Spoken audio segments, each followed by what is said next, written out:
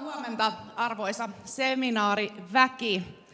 Ja täällä salissa on ilo nähdä runsaasti meitä eteläkarjalaisia paikan päällä ja hyvää huomenta myös sinne linjojen päähän. Uskon, että siellä stream-linjoillakin on runsaasti meitä tämän tilaisuuden äärellä. Tosiaan lämpimästi tervetuloa minun puolestani. Olen Etelä-Karjalan hyvinvointialueen strategia- ja hallintojohtaja Kaisa Heino ja tässä sain äkkipestin eilen iltapäivästä, että saan olla amatöörijuontajana hetken ennen kuin meidän ammattilainen saapuu tuossa VR:n kuljettamana paikalle, että yritetään saada tilaisuus käyntiin ja sitten annetaan ammattilaiset jatkaa, kun pääsevät paikalle. Eli meillähän on Etelä-Karjalan Parikkalan oma poika, luova johtaja Jani Halme saapumassa sitten juontajaksi ja yritän tässä siihen saakka kannatella tilaisuutta. Toivotaan, että VR on ajoissa ja hän saapuu pian. I warmly welcome also our international guests and speakers here, and I hope we have a fruitful seminar today. Ja ehkä nyt kaikille meille myös tiedoksi, että tämä on osittain kaksikielinen tänään tämä meidän seminaarimme ja ollaan sitten lupauduttu kyllä kääntämään, että jos halutaan esittää kysymyksiä suomen kielellä, niin sitten käännös kyllä löytyy täältä meidän seminaarijärjestäjien puolesta, niin ei tarvitse sitä jännittää ja päästään jouhevasti eteenpäin. On tärkeä tilaisuus kaikille meille. Katseet on tulevaisuudessa, meidän alueen lapsissa ja nuorissa, heidän hyvinvoinnissa ja on tärkeää, että olemme täällä kaikki edustamassa paitsi toki organisaatioitamme ja omaa asiantuntemustamme, mutta ihan sitä aikuisuutta, vanhemmuutta ja kaikki eteläkarjalaiset yhdessä olemme sitten jatkossa toivottavasti tämän tilaisuuden käynnistämän prosessin myötä tekemässä hienoja tekoja meidän lasten ja nuorten tulevaisuuden turvaamiseksi entistäkin parempana ja sitä kautta tietysti koko Etelä-Karjalan hyvinvoinnin elinvoiman edistämiseksi. Muutama ihan käytännön asia vielä tästä meidän seminaaripäivän kulusta. Ohjelmaan olette varmasti tutustuneet. Meillä on paljon inspiroivia puheenvuoroja täällä tänään siivittämässä tätä meidän ideointia ja tätä prosessin käynnistymistä. Mutta meillä on siinä ohjelmassa tämmöinen 45 minuutin lounastauko, joka on siis omakustanteinen ja meitä on kuitenkin kohtalaisen iso porukka. Niin toiveena tästä tämän talon lounasravintolasta on, että toki sieltä saa lounasta, mutta tämä on niin iso porukka, että kaikki emme siinä ajassa ehdi syömään, emme oikein mahdukaan sinne, niin tässä on vieressä myös sitten kauppakeskuksia ja muita ravintoloita, että varmasti jokainen löytää omansa sieltä ja ehtii sitten käydä lounaalla siinä ajassa siten, että voitte vaikka jälkkärikahvit jättää siellä halutessanne juomatta. Meillä on sitten tässä aulassa vielä kahvitarjoilut. Eli kahvitarjoilut tulee täältä seminaarijärjestäjien puolelta, mutta lounas on sitten omakustanteinen. Ja täällä on tosiaan tämä stream-lähetys käynnissä, niin näiden taukojen aikana sitten siellä streamissä niin on ilmoitustauosta ja lounaan jälkeen sitten jatkuu taas verkossa kello 12 aikaan myös tämä stream-lähetys. Tässä tapahtumassa hyvinvointialueen viestintä ottaa kuvia ja myös sitten somettaa, ja tekin saatte somettaa, mutta samalla kannattaa varmasti ottaa seurantaa hyvinvointialue Facebookissa, Instassa ja LinkedInissä, ja sitten voi niitä myös jakaa siellä vaikka. Tämä on tietysti meille kaikille tärkeä ja hyvä mahdollisuus tehdä tästä näkyvää jo heti tästä startista, ja miten ainutlaatuinen tilaisuus, minkälainen porukka ollaan saatu tämän tärkeän aiheen äärelle. Nyt itse seminaariohjelman alkuun ja tosiaan meille tulee seuraavaksi lavalle taidekoulu Estradin nuoret esiintymään, joten kutsutaan Estradin nuoret lavalle raivokkain aplodein. Hyvää seminaaripäivää kaikille.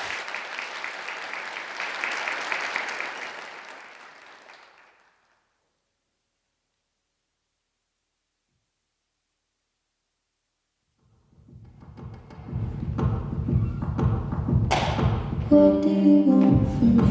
Why don't you run from me? What are you wondering? What do you know? What aren't you scared of me? Why do you care for me? When we all fall asleep, where do we go? Come here. Say it, spit it out. What is it exactly? The pain is the amount cleaning you out and more satisfactory. Today I'm thinking about the things that are deadly. The way I'm drinking you down, like I wanna drown, like I wanna hit me.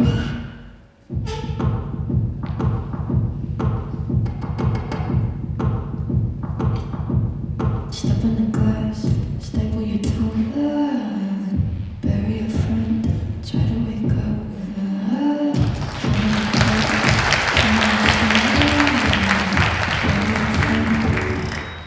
I wanna end me.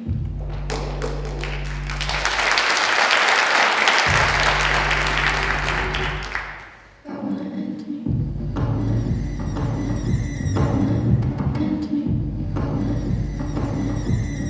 What do you want from me? Why don't you run from me? What are you wondering? What do you know? Why don't you stick to me?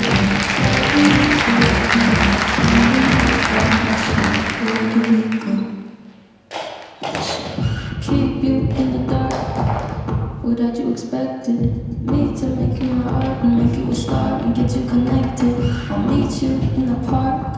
I'll become a collected. But we knew right from the start that you fall apart. Cause I'm too expensive. The talk would be something that shouldn't be said out loud. Honestly, I thought that I would be dead by now. Calling security, keeping my head.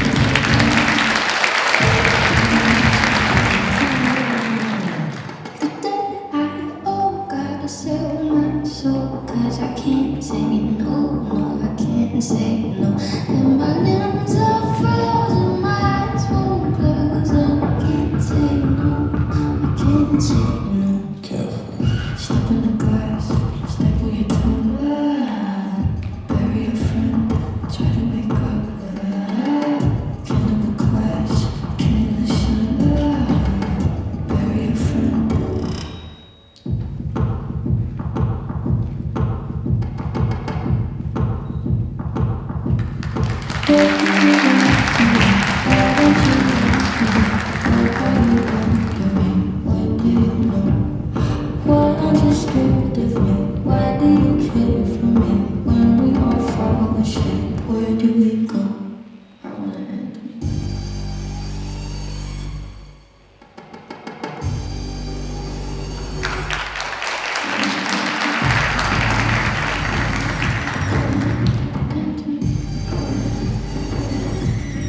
What do you want from me? Why don't you run from me? What are you wondering? What do you know? Why don't you stay there? Why do you give me? When we all fall asleep, where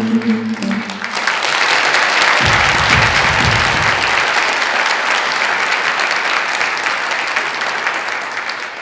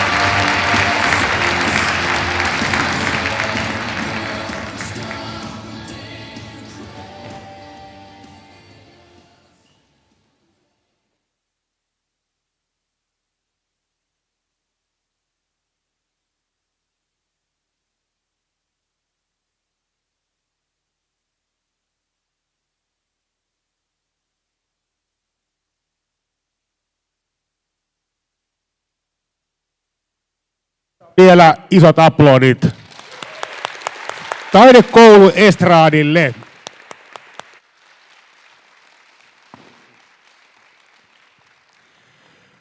Oikein hyvää huomenta ja tervetuloa Lappeenranta-saliin. Minä olen Jani Halme. Minulla on suuri ilo ja kunnia toimia tämän päivän, jos ei kapellimestarina, niin ainakin aikatauluttajana.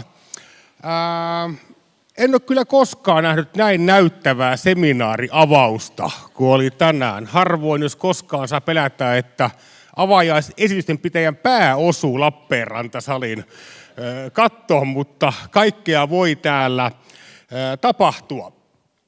Estradihan toimii Lappeenrannan leirissä ja on hyvin ainutlaatuinen opinahjo. Siellä yhdistyy rytmimusiikki, sirkustaide, teatteritaide tavalla, jota missään muualla ei ole yhdistetty. Eli ehkä tietyn tyyppistä Etelä-Karjalan mallia tämäkin osaltaan on.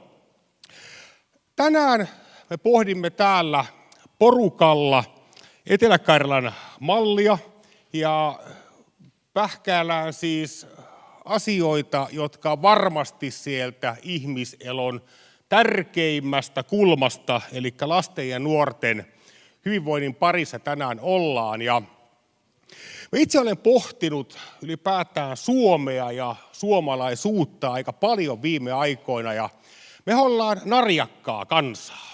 Me ollaan hirvittävän hyviä, analyyttisiä, järkeviä ihmisiä, jotka kun me havaitaan joku epäkohta, niin me ollaan hyvin ansiokkaasti sitä asiaa sitten pohtimassa ja ollaan purettu se asia palasiin ja sitten tapahtuu jotain outoa. Me pannaan erilaisia mietintäryhmiä ja aletaan tehdä PowerPoint-esityksiä ja oikein niin kuin valtavalla ponnekkuudella siirrytään sanoista puheisiin. Ja tässä on jotakin sellaista, joka minua vaivaa ja toivon, että me nimenomaan tänään ollaan täällä sen takia, että me siirryttäisiin jonnekin myös muualle, aivan kuten Etelä-Karjalan mallin kanssa on toki tehtykin jo vuosia. Ja tämä ehkä ylipäätään pitää miettiä, että miksi järjestetään seminaareja. Miksi me ollaan kokoonnuttu näin runsasjoukkoisesti tänne Lappeenrantaan ja käytämme tässä puolikkaan tai kokonaisen työpäivämme ollaksemme täällä seminaarilla? Mielestäni seminaareja pidetään vain ja ainoastaan sen vuoksi, että joku muuttuisi.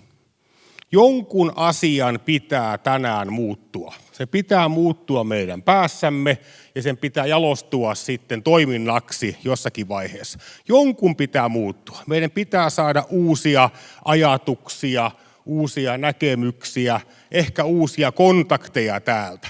Jos joku ei muutu tämän päivän aikana, niin moitin syvästi jo ennakkoon. Mutta se on helppoa, koska meillä on tänään täällä hirvittävän hienoja puhujia, asiantuntijoita ympäri maailmaa ja päivän kruunaava paneelikeskustelu. Hyvä juhla alkaa juhlapuheella. Niin myös tänään tilaisuuden avaa ja juhlapuheen tulee pitämään Etelä-Karjalan hyvinvointialueen johtaja ja äiti Sanu Leskinen. Tervetuloa.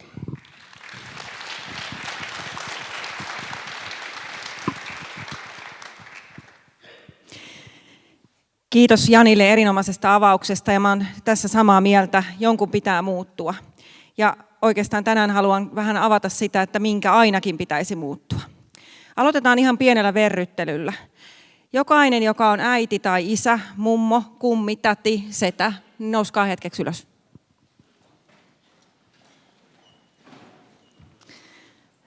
No sit seuraavaksi saa istua ne, jotka oman teini-ikänsä aikana eivät kertaakaan mokailleet, eivät käyttäneet alkoholia alaikäisenä, eivät mokailleet. Täällä istui ehkä yksi, ja hänkin on papin puvussa. Okei. No seuraavaksi saa istua ne, jotka äitinä, isänä, kummina, tätinä, setänä eivät koskaan ole pelänneet sen oman rakkaan lapsensa puolesta. Että hän joutuu tekemään valintoja ympäristössä, jossa hän ei ole kypsä niitä tekemään. Hän joutuu vaaratilanteisiin, niin nyt saa istua, jos ei koskaan ole pelottanut. Kuului pieni penkin ääni, mutta se oli väärä hälytys. Kukaan ei istunut. Nyt saatte kaikki istua, kiitos. Meillä on yhteinen tilannekuva siitä, että kyllä me tiedetään ja arvataan, mitä ne nuoret tekee. Ja että ne joutuu tilanteisiin, johon heidän ei kuuluisi joutua. Tänään puhutaan siitä, että mitä voitaisiin tehdä lasten ja nuorten eteen niin, että he eivät sellaisiin tilanteisiin joudu.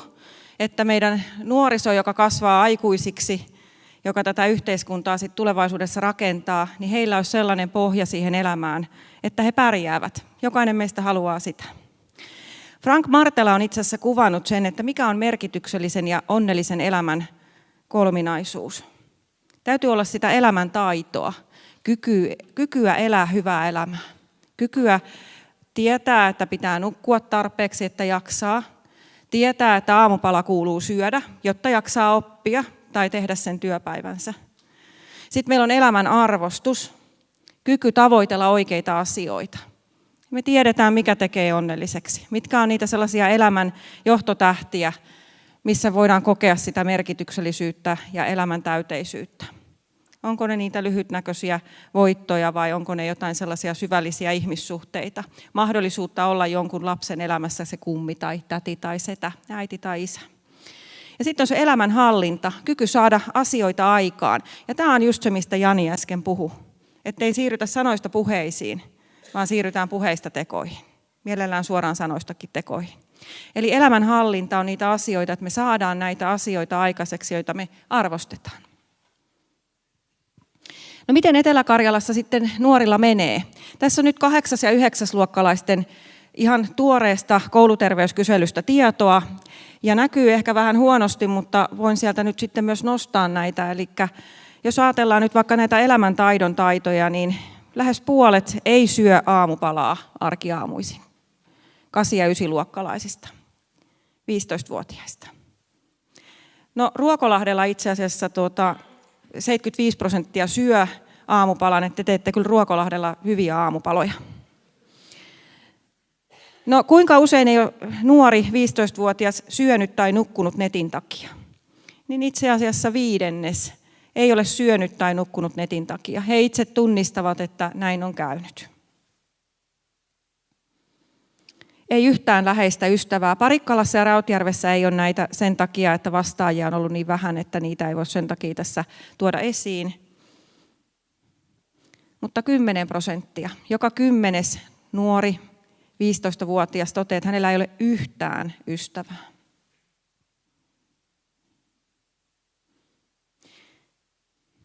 Tämä on oikeastaan mun mielestä näistä dioista kaikista surullisin. Ja palataan kohta siihen, että mitä näille voi tehdä. Kuinka usea tuntee itsensä yksinäiseksi, niin sitten hypätään jo melkein joka 5., ehkä joka 6. Yksinäisyyden tunteet on 15-vuotiailla yleisiä. Kun nuoret ovat itse arvioineet empatiataitojaan, niin noin 30-40% nuorista ajattelee, että heillä on hyvät empatiataidot. Kykyä tuntea sitä, että miltä toisesta voi tuntua, kykyä reagoida siihen, kykyä sovittaa omaa toimintaansa siihen, miltä toisesta voi tuntua. Ja jos ajatellaan sitä elämän arvostuksen kolminaisuutta siellä hyvän elämän, onnellisen elämän taidoissa, niin tämähän liittyy ihan olennaisesti siihen, että me kyetään ymmärtämään, miltä toisesta tuntuu, tekemään tekoja, jotka tuntuvat hyvältä, välttämään tekoja, jotka eivät tunnu. Ja yhteistyötaidot, itse asiassa nämä 15-vuotiaat ajattelee noin 10-15% ajattelee, että heillä on hyvät yhteistyötaidot. No missä näitä empatia- ja hyviä yhteistyötaitoja opitaan? Toki koulussa, mutta ei selkeästikään pelkästään siellä. Nämä on viime vuoden kyselyn tuloksia. Olisiko ne harrastukset? Voisiko se yksinäisyys olla myös asia, jota ratkataan sillä, että jokaisella nuorella on omien taitojensa, halujensa mukainen mahdollisuus harrastaa, löytää niitä ystäviä sieltä, opetella empatiataitoja, opetella ehkä joukkuetaitoja, ja ne kaikki kyllä peilaa vahvasti tänne. 15-vuotiaista Joillakin alueilla joka 5, joillakin alueilla joka 4 tai useampi juo itsensä humalaan asti. Ja hyväksyy, siis itse asiassa anteeksi, tässä oli, että hyväksyy samanikäisellä sen, että juodaan itsensä humalaan. Ei siis, että kokeillaan alkoholia, vaan että juodaan selkeään humalaan. Tosi humalassa vähintään kerran kuukaudessa on noin 10% keskimäärin. Täälläkin Ruokolahdella ei siis varmaan ole alkoa. Hyvä. Ja ilmeisesti ei Taipalsaarellakaan. En tiedä, mitä siellä tapahtuu. Luumäeltäkin on pitkä matka. Mutta joka tapauksessa itse asiassa tässä samassa kyselyssä käy ilmi, että moni nuori saa sitä alkoholia kotoa. Kotiväeltä. Toistan, moni 15-vuotias saa alkoholia kotiväeltä.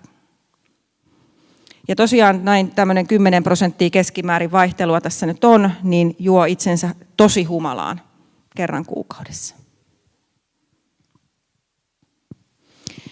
Kuinka moni on kokeillut laittomia huumeita ainakin kerran?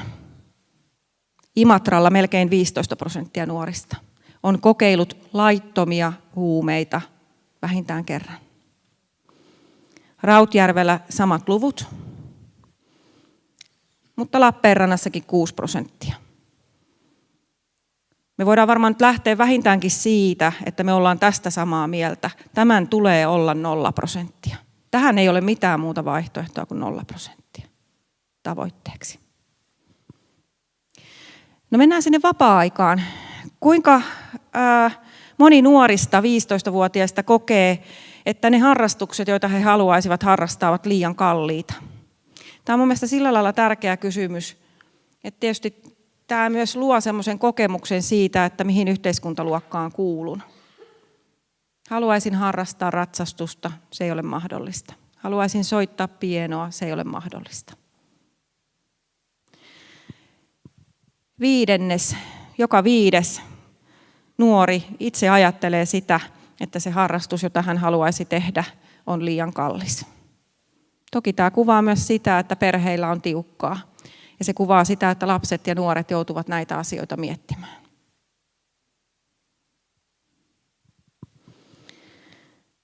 Onneksi aika moni kokee, että kiinnostavaa toimintaa ja vapaa-ajan toimintaa nuorille järjestetään omalla asuinalueella. Ei nyt mitään huippulukuja, mutta kyllä sieltä omalta asuinalueeltakin löytyy, kun ajattelee, että puhutaan kuitenkin osassa paikoista aika pienistä kunnista, niin kuitenkin 1/3 kokee, että siltä omalta asuinalueelta löytyy myös mielekästä vapaa-ajan toimintaa. Ja jälleen kerran Ruokolahti täällä ihan omassa luokassaan. Siellä tehdään aamupalat, ei myydä viinaa ja siellä on kiinnostavaa tekemistä. Että nyt jos et JP saa tästä niin kuin enempää mainosmateriaalia Ruokolahdelle lapsiperheille, niin en tiedä mistä. Mutta kannattaa tsekata tämä kouluterveyskysely, koska Ruokolahti näyttäytyy aika hyvänä siinä. Ja meidän täytyisi nyt ikään kuin kysyä, että mitä ne sitten siellä tekee, että nämä luvut on näin paljon paremmat. No kuinka moni kokee, että harrastuspaikat on liian kaukana? Aika ymmärrettävästi niin Parikkalassa melkein puolet kokee, että harrastuspaikat on liian kaukana. Ei ole julkisia liikennevälineitä ja jos olisikin, niin voi olla, että moni kokisi edelleen, että ne on kaukana, koska sitten siihen kuluu ihan tolkuton määrä aikaa siirtyä sinne toiselle paikalle. Muuten niin noin 20-25% kokee, että harrastukset on liian kaukana. Itse asiassa mielenkiintoista on se, että myös Lappeenrannan alueella nuoret 15-vuotiaat kokee, että harrastuspaikat on liian kaukana. No kuinka moni kokee, että heillä on hyvä keskusteluyhteys vanhempien kanssa? Meinasin ensin siinä alkuverryttelyssä, että mä kysyn teiltä, että uskotteko te, että teillä on hyvät keskusteluyhteydet teidän lasten kanssa? Mä olisin ainakin sanonut, että on, mutta itse asiassa kun mä näin nämä tulokset, niin veikkaan, että tässä on vähän sama kuin muutenkin, että meistä kaikki ei voi olla siellä paremmalla puolella. Itse asiassa vain 40%, Rautjärvellä vielä pienempi osa, niin kokee, että heillä on hyvä keskusteluyhteys vanhempien kanssa. Keneltä niitä hyvän elämän taitoja, onnellisen elämän taitoja voisi oppia kuin niiltä omilta vanhemmilta? Ja jos keskusteluyhteyttä ei ole, niin aika mahdottomaksi tämä muodostuu. Kuitenkin enemmän kuin puolet nuorista pääsääntöisesti ovat tyytyväisiä elämäänsä tällä hetkellä. Paikoittain jopa 80% nuorista on tyytyväisiä. Eli tämä kertoo myös siitä, että tämä on monimutkainen kokonaisuus. Ja sitten kun nämä pystyisi vielä arvioimaan nämä tulokset niin, että miten nämä linkkautuu toinen toisiinsa. Vaikuttaako nämä selkeästi elämän taitoihin, elämänhallintaan, arvoihin liittyvät asiat toinen toisiinsa niin, että nämä ongelmat kasautuu samoille nuorille.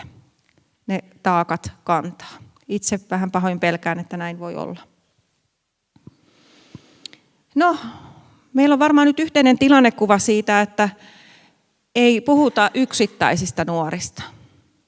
Me puhutaan merkittävästä määrästä nuorista, joilla ei ole turvallista aikuista välttämättä keskusteluyhteyden päässä, joka pahimmillaan saattaa mahdollistaa sen, että joudutaan hankaliin tilanteisiin vaikkapa päihtyneenä. Ja meillä on aika hankaluuksia päästä harrastuksiin, ne on kalliita. Ja sitten voisi tietysti sanoa, että meillähän on tässä Etelä-Karjalan maakunnassa sen kokoinen kylä, että me voidaan yhdessä kasvattaa näitä nuoria. Mut kuka sen sitten tekee? Kuka nämä elämäntaidot opettaa, koska nyt keskustelu tosi usein kääntyy siihen, että viranomaiset. Julkinen terveydenhuolto, sosiaalihuolto, poliisi. Hoitakaa homma. Perustetaan uusi päihdekuntoutusyksikkö alaikäisille. Hirvittävän hieno yksikkö, mutta surullista, että sellainen täytyy olla edes olemassa. Nuorille, jotka eivät pääse päihteistä eroon ilman sitä, että he tulevat kuntoutusosastolle useaksi viikoksi. Hirvittävän hienoa toimintaa. Meillä on nyt 2-paikkainen. Perustetaanko 4-paikkainen, 6-paikkainen, 10-paikkainen? Lisätäänkö psyykkareiden määrää 10, 100? Tämä keskustelu kääntyy koko ajan siihen, että joku muu hoitaa. Yhä useammin meidän sosiaalityöntekijät käy sitä keskustelua, että kun asiat menee hankalaksi, niin vanhempi sanoo, että ottakaa tämä huostaan. Ei niin, että se huostaanottopäätös tai ehdotus tulisi ensisijaisesti sieltä lastensuojelusta, vaan entistä enemmän meillä on sitä, että vanhemmat itse ehdottaa. Ottakaa, korjatkaa ja sitten voi palauttaa.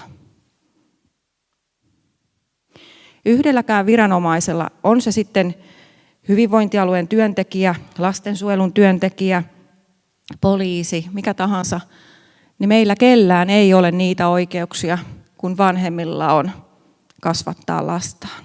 Ja mä en tietenkään puhu sellaisesta kasvatuksesta, joka on epäsopivaa. Itse olen kyllä pitänyt kiinni 16-vuotiaasta tyttärestäni, että hän ei lähde kavereiden kanssa kännäämään. Ja hän oli itse asiassa varmaan 1 vuoden melkein koko ajan arestissa ihan samasta syystä. Joten voi olla, että hän on ihan iloinen, että hän ei enää kuulu tähän Etelä-Karjalan malliin, josta me puhutaan tänään. Hänellä on ihan kovat kokemukset tästä. Mutta ei voi olettaa, että viranomaiset hoitaa. Ei voi olettaa, että koulu kasvattaa ne elämisen taidot. Ei voi olettaa, että sosiaalityöntekijä ottaa huostaan ja sitten palautetaan mallikelpoinen elämään valmis ihminen takaisin vanhemmille. Ei voi olettaa, että poliisi hoitaa sen keskustelun, jonka vanhemman pitää käydä silloin, kun se lapsi ensimmäisen kerran jää kiinni siitä, että se on käyttänyt alkoholia tai muita päihteitä.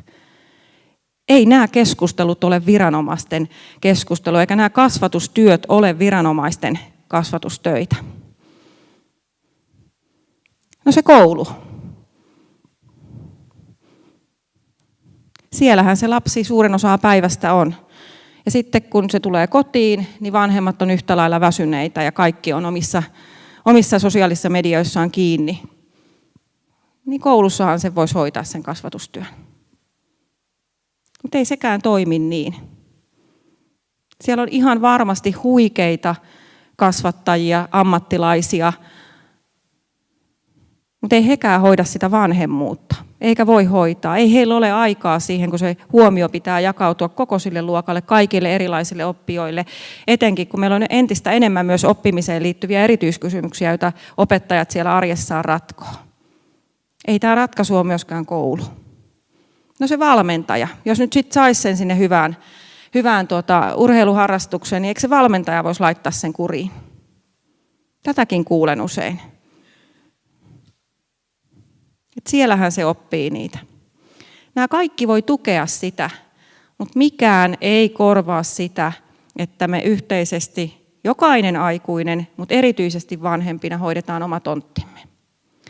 Ja tässä, mistä tänään itse asiassa keskustellaan, on juuri se, että miten me saadaan ihmiset mukaan. Koska jos vain yksi tästä porukasta, tässä on paljon muitakin aikuisia mukana tässä hommassa, mutta jos vain yksi tekee, niin me ei koskaan päästä mihinkään tuloksiin.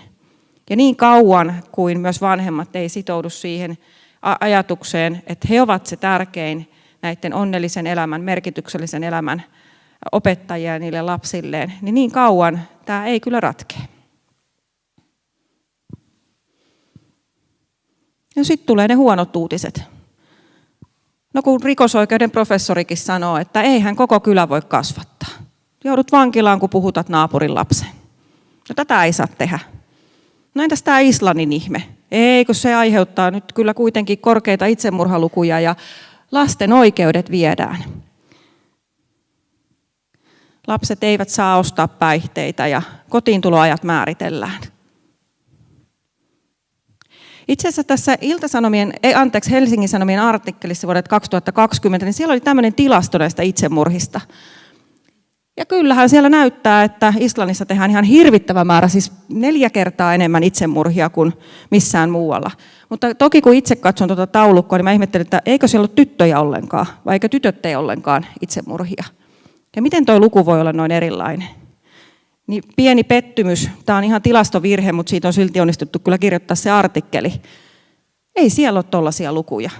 Meistä jokainen varmasti ymmärtää sen, että eihän meillä voi olla sillä, että siellä tekee islantilaiset nuorukaiset miehet niin itsemurhia 4 kertaa enemmän kuin muissa Pohjoismaissa. Me ei oltaisi ikinä kuultu siitä. Ja tytöt ei tee yhtään. Se on virhe. Siellä on tasan tehnyt 2 alle 18-vuotiaista itsemurhan sinä vuonna.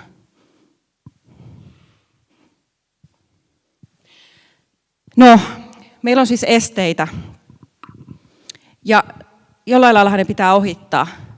Ja meillä on ikään kuin tilanne, että me halutaan tehdä jotain, mutta jokaisella on ikään kuin ne omat rajansa sille omalle toiminnalle, mitä saa tehdä, mitä voi tehdä. Ja sitten on ikään kuin tullut semmoinen viimeinen hetki muuttaa tätä kulkua, mihin tämä on menossa. Sillä ei nämä nyt ainakaan viime vuosina minä vuonna siirtyneet parempaan päin. Jos seurataan sitä päihteiden käyttöä, yksinäisyyttä, syrjäytyneisyyttä, niin ei ne ole lähtenyt itsestään paranemaan. Eikä ne aikoinaan Islannissakaan lähteneet. Ei se valistus ja koulussa kerrottu elämisen taito, niin ei se riitä. Tähän tarvitaan joka ikinen eteläkarjalainen aikuinen tekemään töitä. Ja siitä huolimatta voi vähän pelottaa se, että onko meillä oikeus, voidaanko me tehdä, missä kohtaa me tallotaan lasten tai nuorten oikeuksia. Ja ehkä Pallin puheenvuorossa tulee itse asiassa esiin se, että kun islantilaiset nuoret ressukat eivät tiedä, että he elävät minkään mallin sisällä. He ei tiedä, että heidän oikeuksiaan poljetaan. He elää ihan tavallisia islantilaisen nuoren elämää ilman päihteitä ja niin, että vanhemmat ottavat tosi paljon vastuuta siitä, mitä lapset tekevät koulussa, vapaa-ajalla. Kyllä mä ajattelen, että meillä on tämmöinen wake up call. Ja sanon ihan suoraan hyvinvointialueen johtajana, hyvinvointialueen resurssit ei riitä, eikä meidän hartiat ei riitä hoitamaan pelkästään sitä oiretta. Mutta me ollaan mielellään mukana koordinoimassa, auttamassa, valmentamassa, keräämässä tietoa. Ja nyt kysymys on se, että kuka tämän nyt sitten meidän kanssa tekee. Palaan tähän Frank Martelan loistavaan kolminaisuuteen. Elämäntaito. Se, että lapsi tulee ajoissa kotiin, menee ajoissa nukkumaan, syö aamupalan, kotona on ruokaillalla ja keskustellaan siitä, miten päivä meni. On joku, jolle voi kertoa niistä huolista. Elämän arvostus. Se, että ne elämän merkitykselliset ihmissuhteet, niihin on taitoa rakentaa niitä. On empatiakykyä, yhteistyökykyä rakentaa itsekin joskus perhettä. Ja elämänhallinta. Me ei voida olettaa, että 15-vuotiaalla on sitä. Mutta meillä yli 18-vuotiaalla pitäisi olla. Kiitos.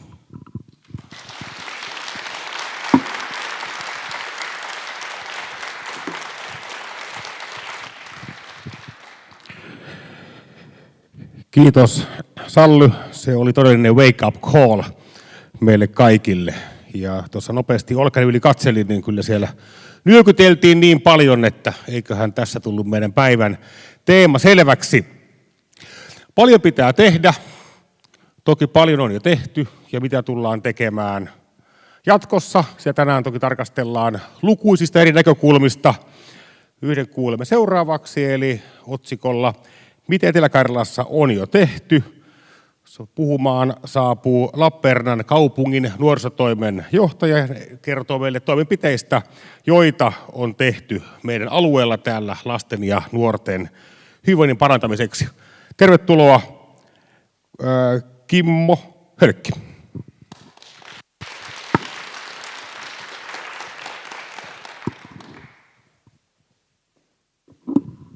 Kiitos oikein paljon. Tosiaan olen Lappeenrannan kaupungin nuorisotoimenjohtaja Kimmo Hölkki ja ilolla kerron, mitä meillä täällä Etelä-Karjalassa on jo noiden Sallin esille nostamien teemojen osalta tehty ja meneillään. Ikään kuin taustoittaakseni sitä, että meillä kaikilla on yhteinen kuva, että mitä täällä on jo olemassa, mitä prosesseja menee, ettei siinä mielessä tarvitse lähteä pyörää keksimään kokonaan uudestaan, että ehkä siitä näkökulmasta, että minkälainen kivijalka meillä on jo olemassa, minkä päälle voidaan rakentaa. Nyt ATK-apua sen verran, että saadaanko tuo näyttö auki tuosta.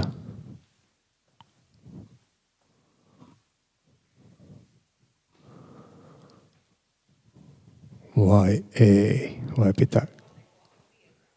Joo. Silleen se digitaalisuus hoituu manuaalisesti, niin kuin se yleensä lopun perin aina onnistuu sitten. Noin, kiitoksia. Otsikkona oli siis, että mitä Etelä-Karjalassa on jo tehty, mutta en toki yritä väittää teille, että minä pystyn sanomaan ihan absoluuttisesti, että mitä kaikissa Etelä-Karjalan kunnissa on tehty, mutta meillä on oman vastuualueeni puitteissa hyvää yhteistyö Etelä-Karjalan kuntien kanssa, niin uskoisin, että tästä löytyy sellaisia asioita, mitä kaikissa kunnissa toteutetaan, ja ne periaatteet on aika pitkälti yhdenmukaisia. Jos nyt kuitenkin ihan lyhyesti otan tuon Islannin mallin tuohon pohjaksi, koska tosiaan tämä Islannin mallihan tuli suomalaiseen keskusteluun vuonna 2019 laajasti, jolloin keskusteltiin siitä, että mitä tästä Islannin mallista voisi Suomi ottaa opiksi, millä tavalla me voitaisiin tätä omaa toimintaa kehittää. Ja nyt varmaan tänään kuullaan sitten vielä paljon paremmin ja tarkemmin, mistä Islannin mallissa on kyse, mutta siis 5 vuotta sitten tosiaan tämä harrastaminen oli yksi keskeinen pointti.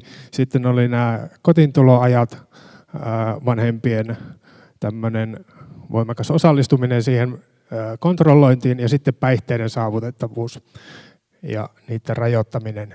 Ja suomalaisessa keskustelussa päädyttiin sitten silloin 2019-2020,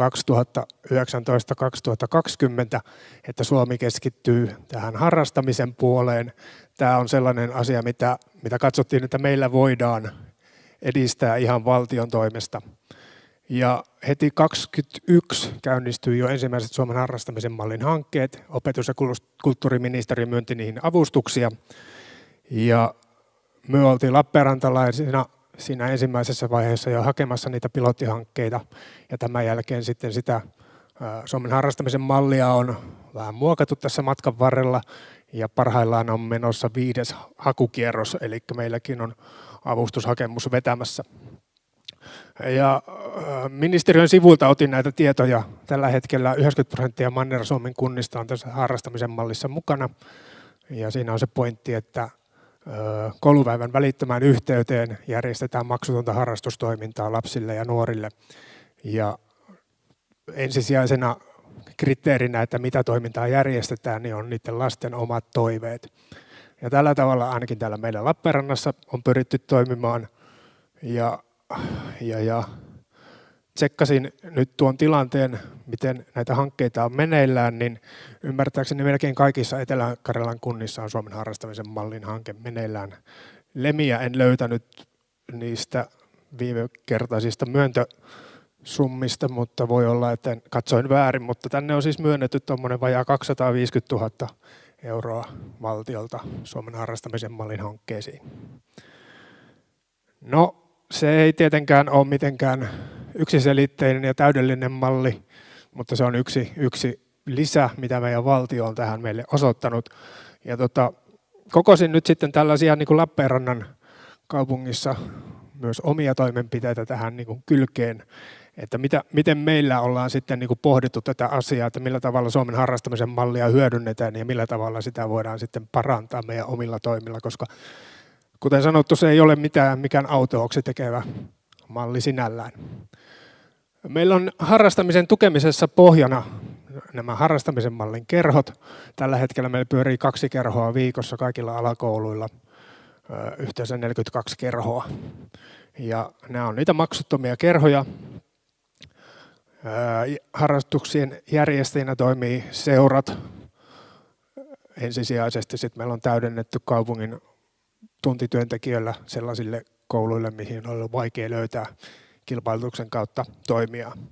Mutta tässä kerhotoiminnan lisäämisessä on aika laaja yhteisymmärrys varmaankin Suomen maassa, että ne nuoret, kenellä sitä harrastusta ei ole vielä tähän mennessä ollut, niin se, että me lisätään maksuttomia kerhoja, niin aika vähän kuitenkin tällaisia nuoria tavoittaa. Että jos siinä perheessä ei syystä tai toisesta ole tämmöinen harrastaminen kuulunut siihen perheen toimintakulttuuriin, niin siihen on varmaan jotakin muitakin syitä kuin pelkästään se, että sitä harrastusta ei tiedetty olevan tai että sinne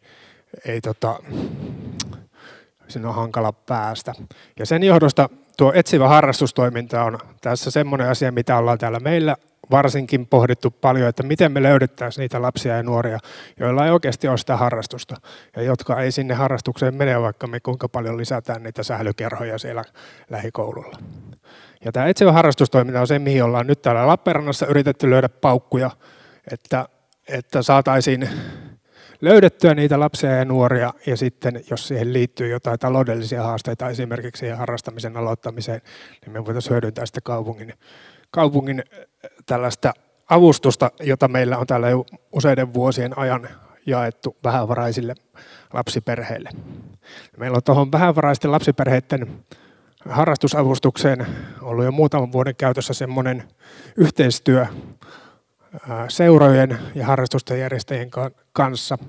Eli me tavallaan delegoidaan sitä kaupungin avustussummaa näille seuroille eteenpäin jaettavaksi, koska he parhaiten tietää siitä omasta toiminnastaan ne lapset ja nuoret, joiden perheessä taloudellista haastetta on. No, tämä itsessään ei ole ollut mikään niin kuin magic bullet, mitkä on ratkaissut kaikki ongelmat. Meillä on jäänyt viime vuonnakin tuosta 50 000 eurosta yli 10 000 euroa toteutumatonta rahaa, mitä ei saatu kuitenkaan menemään perille. Ja ollaan sen johdosta tätä järjestelmää kehitetty nyt tälle vuodelle sillä tavalla, että velvoitetaan näitä seuratoimijoita laskuttamaan jo kesällä ensimmäiset nämä avustussummat meiltä kaupungilta pois, jonka jälkeen sitten ne, ketkä ei ole saaneet jaettua sitä eteenpäin, niin me tavallaan otetaan se raha heiltä takaisin kaupungille ja jaetaan uudestaan syksyksi sellaisille toimijoille, jotka saa sitä paremmin jaettua. Tällä toivotaan, että saadaan tämä kaupungin avustus menemään paremmin perille. Mutta sitten sekään ei varmaankaan niinku riitä, vaan kylkeen ollaan sitten otettu mallia kaverilta Rovaniemen kaupungilta, jolla on ollut käytössä jo muutaman vuoden tällainen harrastereseptikäytäntö. Eli siellä kouluterveystarkastuksen yhteydessä terveydenhoitaja kysyy lapselta tästä harrastuksesta, onko hänellä, ja jos ei ole, niin haluaisiko hän tällaisen harrastuksen itselleen. Ja sitten jos vastaus on, että ei ole, mutta haluaisin, niin sitten voidaan kirjoittaa tällainen harrasteresepti, joka kuulostaa kyllä viralliselta, mutta se ei ole mitään muuta kuin tällainen ATK-pohjainen palveluohjaus todellisuudessa. Mutta tällä tavalla siellä kouluterveystarkastuksen yhteydessä saadaan seulottua sellaisia lapsia, joilla ei sitä harrastusta ole, ja toteutettua se palveluohjaus sitten sinne etsivään harrastustoimintaan. Tästä me ollaan käyty hyvinvointialueen kanssa yksi keskustelu tuossa syksyllä, kun tätä meillä valmisteltiin, ja silloin vaikutelma oli, että tämä voisi olla aivan hyvin semmoinen asia, mitä Lappeenrannassakin pilotoitaisiin nyt. Ja nyt me ollaan sitten täällä meidän päädyssä saatu tehtyä tarvittavat päätökset ja on saatu jo tuo harrastereseptikin tuonne interwebsiin auki, eli tämä on ihan kokeilemista voille valmis. Mutta toki tämä ei tarkoita sitä, etteikö tätä harrastereseptiä voida käyttää ihan kenen tahansa lasten ja nuorten parissa työskentelevän aikuisen toimesta. Tämä kouluterveystarkastus nyt tulee siitä, että kaikki lapset käy sen läpi ja siinä tavallaan on se erinomainen mahdollisuus kaikkien kanssa käydä se keskustelu, onko harrastusta vai ei. Ja toinen sitten tähän etsivään harrastustoimintaan liittyvä uudistus on meillä ollut sitten tämä harrastesetelin käyttöönotto. Eli siitä Lappeenrannan kaupungin vähävaraisten harrastusavustuksesta irrotetaan kokeiluluontoisesti pieni summa, jota sitten tämä meidän etsivä harrastustoiminta pystyy jakamaan harrastesetelinä sellaisille etsivään harrastustoimintaan tuleville lapsille ja nuorille, jos käy ilmi, että sen harrastamisen yksi este on se, että perheellä ei ole varaa maksaa niitä maksuja, niin tässä tapauksessa kunto voi sitten osallistua niihin maksuihin. Mutta kuten sanottu, se raha ei välttämättä ole sitten se kuitenkaan se ainut syy, minkä takia ei harrasteta, vaan siellä on sitten muitakin syitä varmasti mukana. Meillä nuorisotyössä ei käytetä tällaista kolmiportaisen tuen asteikkoa, mutta me ajattelin, että tähän tilaisuuteen me kääntäisin näitä meidän asioita vähän toimimaan tällä samalla asteikolla, kun varsinkin siellä koulumaailmassa toimitaan, jotta ehkä nähtäisiin sitten se, että miten tämä meidän harrastuskuvio tässä pyörii ikään kuin eri tasoilla. Toi yleinen tuki, minä kuvasin tähän tällaisen ihan normaalin kansalaisyhteiskunnan toiminnan. Eli silloin, kun se kysyntä ja tarjonta kohtaa harrastuksen järjestäjä ja sitten se harrastaja hoitavat asiat keskenään, kunta lähinnä tarjoaa infran ja toimintaympäristö, jossa toimitaan. Samoin itsenäinen harrastaminen täytyy tässä tietysti ottaa myös mukaan, että kouluterveyskyselyn mukaan varsinkin noilla alakoululaisilla, niin he itse kokevat, että 90% on joku harrastus. Eli siihen varmaan sitten liittyy myös tällaiset itsenäiset kavereiden kanssa harrastettavat asiat. Mutta sitten niin kuin tehostettuun tukeen ajattelen, että tämä meidän vähävaraisten harrastusavustus olisi sellainen yksi, eli ne, kenellä on joku haaste sen harrastuksen saavuttamiseksi, niin tämä taloudellinen tuki, pieni apu ja harrastaminen voi jatkua. Ja samoin nämä Suomen harrastamisen mallin kerhot, jolloin se harrastus tuodaan sinne lähelle kotia koulupäivän yhteyteen, niin ainakin tämmöinen fyysinen saavutettavuus, niin se saadaan silloin taklattua. Ja sitten erityisen tuen toiminnaksi ajattelen tämän etsivän harrastustoiminnan, jolloin sen harrastamisen aloittamisen esteenä on moniakin syitä, riippuen perheestä, riippuen lapsesta ja sitten tällaisten niin kuin, tarkempien kontaktointien ja kohtaamisten kautta ehkä löydetään niitä syitä ja saadaan niitä asioita ratkottua. Nyt, minulla on tässä hetki aikaa vielä, niin ajattelin, että otan esille myös muutamia tällaisia prosesseja, mitä meillä täällä toimii koko ajan Lappeenrannassa ja kunnissa, jotta teille syntyy semmoinen ymmärrys, että mitä täällä jo tehdään, ikään kuin, ja että näitä asioita on kuitenkin täällä jo Suomessakin mietitty kauan ja yritetty löytää ratkaisuja. Ja tavallaan noihin Sallin esittämiin lukuihin, niin voi ajatella, että tilanne voisi olla vielä huonompi ilman näitä toimenpiteitä. Eli meillähän on Suomessa semmoinen erityinen kunnallinen palvelu, mitä ei missään muualla ole, ja se on tämä kunnallinen nuorisotyö. Me ei ehkä sitä Suomessa itse niin kuin ymmärretä, mutta meillä on ihan ainutlaatuinen tilanne, että meillä on lainsäädäntö, missä määritellään nuorisotyötä, ja sitten meillä on niin kuin yhteiskunnan resursseja, joita tähän nuorisotyöhön voidaan käyttää. Ja tämä on semmoinen palvelu, mikä meillä toimii kaikissa kunnissa, voi sanoa niin kuin päivittäin. Meillä on nuorisotyöntekijöitä, ammatillisesti koulutettuja ihmisiä, jotka kohtaavat tänäänkin nuoria niillä omilla työpisteillään. Ja tämä on sellainen asia, mikä kannattaa varmaan ottaa huomioon. Ja tuossa kun Jani sanoi, että pitäisi siirtyä puheesta tekoihin, niin ajattelin, että nyt siirretään hetkeksi tekoja puheeksi, koska jos ei muuta, niin ainakin tässä sitten teille tulee tietoa, että tällaistakin toimintaa on, ja tätä niin kuin ihan vakavasti tehdään. Ja sillä saadaan myös tuloksia aikaiseksi. Meillä Lappeenrannassa käy nuorisotiloilla tuommoinen 250-300 nuorta per päivä. Ja vuositasolla meidän käyntikertamäärät on tuommoinen 47 000. Ja Saipa-peleissä kävi silloin, kun Saipalla meni hyvin, niin 85 000. Ja siitä saadaan vähän skaalaa, että tämä on aika huomattava määrä porukkaa, mikä tässä toiminnassa pyörii mukana. Ja tavallinen kävijä, meillä on ihan tavallinen lappeenrantalainen nuori, millä menee hyvin. Asiat on kunnossa, perheasiat on kunnossa, harrastuksia on, koulu sujuu, tiedän mihin haen seuraavaksi, kun koulu päättyy. Mutta kyllä siellä on pieni osa nuoria, joilla ei sitten tällaista näkymää ole. Ja nämä nuoret elämässään ja arjessaan päätyy haastaviin tilanteisiin ja tekemisiin milloin minkäkin viranomaisen kanssa. Ja tällaisena valistuneena arviona voisin sanoa, että nuorisotyön piirissä on varsin hyvä käsitys lappeenrantalaisista nuorista, kenellä tällaisia haasteita on. Tietysti eihän me tiedetä kaikkien asiakkuuksia, mutta tällainen niin kuin vuosien havainnointi, niin kyllä voi sanoa, että meillä on varmaankin ihan hyvä ymmärrys, että ketkä niissä vaikeuksissa on.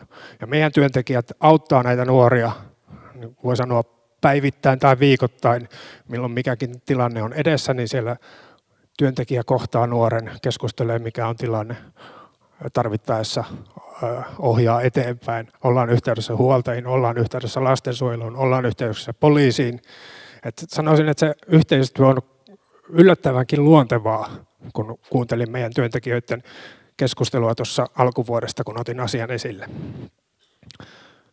Sieltä löytyy varmaankin sellaisia asioita, jota meillä on voidaan yhdessä hyvin tarttua ja miettiä miten voidaan vielä tehostaa tätä toimintaa. Laitoin tähän nyt tämän meidän nuorisotyönkin tähän kolmiportaisen tuen asteikolle, mutta en tätä nyt tässä käy tän enempää avaamaan, menen vielä eteenpäin, koska lupasin Sallille, että 20 minuuttia riittää, niin joutuu vähän ehkä kiristämään vielä tätä loppua kohden. Mutta meillä on siis tähän nuorisotyöhön laadittu oma opetussuunnitelma, nuorisotyön perussuunnitelma, johon me ollaan määritelty nuorisotyön tavoitteet, ja ne on juuri sellaisia asioita, mitä me ajatellaan, että yhteiskunnallisesti on hyödyllistä, että me yritetään tavoitella. Ja tämä yksinäisyyden ehkäisy oli yksi niistä. Eli meillä on ihan ammatillisena tavoitteena kaverisuhteiden tukeminen. Samoin meidän ammatillisena tavoitteena on nuoren yksilöllisen kasvun tukeminen, että jokaisesta voi tulla paras versio omasta itsestään.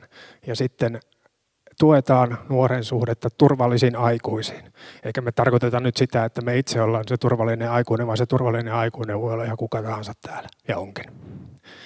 Että näitä tietyllä tavalla nämä teemat ovat olleet tässä olemassa jo kauan, ja näihin on etsitty keinoja. Meillä nuorisotyötä viedään sinne, missä nuoria on. Meillä on tuossa kauppakeskus Iso-Kristiinassa ollut jo 9 vuotta nuorisotila-ajatuksella, että sinne ne nuoret koulupäivän jälkeen menee, niin siellä on hyvä olla toimintaa. Samatenkin jalkaudutaan juhlapäivinä silloin, kun nuoria on paljon liikenteessä. Ja nyt täytyy nostaa se, että meidän seurakunta on tehnyt erinomaista työtä. He ovat käynnistäneet tämmöisen salpas vapaaehtoisjalkautumistoiminnan, eli käyneet keräämään ihan näitä aikuisia huoltajia, vapaaehtoisia ihmisiä tähän toimintaan mukaan. Ja siellä on vajaa 20 aikuista tällä hetkellä mukana jalkautumassa. Että tässä on ihan hyviä ituja myöskin, mistä voidaan jatkaa eteenpäin. Sitten muutama kohta vielä. Meidän nuorisotilat, jotka toimii tuolla meidän eri asuinalueilla, niin kutsuu vuosittain tällaisia moniammatillisia aluepalavereita koolle, eli niitä kulloisenkin asuinalueen keskeisiä toimijoita, koulu, opettajia, opiskeluhuoltoa, järjestötoimijoita, ja näissä keskusteluissa palavereissa käydään läpi niitä ajankohtaisia ilmiöitä, mitä siellä alueella kulloinkin on. Ja mikäli on jotain huolta herättävää, niin voidaan käynnistää nopeasti toimenpiteitä. Ja näitähän tapahtuu koko ajan. ne ei ole välttämättä mitään niin kuin massiivisia toimenpiteitä, mutta aivan tyypillinen ilmiö on esimerkiksi se, että joku poikaporukka häiriköi kirjastossa. Ja sen jälkeen meidän työntekijät perustaa pienryhmän, johon tämä poikaporukka sitten yritetään saada mukaan ja käydään heidän kanssaan niitä arkisia asioita läpi ja miten sitä kuuluisi käyttäytyä ja toimia. Ja tällä tavalla voidaan saada positiivisia vaikutuksia aikaiseksi. Ei varmaankaan niin kuin kaikkien elämää pelasteta, mutta isossa kuvassa niin varmaankin joidenkin elämänpolku oikeenee. No mitä muuta sitten? Meillä on vielä täällä yhteistyötä monenlaista. Nostin tähän nyt muutaman tällaisen keskeisimmän, eli meillä on hyvinvointialueen tekemää ehkäisevää päihdetyötä. Meillä on pakkatoimintamalli, josta ehkäisevä päihdetyön asiantuntija vastaa, ja tämä on sellaista ihan hyväksi vaikuttavaksi Suomen mittakaavassa havaittua toimintaa, jossa meillä on yrityselämä ja paikalliset toimijat yhdessä miettimässä, miten alkoholihaittoja, rahapelihaittoja ja muita päihdehaittoja voidaan suitsia. Meillä on nuorisolain 9. pykälän edellyttämä tällainen yhteistyö- ja palveluverkosto, joka Lappeenrannassa kulkee nimeltä Lasten ja nuorten lautakunnan työkokous. Tässä meillä on ekhvan johtohenkilöitä, kaupungin vastuualueiden johtohenkilöitä, meidän lasten ja nuorten lautakunnan jäsenet, järjestöjen edustajia, nuorisovaltuuston edustajia. Ja tämä on semmoinen foorumi, missä meillä on mahdollisuus keskustella näistä ajankohtaisista kysymyksistä. Tästä täytyy nyt sanoa, että tämä ei ole ehkä löytänyt sellaista niin kuin kaikista tehokkaita mahdollista muotoa meillä, mutta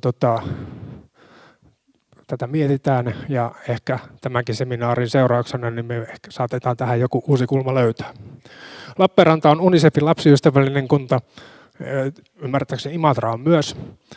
Tämä on tietysti sellaista lasten ja nuorten hyvinvointiin painottuvaa toimintaa, jossa UNICEF meitä myöskin niin kuin ohjaa ja kannustaa kehittämään toimintaan.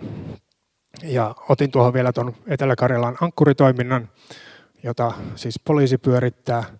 Ja tämähän on saanut tunnustuksiakin tämä ankkuritoiminta. Meillä nuorisopalveluilla ei siinä hirveän keskeistä roolia ole, mutta toki ollaan käytettävissä niissä tapauksissa, jos täältä ankkuritoiminnan kautta löytyy sellaisia nuoria, joille olisi erityistä hyötyä meidän palveluissa. Ja nyt esimerkiksi tuo harrasteresepti on yksi sellainen työkalu, mikä tähän ankkuritoimintaan voidaan antaa välittömästi. Että jos siellä on joku nuori, jolle harrastus olisi hyväksi, niin se on helppo yhteydenotto sen harrastereseptin kautta. Kehitystyötä on suunniteltu ja toteutetaan. Meillä on Oulun kaupungin kanssa hyvää yhteistyötä nuorisotyön toiminnan ohjausjärjestelmän kautta. Hyppäsin vielä keskeisen asian yli tuossa. Eli nuorisotyön sektorilla, kuten jo mainitsin, niin meillähän on Etelä-Karjalassa pitkät perinteet yhteistyöstä ja meillä on tällä hetkellä itse asiassa aluehallintoviraston rahoittamaa aluekoordinaatiota täällä.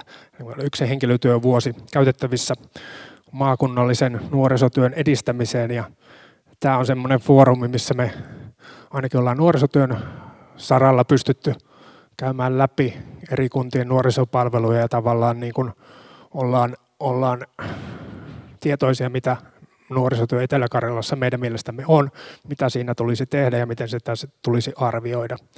Ja näkisin, että tämä on yksi semmoinen keskeinen foorumi, mitä tässä jatkossakin kannattaa sitten hyödyntää myös muissakin kysymyksissä kuin nuorisotyökysymyksissä.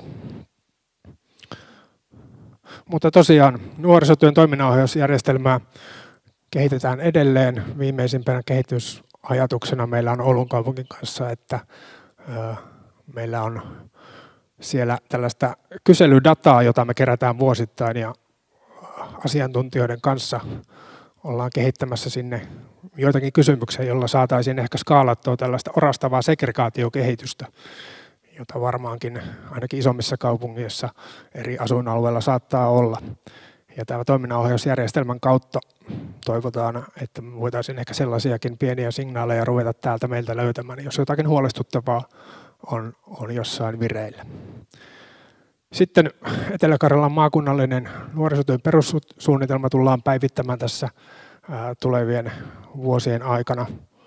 Tuo harrasteresepti ja harrasteseteli otetaan nyt tänä vuonna siis voimallisemmin käyttöön ja nyt sitten vielä viimeisenä toimenpiteenä laitoin tuon meidän normaalin eli Lappeenrannan kaupungin nuorisotoimion valtuustokausien vaihtuessa uuden strategiakauden kynnyksellä niin suorittanut tällaisia nuorten haastatteluja ja näitä on nyt tehty 3 kertaa ja nyt ensi vuonna taas on tällainen kierros edessä. Eli me haastatellaan noin 100 vähän päälle nuorta ja saadaan siitä sitten sellainen uudenlainen aineisto, miten lappeenrantalainen nuori kokee elämänsä ja kokee tämän kaupunkinsa. Nyt tässä työn parissa, kun me kohdataan nuoria, niin me aika lailla pyöritään tällaisissa ongelmakeskeisissä kysymyksissä, mutta nämä haastattelut, jotka toteutetaan tuolla ihan niin kuin katuympäristössä randomisti vastaan tulevalle nuorelle silleen, että häntä ei tunneta etukäteen, niin nämä aineistot on ollut aika mielenkiintoisia, että nuoret ovat kokeneet tämän kaupungin paljon kiinnostavammaksi ja paremmaksi paikaksi, kun me itse ehkä arvioimme heidän kokevan.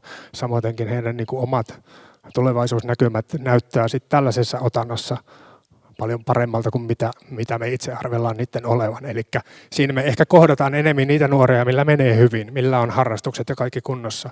Ja sitten työkautta ehkä he menee meiltä vähän ohi, koska heillä nyt ei ole varsinaisesti mitään suurta murhetta, mihin meidän tulisi nyt kiinnittää huomiota. Me valitettavasti pikkasin ylitin ajan, mutta tämän haluaisin teille kertoa.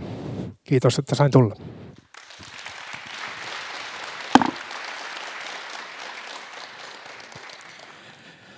Kiitos Kimmo Hölkki.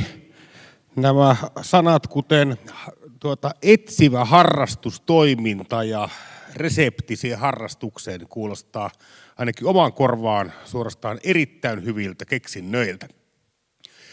Seuraavaksi pääsemme kuulemaan ensimmäisen osan Islannin mallista suoraan Islannista. Ja mä itse olen nähnyt Islannin mallin toimivan.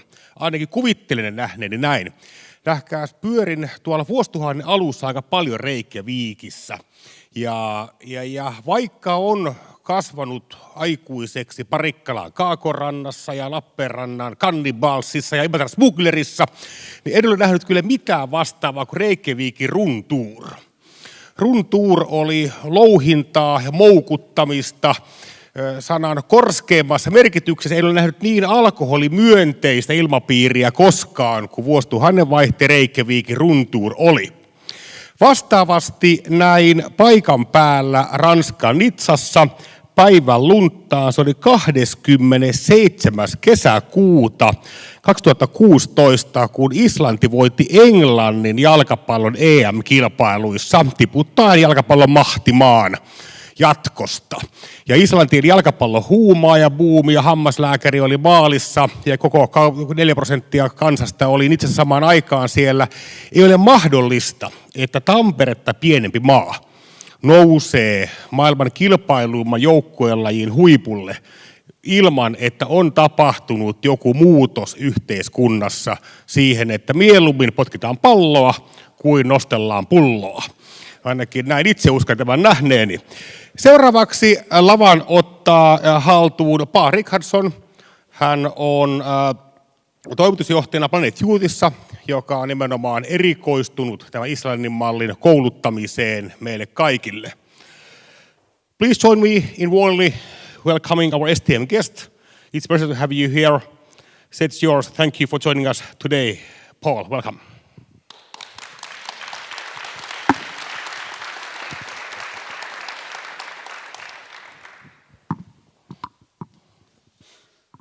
Kiitos. Moin. I do know some Finnish. I know turmion kattelat, which is an unusual word to know, I know. I also found out last night that my name is Pall Rikhardson, which you can't really say unless you have a cold. But I found out because in Iceland everyone calls me Palli. And I found out last night that it means something totally different in Finnish. Was it a 3-legged stool and a male organ? So So thank you very much for having me and inviting me. I've been looking forward to this trip for a very long time. We have a little bit of an agenda ahead of us. I am going to talk a little bit about the Icelandic model. We have a lot of models. We have the Icelandic model, the Finnish model, the Lappeenranta model that is being developed. But I'm going to talk about the Icelandic model, the origins, how it was developed, because it was not developed straight away, it evolved. I'm going to talk about what type of thinking we are talking about. It's upstream, universal prevention. So that's the mind frame, that's the type of model that we are talking about. And I'm going to talk about what it entails, because the Icelandic model is a very specific thing. And it's together with the elements that it includes, it forms a very specific way of doing upstream universal prevention. I'm going to talk about Planet Youth. Planet Youth is separate from the Icelandic prevention model. Planet Youth is an organization, and Planet Youth is a methodology on how to adapt the Icelandic prevention model to other contexts and other cultures, because it's about the process, and I'll get back to that. It's an important one. It's about the process, but not what was done in Iceland. We have curfews and we have parental walks and we have many things that probably will never work in Finland or any other place. But what is done is always context dependent. So we'll get back into that, what that actually entails, because that is a very important part of the process, that we are not telling anybody what to do. You are defining the activities and the interventions that are going to be implemented. I'm going to give you some examples of Planet Youth projects around the world, that what is being done in different countries, and then present to you some evidence, emerging evidence of how it is working outside of Iceland. I also wanted to go into this page. It's a series of 10 questions, I think, about the Icelandic model. A little bit of like assumptions that you might have already now about the Icelandic model. And if you can answer those questions, we will be discussing them later on after lunch, I think, just to get an idea of your assumptions, your preconceptions about the Icelandic model. So that's the agenda. Sound good?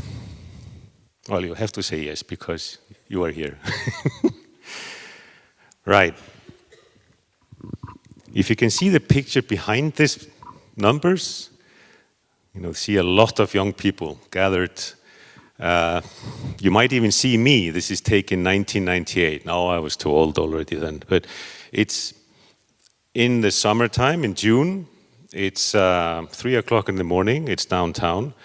And there were a lot of drunken kids down there doing God knows what, engaging in risky behavior. And the situation back then was that if you ask a random teenager, a random 15-year-old, so have you been drunk for the past 30 days? 42% of them would have said yes in Iceland. If you asked a random teenager, do you smoke daily? 23% of them would have said yes. And 17% had tried or used cannabis in their lifetime. So there was this, things were not going well in Iceland. But I grew up during that age. For me, it was just normal. We had, my mother's brother was an alcoholic. I went downtown and got drunk when I was 13, 14 years old. It was just how things were. There was the environment around me that said, yes, this is normal. This is how things are, And if anyone told me I was growing up in a certain environmental condition that encouraged the behavior I was exhibiting, then I wouldn't have had a clue. But there were other people in Iceland, researchers, there were politicians, there were parental organizations or parents that were thinking, surely there is another way of doing this. Surely we can change this. Because we had been doing everything that other countries were doing. The DARE programs. I remember being in school, and this alcoholic, or recovering alcoholic, came in. He wore a suit and white shirt, and he was a successful businessman. And he was telling us that I was an alcoholic for 10 years, 12 years, and I was terrible. That I slept under a boat, but now I am a successful businessman, and I own a beautiful car and a big house. And you were thinking, well, it's not too bad. You're doing quite okay. That thing you did, sleeping under a boat, that was just a phase. We also had laws. You couldn't buy alcohol under the age of 20. We still have those laws. We have bans on alcohol ads. We can't show alcohol ads in TV or radio, or tobacco for that sake as well.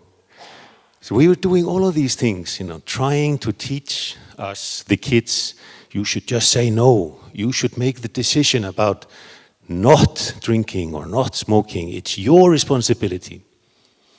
And that maybe was what changed that mental model, saying, maybe it's not the responsibility of the kids to behave differently. Maybe it's our responsibility to change the environment around the kids so they will behave differently. So that's what actually happened. That was the birth of what we now call the Icelandic model. I got 4 kids. 2 of them are teenagers. I got a boy that is 13 and a girl that is 15. And if I would ask her, so Josephine, how is it to grow up in the Icelandic prevention model? She would do this eye roll, like, I don't know where they learn it. Is that on TikTok? They just, oh, Dad. She wouldn't have a clue. She has no idea she's growing up in the Icelandic prevention model, because that's just how things are. But back then, that was the idea. Let's try something else. Let's try to build another model that focuses on the environment around the kids instead of always lifting our fingers and saying you should behave differently. And that's what happened in Iceland. That's what happened and this is just one of the results that the model generated. And that's what we are trying to recreate in other countries.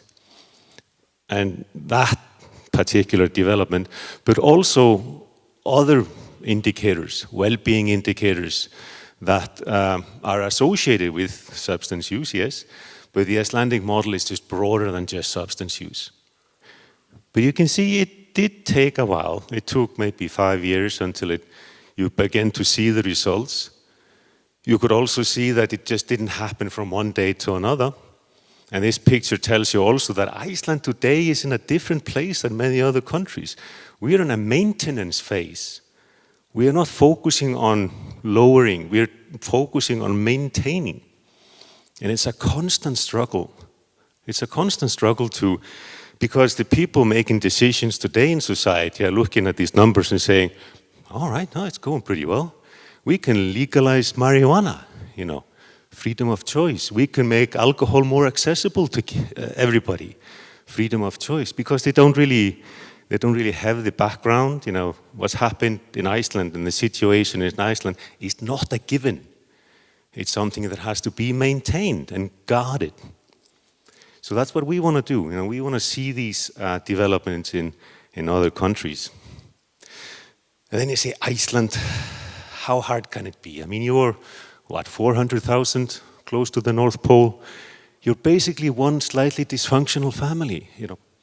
How hard can it be? But then you look at the ESPAD studies, the one recent one. You see Iceland at the bottom.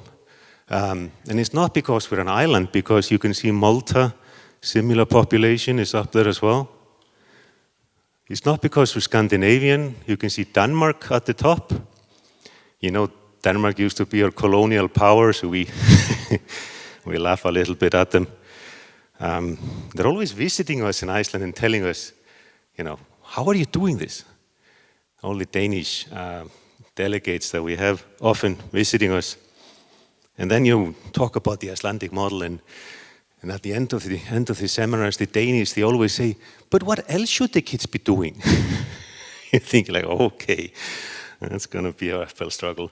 But you can see it's a development that took time, and it's not because of any cultural or geographical characteristics. It's attributable to the Icelandic prevention model, the process by which we tackle this challenge. So what is it then? So what is the Icelandic prevention model? So if you lift up the hood and look at the Icelandic prevention model, you will see it's based on, instead of telling the kids what to do, it's based on focusing on risk and protective factors.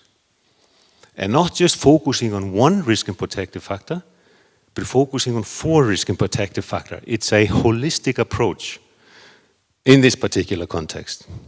It's focusing and working with parents, because kids are influenced by their parents growing up over time, of course. It's leisure time, because kids have leisure time. And engaging in a structured, organized leisure time activity is a prevention factor, if it's structured and organized. Focusing on schools, because kids spend a lot of time in schools. So having a certain type of school environment that fosters different types of behavior. And focusing on friends, because friends are important. If I tell my teenage children to do something and their friends tell them to do something different, who do they obey? Not me. So these 4 risk and protective factors is at the heart of the Icelandic prevention model, to strengthen the protective factors and minimize the risk factors in a systematic, data-driven way. That's what we are focusing on. And this is a universal prevention. There are indicative and selective prevention activities working with population groups that are in danger of doing something they shouldn't be doing, but we are focusing on the population as a whole. All of the kids, not just some of them, but all of the kids. So it's a population, data-driven, universal prevention approach, focusing on 4 risk and protective factors. It's also based on a certain type of principles. It's based on the principle that we apply this primary prevention approach. We apply it, that's a very important word, to enhance the social environment, to change the risk and protective factors, but to enhance the social environment.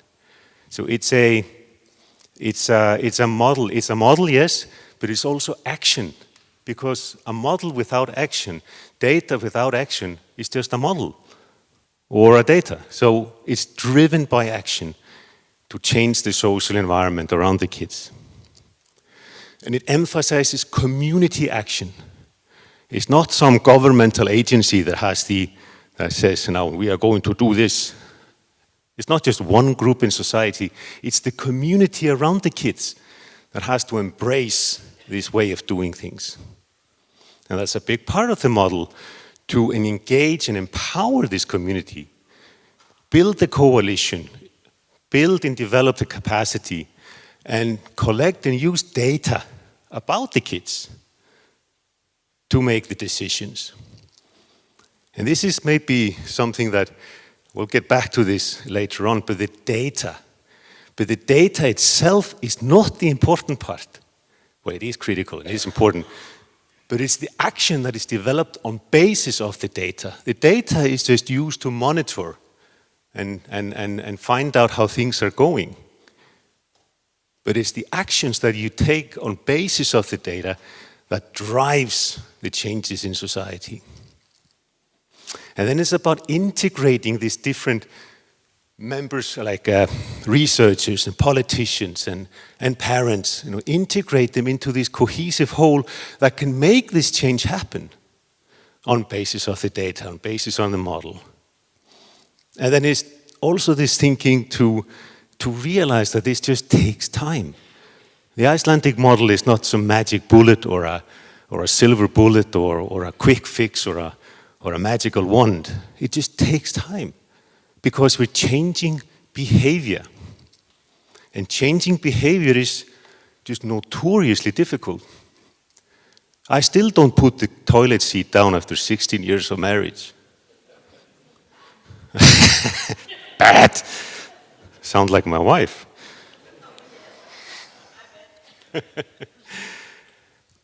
No, it's difficult to change behavior, but that is basically what we are trying to do. We are trying to change the behavior of our kids through implementing actions in the social environment, which is like the hallmark of the Icelandic prevention model. So these are the guiding principles of the model. In the heart, like the process that is being replicated around the world, it's a 10-step process. It can vary, it can be different in different contexts, obviously, but the process itself is pretty standard. The first two phases are basically the preparation. You have to build a coalition, you have to define who is going to participate, you have to establish the project, and then number two, you have to fund it somehow. You have to find the resources. Not just to hire people to do this, like us, but you have to have the resources necessary to run the process. I often hear this is like primary prevention, and prevention is like this attitude that, yes, that is something you do on after 4 o'clock on a Friday, on your own time. But this does not work. There has to be paid, protected time to do primary prevention. It has to be seen just as important as recovery and treatment. It's just how it is. Because if we don't do that, then we will always have recovery and treatment. We will always have challenges. But if you have primary prevention as important as recovery and treatment, then maybe at some stage you won't have as much recovery and treatment. The next phases, 3, 4, and 5, are about preparing the community, disseminating, now this is what we are going to do, this is the model, then about collecting the data from the kids. And that's based on a questionnaire. We in Planet Youth, we use a very specific questionnaire, but it's about collecting the data from the kids. The first year is a baseline, we'll get back to that, and then you collect the data every second year to monitor the impact of the activities that you are implementing. We are not monitoring the 15-year-olds. We are using the 15-year-olds as an indicator of how the initiatives are working upstream. Of course, you have to have treatment plans and recoveries and things to catch the 15-year-olds if they're exhibiting problems, but they are basically a measurement rod that we are using to figure out how things are working, and also if there are any new issues and challenges we need to tackle. Once you got the data, and the data needs to be fresh. So we do population surveys. We don't do sample-based surveys. It makes the communication easier. We don't have to do the sample-based and the population statistics. It also makes it easier for us and the partner to say, this is your data. It is down to a school level. It's all of the 15-year-olds in the school have answered the survey. And we return the reports within 8 weeks. Or you need to have the reports as quickly as possible. We have an 8-week return time. Because then you can say, it's new. It's what the kids are doing right here, right now. And it's all of the kids in your school. It's not the school on the other side of the field, it's this school. And then you can start to communicate, disseminate, create this picture of what's going on in your local community. And then 7 and 8, you can start to think about what should we be doing? Because, again, data without action is just data. And implementing and adapting the Icelandic prevention model is not an academic exercise. I was an academic once. And my main point in life was to publish articles. Did anyone read those articles? I seriously doubt it. I don't think so. But I thought they were going to change the world. And I was an accounting academic. Published an article about a new costing system I loved. I think it was read by 10 researchers in 10 years. And this is the academic mindset. I will publish an article and the world will change. No, it will not. So data, results, have to be followed by action based on those data. Define what you need to do that fits your context and then do it, which is like the next step. Implement it. Align it with the policies that are already in place, and then just immerse the kids in those activities. So these 10 steps are like the nerve system, the skeleton of the Icelandic prevention model, while the guiding principles are the overall way of practicing this type of data-driven primary prevention. Now, going a little bit into that, this upstream universal prevention. You've all heard the story about the guy who was walking by the river. You? No? No? Okay. You have a lot of rivers, yes. As we do in Iceland, and they're all pretty cold. Okay. So there was this guy, he was walking by a river. Looks into the river and there's a kid floating down the river.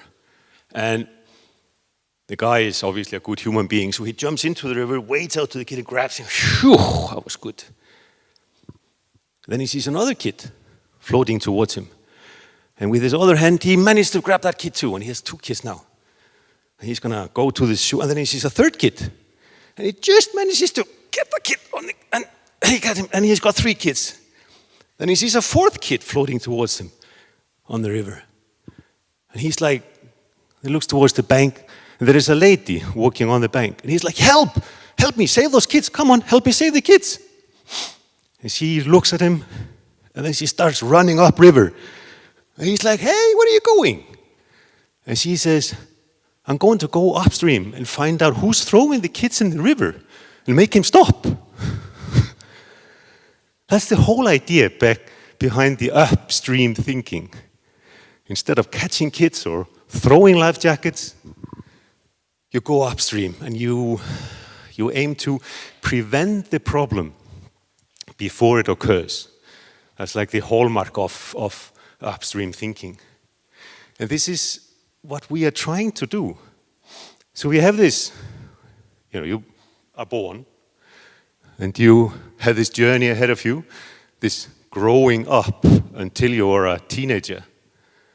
But during those years, these are the formative years of your life. During those years, you have a lot of things going on. And you have these risk and protective factors around you. You have your family, you have your leisure time, you have the school when you start there, you have your friends. And this journey shapes you. It shapes who you are and what decisions you make. And it's not you as an individual that says, I want to be an alcoholic. No, I don't think any kid has ever said that, ever. But it's the environment around you that shapes who you are. Obviously, you have some, it's the nature and nurture thing. You have some DNA in your personal characteristics, but the environment is a hugely important factor in that growing up journey of kids. And the model, the Icelandic prevention model, looks at this and says, okay, you're born, you are with your parents, and then you start school. And when you start school, you have this journey ahead of you into the last year of obligatory school. That's where the 15-year-old comes in. And then we measure, give the kids a voice the first year. Ask them these 80 questions about, yes, substance use and all of that, but also a lot of well-being questions. About screen time, about nicotine pads, about your mental health. There are lots of questions in there about the well-being of kids. And once you've done that, once you've got the baseline, once you define what should we then be doing. And all of these initiatives and interventions are happening upstream. They're not focused on the 15-year-olds. They're happening upstream with the kids and the parents that still can be formed. And these examples here, parental contract, parental engagement initiatives, all of these are context specific. These are not the Icelandic initiatives. These are your initiatives that fit with your culture. It's an incredibly important part. The process is the same. The process is adapted, but the initiatives are yours. So curfews, parental walks that happened in Iceland, if you can use it, fantastic, do it. But a big part of it is to work with the data, look at the risk and protective factors, and then translate those into action and define your initiatives. And then you measure again. And then you measure the 15-year-olds that are 15 after 2 years and have been subjected to some of these interventions. And then you measure in 4 years, you measure them again, the 15-year-olds that were 4 years younger when you started. So it's about monitoring the impact of the initiatives to see the lines change. So that's the idea behind the process that we are talking about. Does it make sense? You have to say yes. So, Planet Youth. This was the Icelandic prevention model, how it works, the 10 steps, the guiding principles. Now this is all pretty recent actually, because we had this, I don't know if you read this article, but we were just plodding along in Iceland and, thinking we were doing a pretty good job. And then in 2017, there was this article. It was called this, Iceland knows how to stop teen substance abuse, but the rest of the world isn't listening. And I'll tell you why the rest of the world wasn't listening. Nobody knew where Iceland was, and they had never heard of this. What is this Icelandic model? And we looked at each other and said, what is this Icelandic model? What are we doing? So there in 16, 17, 18, we had this project. We actually went out into the field in Iceland and tried to find out, what are the characteristics of the Icelandic prevention model? Which ended then in the guiding principles and the 10 steps and all the standardized things in the process that we are doing, where we kind of gave form to the Icelandic prevention model. But this particular article, it just went viral. It was in the BBC, CNN, Huffington Post, Helsingin Sanomat as well. So it was all over. And the phones just started ringing. Emails started dropping in. The chairman of the board, Jón, in Planet Youth, he had to delete his Facebook profiles because he was getting stressed of all the contacts he was receiving. It's still deleted actually, but I think that's something to do with his age, actually. But that gave birth to us, to Planet Youth, because we were thinking, okay, there's a lot of interest here and people want to learn. How can we translate, how can we adapt and export what is being done in Iceland? The process by which it is done. And this kind of, made us look also back, because we were based in a university in the beginning, and we had this thing, if you just publish academic articles or give them the reports, they will do something different. But that didn't happen. So that was like the first Youth in Europe that we did back in the 2010, 14, 16. That was the way it was being done. We did have some international experience then, a valuable one because we learned a lot from those projects. Then in 2017, we sat down and tried to define how can we do this better? How can we export the process of the Icelandic prevention model? And we had some early implementations. We were in Chile, in Mexico, we in the US, implementations there, and we, again, learned a lot from those. But again, it was all about standardization, it was about the process, and at some stage, we just kind of realized that our way of working shouldn't be about the process, it shouldn't be about following some standards. It is, but at the end of the day, it's about creating change in the societies that we are working in. The communities have to change. That should be our primary goal. And that's where we have established the Planet Youth Guidance Program. Yes, it's data-driven, it's processes, it's guiding principles, it's implementation handbooks, but it's mostly about supporting the communities to create this change. That's like what we are trying to do. The change management approach is what we focus on in our current setup. And we call ourselves a born global organization because we actually don't have that much to do with Iceland. That's being done in another organization. So we have, all of our projects are abroad.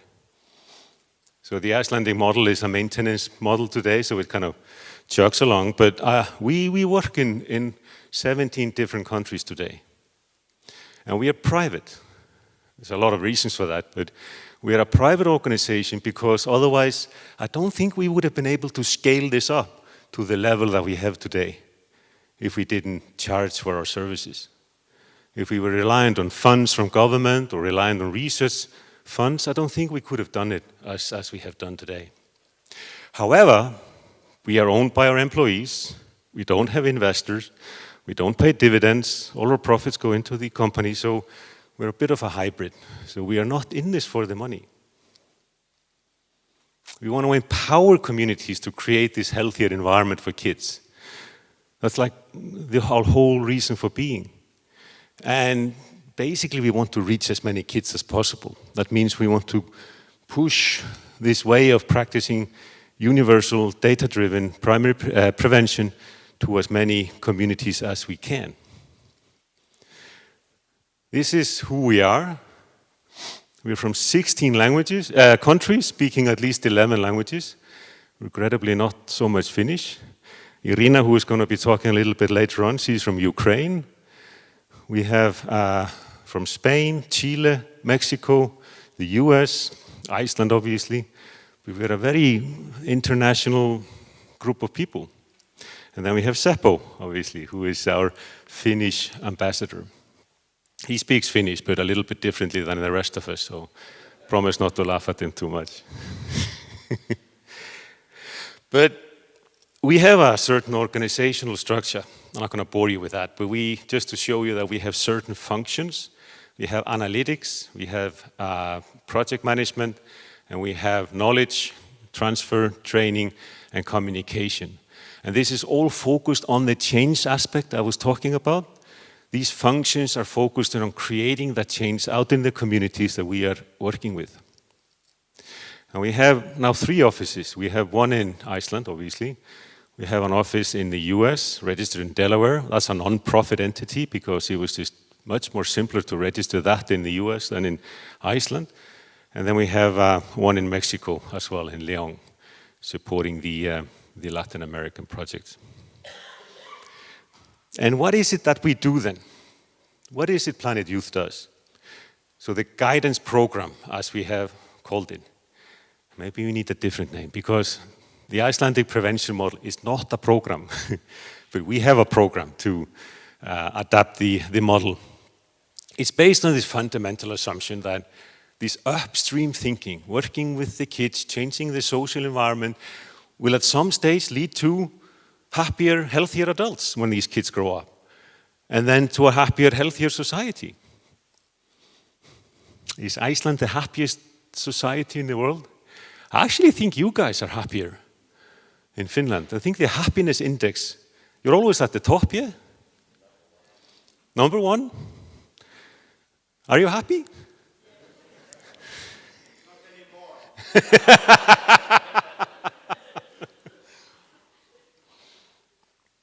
Yeah, well, that's good to know. So you could become even more happier if you implement this model. But that's the fundamental assumption, that increasing youth well-being, preventing problems before they occur, will be beneficial not for these kids and their parents, but for society, which is also a challenge. And this is like in all of these, risk management, control, prevention. It's always about, we are using resources on something that didn't happen. We are preventing. And that's often a challenge when you're doing this. You can't really demonstrate what didn't happen, but that's what we are doing. We are preventing problems. And why do our communities, why do they implement this? Well, it's to increase youth well-being. That's just how it is. We have challenges, and if our challenges aren't as great as other countries, we want to maintain that status. We want to maintain good well-being. We want to increase well-being of our youth. And we want to prevent the problems that can be associated with risk factors can be associated with substance use, with sleeping patterns, with screen time, with declining mental health. We want to prevent those problems manifesting themselves in the youth community. Increase the attractiveness for communities. We are 8 billion people in the world today. Apparently, that's going to top in 2100 at 11 billion, and then it's going to decline. And in the Western countries, it's declining even sooner. So at some stage, there is going to be a battle for talent, battle for immigration of talent to keep things going. And the more attractive the communities are to attracting new people to these communities, the better. So we hear that as an argument as well. And then it's the economic argument. Because, and we can see that in Iceland, as the model starts to take hold and the kids that are growing up and making different decisions, the less resources we use on recovery, the less resources we use on treatment. And we can see in the police statistics that there are fewer crimes being committed in that age, there is less vandalism, there is less theft, there is less sexual abuse. So there is the economic argument as well when you are implementing this type of models. And how does the program look like? So we have like a 5-year cycle. And if you remember that picture with the lines, you can see within 5 years, you should start to see some change. But a 5-year cycle. So the first year is the baseline survey, the data. There's a lot of training, there's a lot of knowledge transfer, there's a lot of support. And after that, workshops, working with the data, figuring out what to do. And then you implement those contextually based initiatives.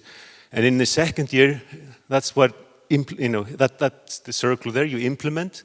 You immerse the kids in these initiatives.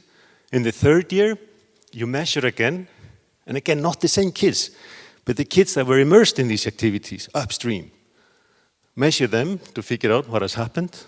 You realign, you define, and then you implement again and continue. Or maybe add some initiatives, or you realign some initiatives. And at the 5th year, you measure again. And then we have that 5 years, but in our philosophy is that after 5 years, hopefully the community is sustainable. We don't want to be here. It's a beautiful place, Lappeenranta, I love it. But we don't want to be here forever. So hopefully after 5 years, there is a Lappeenranta model. And the communities are sustaining that model.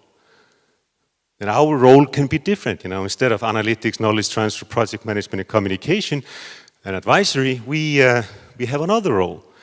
More of a, advisory or certification. Find out at that time. But that's the main objective, that the model runs on its own, based on your context and your competencies. And that's the challenge as well. Because it's not easy. Well, it is pretty easy, but it just needs resources and time and commitment. And that's what our experts are also able to help with in the first 5 years. This advice, this training, these examples of what is being done in other places, what challenges were experienced in contexts that are similar to yours. And the project management support, like every second week you would have there is a meeting, the workshops, to define what to do. And all of these things, that spur our partners towards action and making change happen. Some examples of our project. We've got 31 partners today, and this is just since 2018. So 6 years have we been active. And in that time, we have 31 partners in 17 countries. We are reaching more than 500 communities. And I actually think for the past 5-6 years, we have reached millions of kids. But all of these 31 partners are implementing and adapting the process. But then they are implementing different initiatives. You can see these 31 partners here. They're quite different as well. Some are state governments, some are national governments, some are NGOs, some are, there's a police organization in Belgium. the Touch Footy Association in New Zealand. So there's a lot of different partners, but they're all adapting the Icelandic prevention model to the local context in which they are trying to improve. Some examples. Well, I'll start with one from Iceland. Parents. Parents are a little bit tricky, aren't they? How do we engage with the parents? This is like the mantra we often hear. Parents are busy. In Mexico, the minimum working week is 48 hours. And then you have to do commuting time besides that. So parents are not always home. Parents are really busy. They are working all the time. How do we engage with them? And the philosophy of the model, or we can see in our partner communities, is that it doesn't have to be a complicated thing. You run, like in Kentucky, you have these, you call it parent and caregiver cafes. So at some stage you pick up your kid and there's a parental cafe. You can have a coffee. I've lived in Australia. I hope there are no Australians here, but I lived in Australia for a while, and when I was saying this to the Australian audience, they were like, oh yeah, we can meet every second week and have a beer. No, that's not quite the way it should be. Oh, okay, we'll have a coffee then.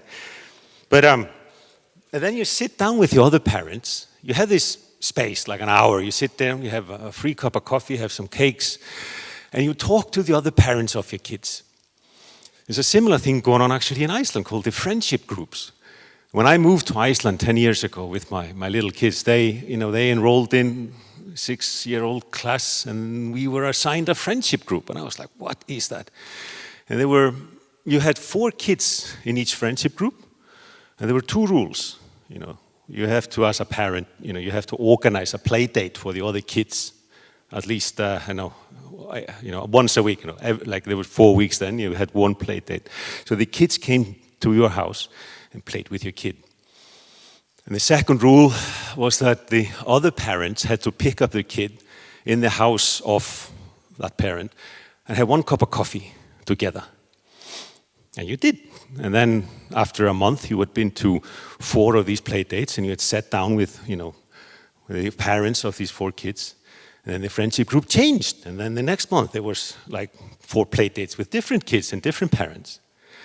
And you had, 2 things out of it. The kids had been playing. These are young kids. They were playing with all the other kids in the class, not just some of them, but all of them. So creating that cohesiveness in the class. And the parents had met each other. And I remember, you don't have to like them, the other parents. But you've been with them. You drank coffee and you talked about the weather and football and the Icelandic soccer team or whatever. That's fine.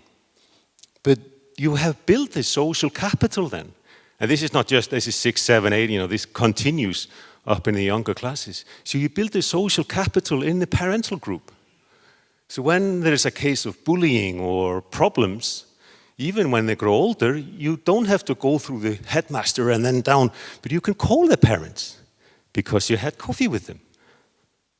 So simple initiatives, they don't have to cost a lot of money, and it's not about necessarily getting the bodies of the parents into the school so you can show them PowerPoints, but it's about creating that social capital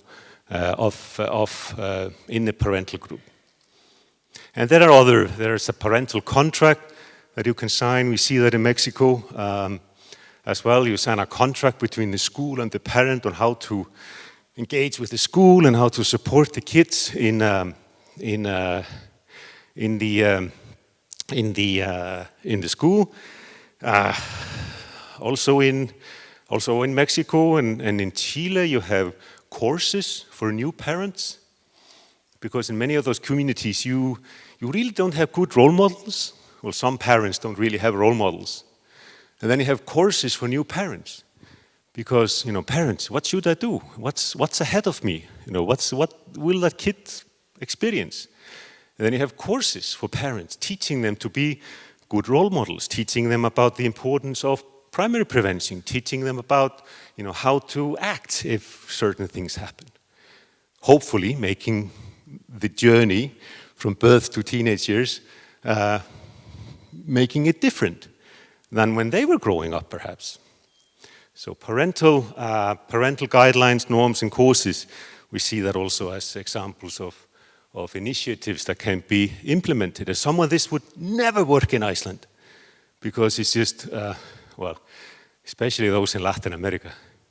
I don't know, Latin America, it's all about feelings. It's all about the heart. It's all about, emotions. For a Scandinavian like me, that's just, I get very uncomfortable. And people stand too close to me as well. So all of Iceland thought Corona was a very uncomfortable time because suddenly we had to stand 2 meters away from each other. We are used to 5 or 6. So leisure time. And I've read quite a bit about the Finnish model. I like it. I mean, it's about engaging the kids in structured, organized leisure time activities. And that's brilliant because kids need that. They need to do something constructive with their time.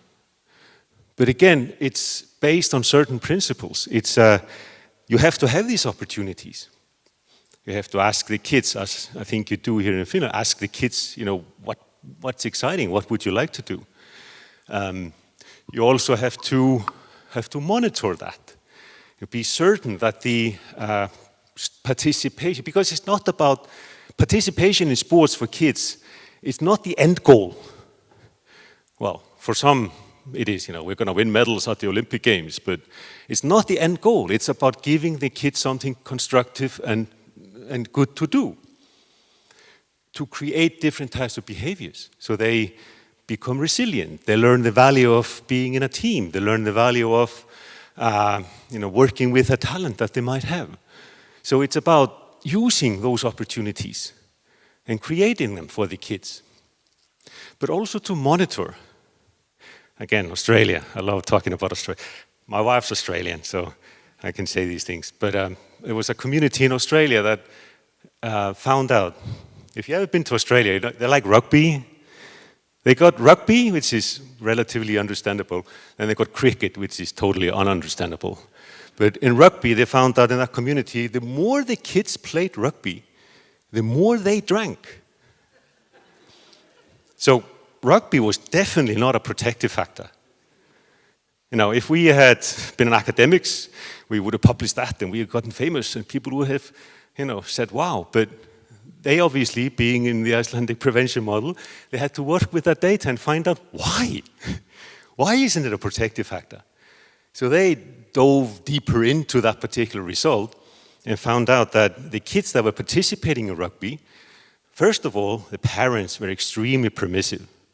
In Australia, it's still this attitude that I will give my kid a 6-pack and I will teach him how to drink. And then the only thing that happens is the kids, they kind of, it's okay for me to drink. My dad drinks a beer with me when I'm 13 years old.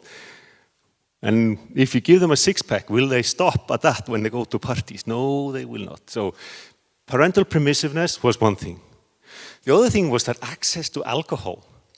The clubhouses were all based on sales of alcohol before, during, and after rugby games. So if the kids were there, they had easy access to alcohol through their friends, or even just by buying, because there wasn't that much control. And third, the trainers weren't really thinking about being good role models.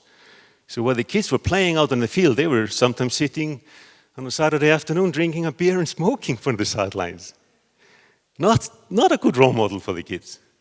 So those 3 factors were the ones that they focused on. So they started information campaigns about parents, about parental permissiveness. You are not teaching your kids to drink responsibly. You are not ensuring that they drink responsibly by doing this. All research proves this. But that myth had to be dispelled. There was more control with the access to alcohol around rugby games. They did crackdowns in that particular community, sending in ghost buyers, and if the club sold them, they got a fine. And they had courses for the coaches, like train the trainer. There's the importance of being good role models, working with this age group, enabling the coaches also to improve their performance. And then we will measure next year, or this year, we are measuring these kids in those communities that have been subjected to that process for the past 2 years to see if it has changed, if the correlation between drinking and rugby has changed. School well-being. Kids spend a lot of time in their schools. But the schools are just a part of the equation. It's not the responsibility of the school to implement the Icelandic prevention model, but the school plays a very important role in ensuring that the primary prevention activities are carried out. Just the whole data collection is a thing that the schools are important in. Agreeing with parental agreement between schools and parents are another example that is being used in a lot of countries actually around the world in our projects. Having kids as role models. There's a role modeling program in the US as well, where kids are role models for younger kids in the schools. So there are lots of initiatives and activities that can strengthen protective factors and minimize risk factors that are linked to schools as well. And there are a whole other hosts of different activities out there. An example, the Prevention Day. There's a Prevention Day in Iceland. There's a Prevention Day now in Guanajuato in Mexico, the 1st of December, modeled on to focus on prevention. There's a Prevention Month actually in Florida. So that's one initiative that is like being adapted. So it's all about adapting. It's all about using data, using the process for risk and protective factors, and then adapting the initiatives to the local context in which we are. So does it work? So one of the things we did really early was to initiate evaluation projects. Yes, it's a little bit academic, but we are doing this in 17 different countries, and we really want to know what's happening out there. So we have engaged with academics, we have engaged with consultants, and they run these evaluation projects. Okay, I talk too much, sorry. So we run these evaluation projects, and they show us that, yes, these initial projects, evaluation projects, it is working.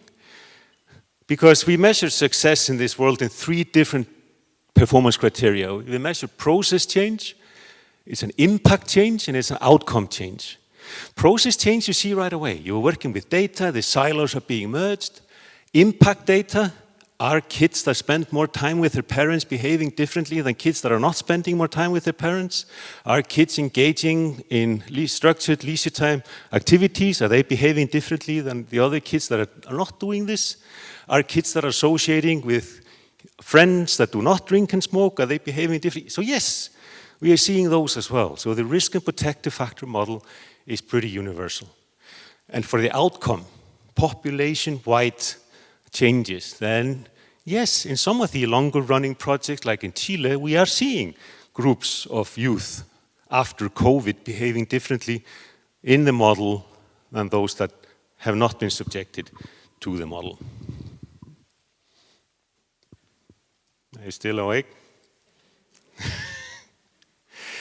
Right, that was basically it. So we'll be talking a little bit about your answers after lunch or break, and just to focus a little bit on your preconceptions.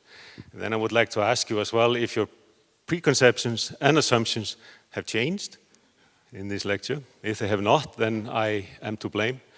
And if they are, then we can discuss how so. But thank you very much for your attention. I'm looking forward to it.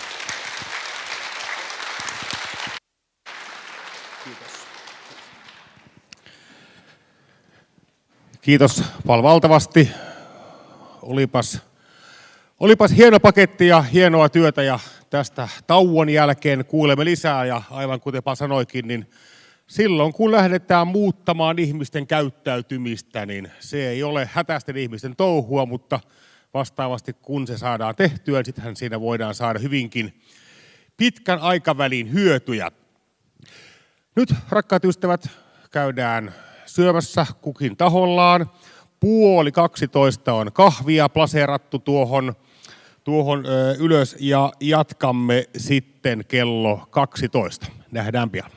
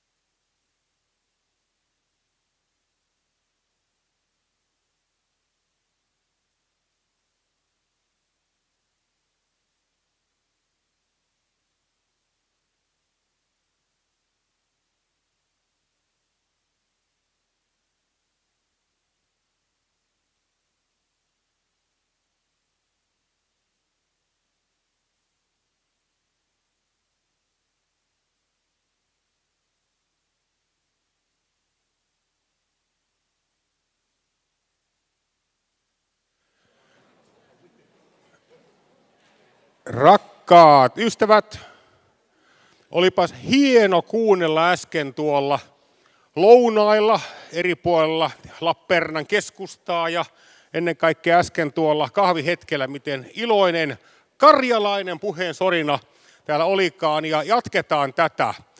Siirrytään puheista tekoihin, mutta kuunnellaan kuitenkin ensin. Ja seuraavaksi pääsemme kuulemaan syvemmin ja syvällisemmin Islannin mallista. Meillä on 3 hienoa puhujaa, jotka esittelee kohta itse itsensä, mutta Pall jatkaa hetken aikaa tuossa vielä. Sen jälkeen tapaamme Irina Nervajevan, hän on projektipäällikkö Planet Youthissa, ja sitten tulee Seppo Röysä, joka on suurlähettiläs tässä hankkeessa. Kaikilla on matkapuhelimet, nyt niitä saa räplää. Ne, ketkä eivät äsken ehtineet tätä QR-koodia napata, jossa yhdessä slaidin taaksepäin vielä, kiitos, niin täällä on tämä Mentin napakka kysely, ei vie kauhean pitkää, niin kännykällä voi tohottaa tuota kohti, tai sitten mennä Menti.comiin ja ottaa sieltä sitten tämän koodin ylös, jos niikseen tulee, niin siihen vielä palataan. Mutta jatketaan iltapäivää. Pall, ole hyvä, areena on sinun.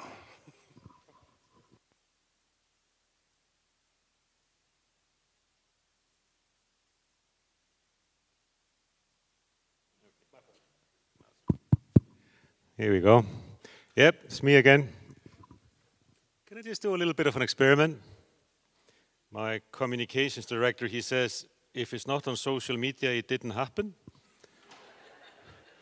So everybody say Islannin malli. Very good, thank you. So you answered, most of you actually answered the questionnaire or the questions about the Icelandic model. We're just gonna briefly go through them, discuss some of them, and then Irina is gonna take over and tell you more about the support and how we actually work with the model. And then Seppo is going to talk about more of the Finnish aspects and delve a little bit more into the schools as well, which are a very important part of this. But maybe if we can have the first question. The Icelandic model can work in Finland. Oh, there seems to be a consensus that it can. And of course, the model, the adaptation, that's the crunch. So that's the challenge, to adapt it to the Finnish context and the Lappeenranta context as well. All right, next one. It's really expensive.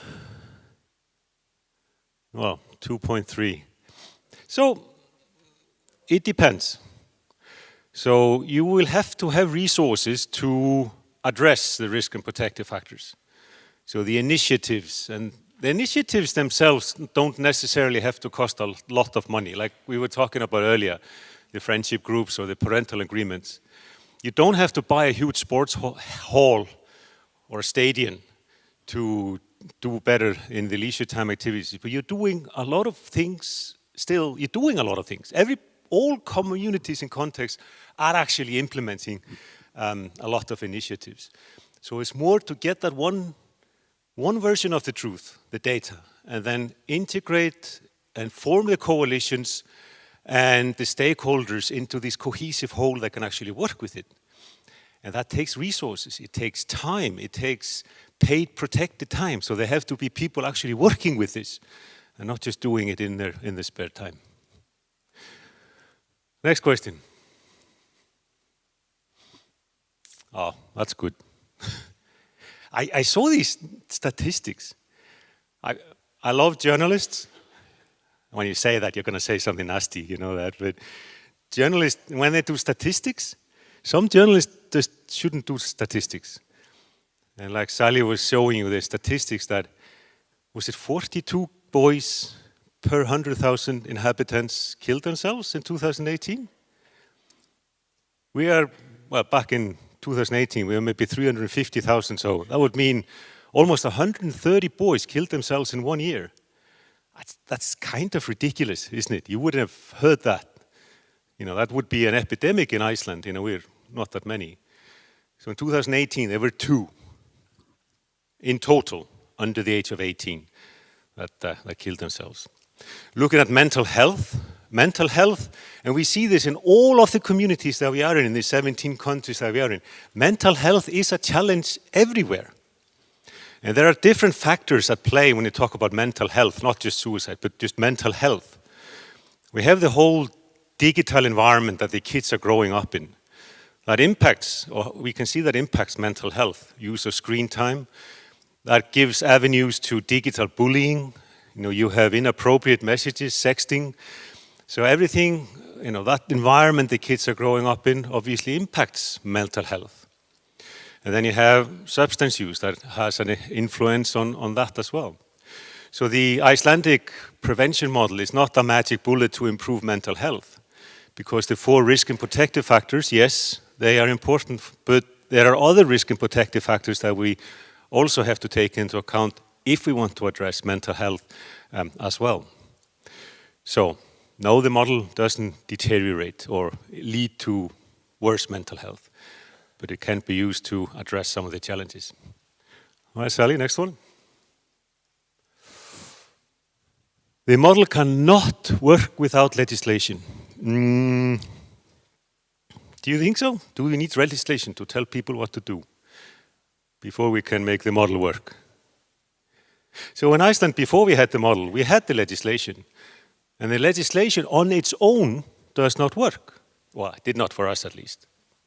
So the legislation, like in Iceland, we have the curfews that always come up. Kids cannot be outside in the winter after 10 o'clock at night under a certain age. And, well, I don't know if you've ever been outside after 10 o'clock in the wintertime in Iceland. It's not a pleasant experience. So after 10 o'clock, the kids should be inside. But it's not a curfew. Nothing happens if we see a kid running around. We might go and ask, what are you doing? But it's more of a support mechanism for parents. So the parents can use it to make more cohesive decisions about the kids and the outside hours. And the old one, when the kids always, yeah, but my friends can be outside after 10 o'clock. No, they cannot, because we know they can't. Access to alcohol, obviously is an issue. Easier access to drugs, vaping, decriminalization, legalization of cannabis. Those are general environment factors that will impact the behavior and the environment of our kids and how they grow up. And the Icelandic model is not an excuse to say we don't have the legislation, so we can't really do anything. It's a precursor, yes, it's something that needs to happen, but it's not something the Icelandic model is dependent on, because the Icelandic model is community-based. And if you work with communities upstream, then that's where the change will happen. Next one. I agree. Everybody is doing a lot of things. You have the hobby model that is being implemented, and I've been reading about. There are always initiatives in schools. There are initiatives focused on the parents. There are initiatives focused on the well-being of kids. And again, there are initiatives, but often they are in silos. They are being done by different organizations, different groups, focusing on different cohorts, focusing on different stakeholders. So it's about tying them together and creating that platform on which they can work together. That's what this coalition building means in practice.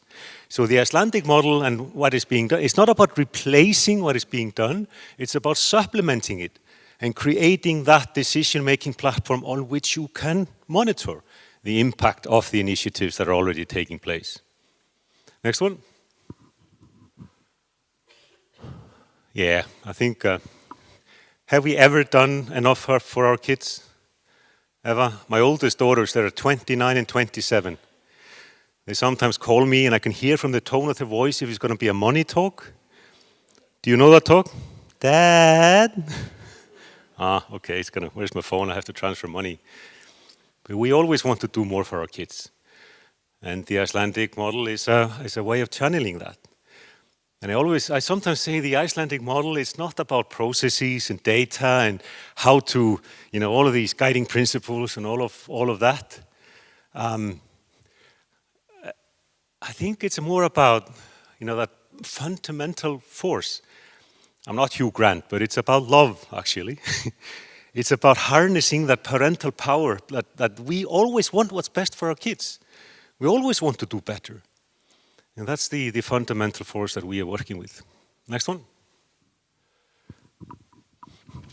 Okay, mixed one. So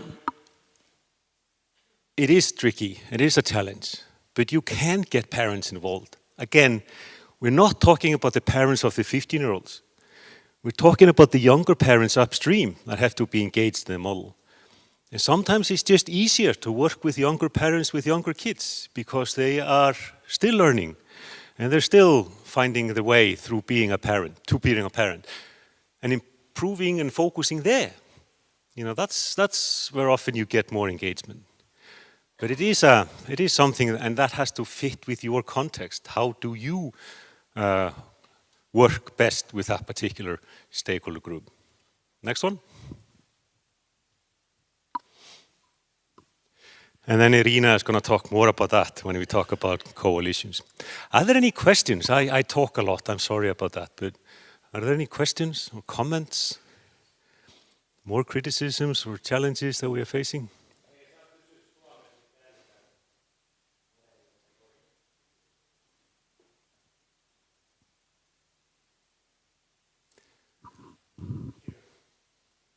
Yep.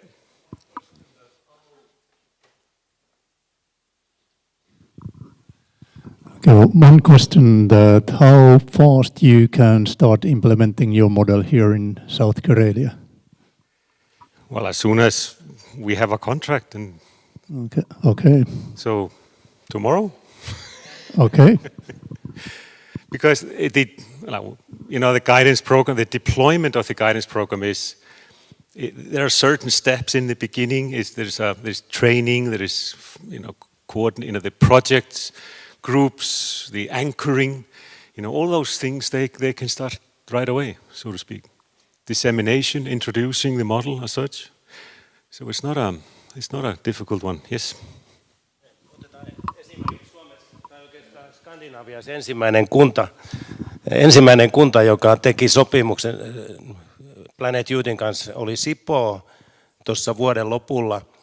Ja nyt siellä on käynnistynyt tämä valmistelut. Irina on siellä projektiapuna Planet Youthilta.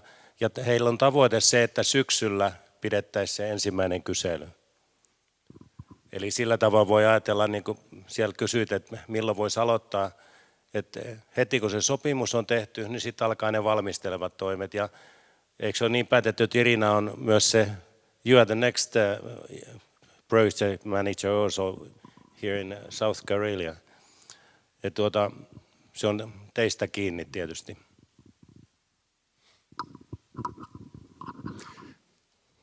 Question up there?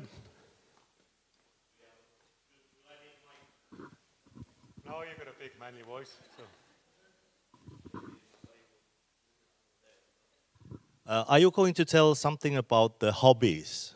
How have you organized them in Iceland and so? Because that's something I'd like to hear about. Yes, very good question. So if you take that particular risk and protective factor, so that is organized as such in what we call the leisure time activities. And we have a leisure card. The leisure card allocates, and I could see you have a similar one, at least on the way, or something that is being developed. A leisure card that allocates money to each kid, so it follows the kid. And the parents can use that money to enroll their kids in leisure time activities. So, but that particular, it's a means to an end. So the leisure card is to enable kids with parents with lesser means to engage in leisure time activities and to motivate parents to enroll their kids in leisure time activities. So that's one thing. Another thing is that we don't discern or focus on, sports is not the only leisure time activities you can be motivated to participate in. Not all kids are good at sports. So theater and music and all of these are equal when it comes to leisure time activities, and we are kids can participate in them as well.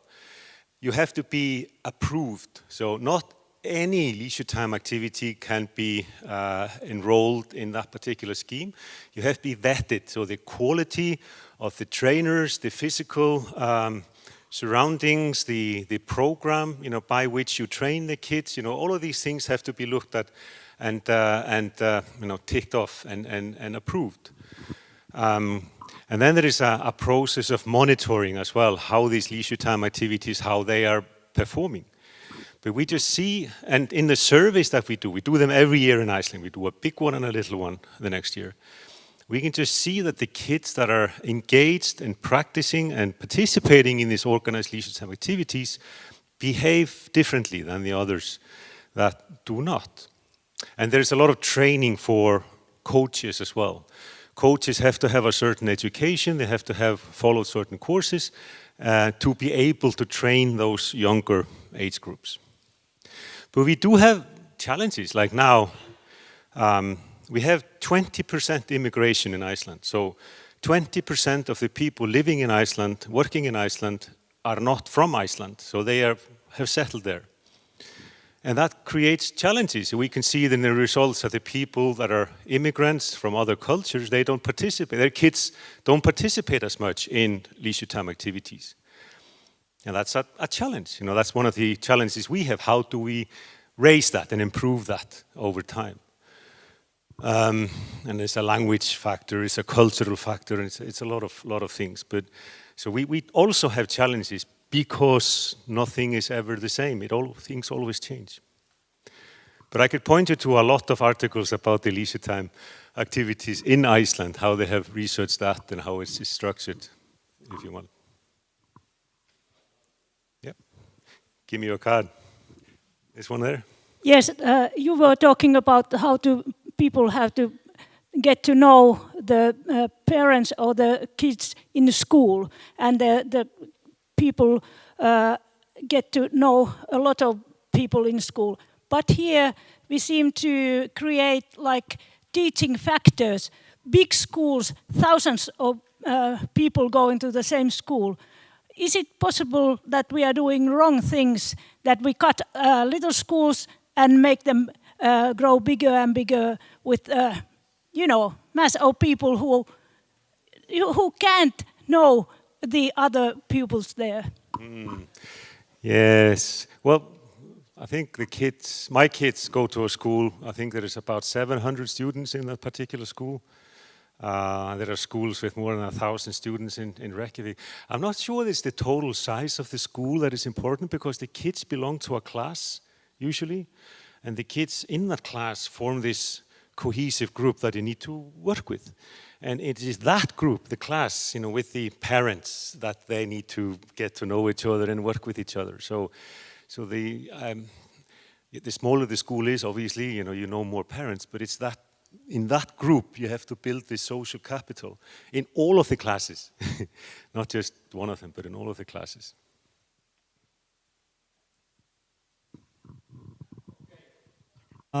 You know a bit Finns and Finland, I think. So what would you like to take as a first step if we implement that Iceland model?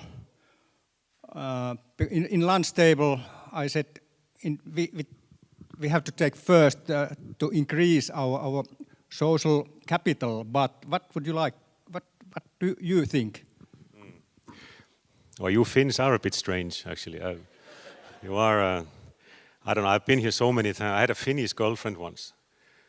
I remember I was in Kotka somewhere, and I was talking to a grandfather, and I was telling him about Iceland. I wasn't very old, and I was telling him about Iceland and all the things we were doing, and he was just staring at me like this.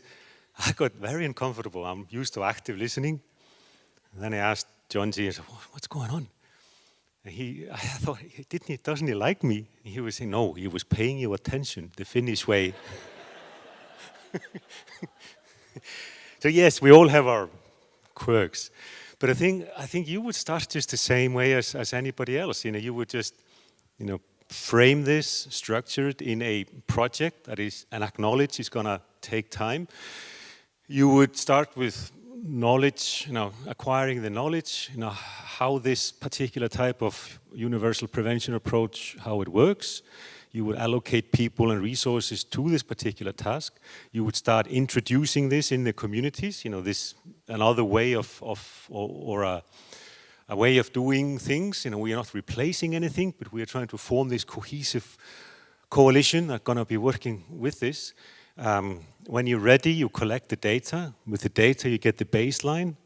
When you get the baseline, and you will have these results 8 weeks later, down to a school level, then you can start working with the data and deciding what you want to do. What would be the characteristics of the intervention that you are going to be doing.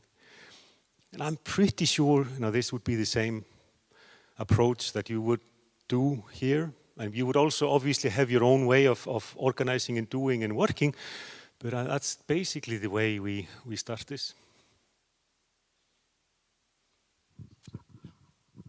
Thank you. I was wondering that data collection process, how could you manage it so well? Because they are just young people, very young people, and you were using questionnaires, interviews, case study, and so on. How could you say that they were not lying? I was asking that before, and that they were telling the truth, because we know this is very hard sometimes. Yes, that's a very good question. So we use questionnaires, and they are all electronic, so the kids can answer them on their phones or the tablets or the computers. They do it in school, so there's like an hour where the teacher, it's a whole process and ceremony regarding this. So the kids are there, and they are a bit of a captive audience, and they have to answer these questions. And the questionnaire is about 80 or 90 questions, and it takes about 45 minutes to answer. Obviously, the partner can add questions and the vocabulary, and it translated, so it's adapted. The kids, there are kind of two forces at play. We often experience that the kids are happy to be asked about these things. Suddenly they have a voice. They can tell about, cyberbullying. They can tell about their, consumption and experiences, and they can tell about, how they're interacting with their friends or their mothers with total anonymity. There's no personal identifiers that are collected during that. Of course, there are kids that will not tell the truth.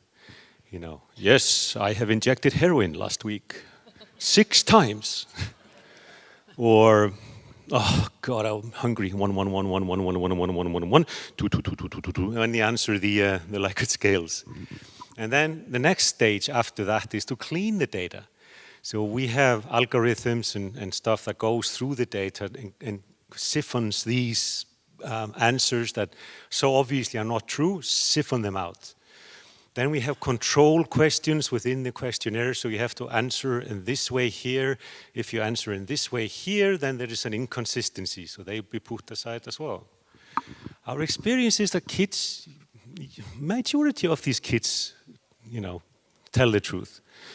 And also you prepare this in a certain way, you communicate to the kids about how this is being done, you even anchor it in youth groups in the school, so you present this as an opportunity not to collect data and then get an academic article in 2 years, but collect data and then something will happen. So the feedback to the kids afterwards is also very important, to let them know that this is actually leading to something.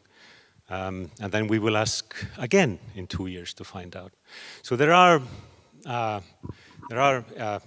methods. And then when you get the second survey, you will have 2 data points. And usually you can see, they have answered in a similar manner. Then you get the third data point, and you can see that, they are pretty consistent. So after the 20, 30 years in Iceland, you can't have kids lying all the time about everything. So, well, I hope not. Otherwise we're in trouble. All right, next one.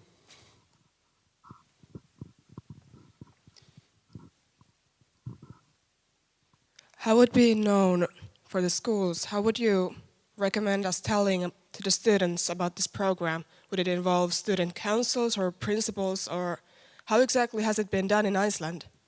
Can you repeat that with? how would you make it known among the students that this is an anonymous program and that they have a chance to make a difference? Would it involve student councils, or would the principals be making announcements, or how has it been done? It depends a little bit on the context and the link between the kids and the schools and the communication channels that you are using. In Iceland, it's presented like, it's presented in the classes that, okay, now it's a little bit different in Iceland. Now is the time to do the annual youth survey, and it'll be administrated here.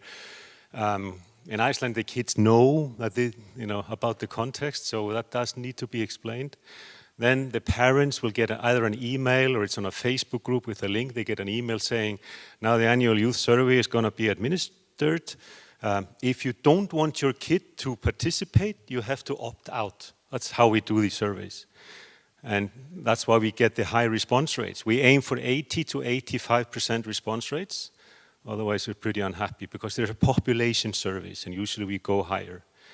And then you try to communicate also the things that happen. Again, in Iceland, it's a little bit different because it's a maintenance country. But if you have like in Chile or in Australia or South Africa, you use the results and communicate them back to the kids as well.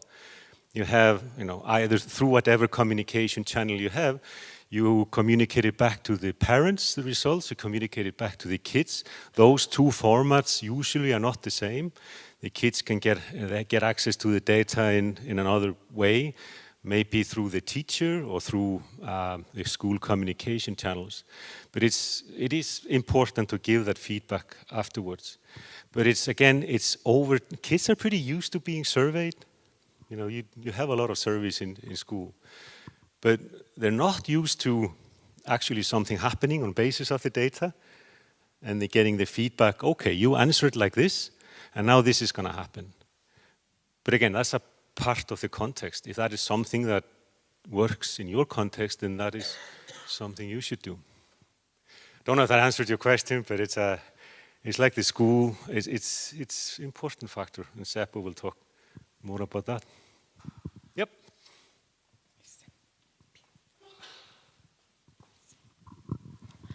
Do you have any kind of police preventive work in Iceland? Yes. So the police they still go into schools and talk to the kids. And there is a police school coalition as well that kind of organizes different activities.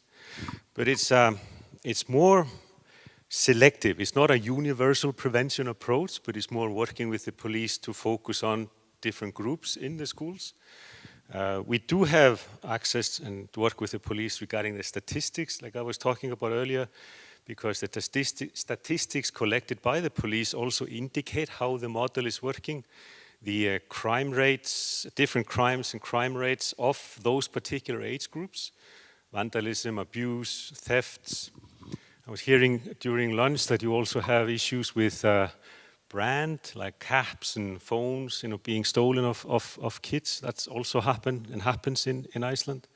But it's more focused on particular issues. So it's not we don't work with the police on a broader level of a universal prevention, but more on a selective basis when it comes to different types of crimes and then different types of behavior within the group that we have. I have talking about the police. We had an episode it was one municipality in Guanajuato.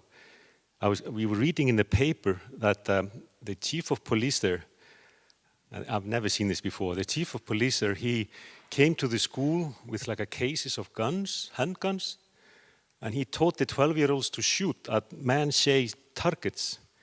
And he said that was a part of the Planet Youth Prevention Initiative. It was interesting. We didn't really react, but I don't know, it's a different type of prevention. Any other questions?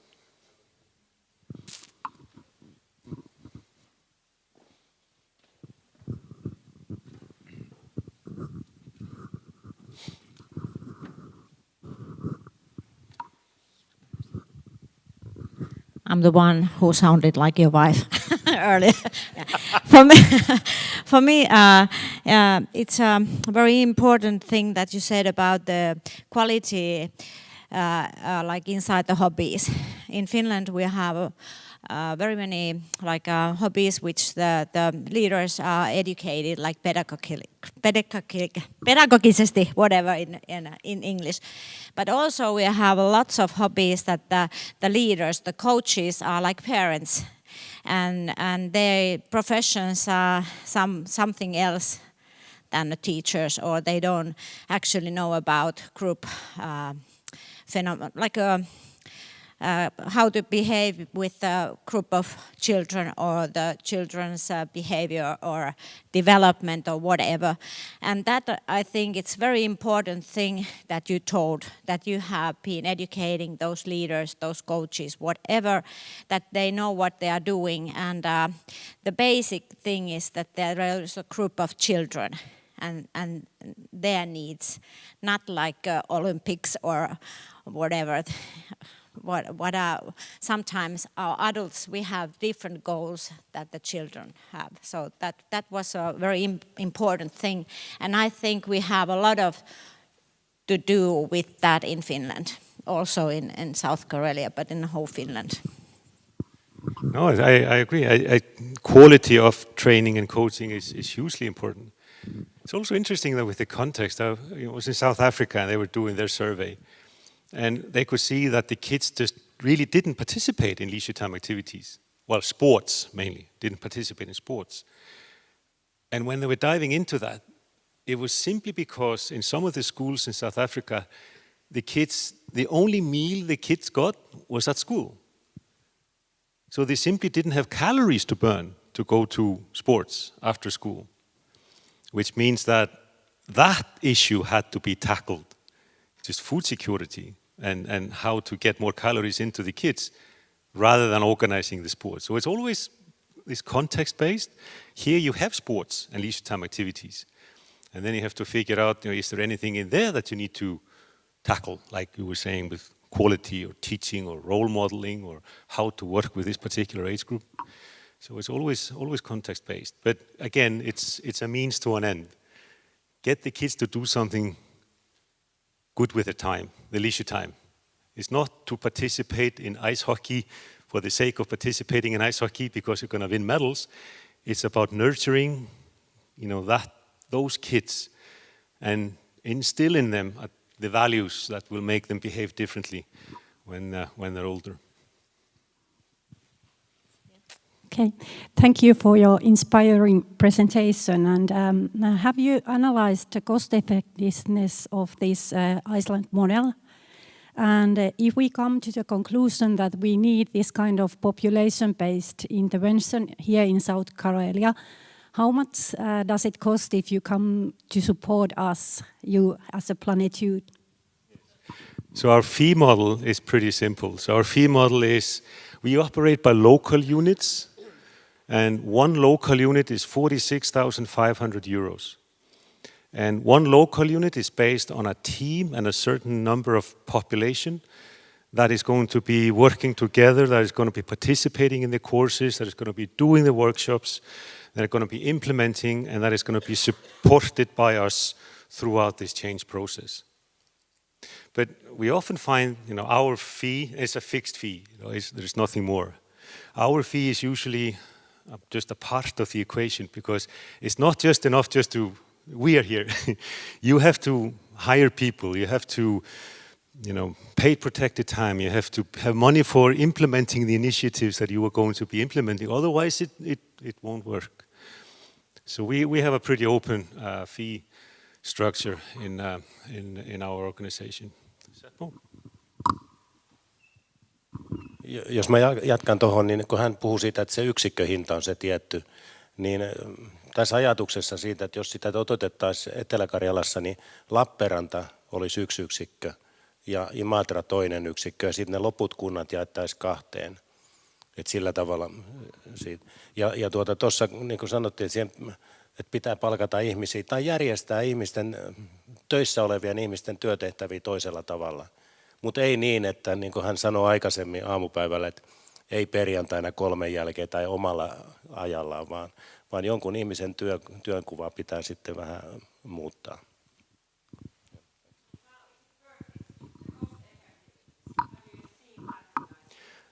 The return on investment. Guys, are you all about money? Seriously? So, as I was saying earlier, so you have, and we've been looking into this, and we have a project in West Virginia where we're looking at the return on investment of these initiatives. There are several things that makes the return on investment a little bit complicated when it comes to these things. One is that, the initial investment, that's pretty easy to see. There's this full-time equivalence, there is this, the fees and all of that. The return, like the money or the things that are coming back. First of all, you're trying to find out the return on something that didn't happen because you're preventing problems and the problems didn't happen. And that's notoriously difficult.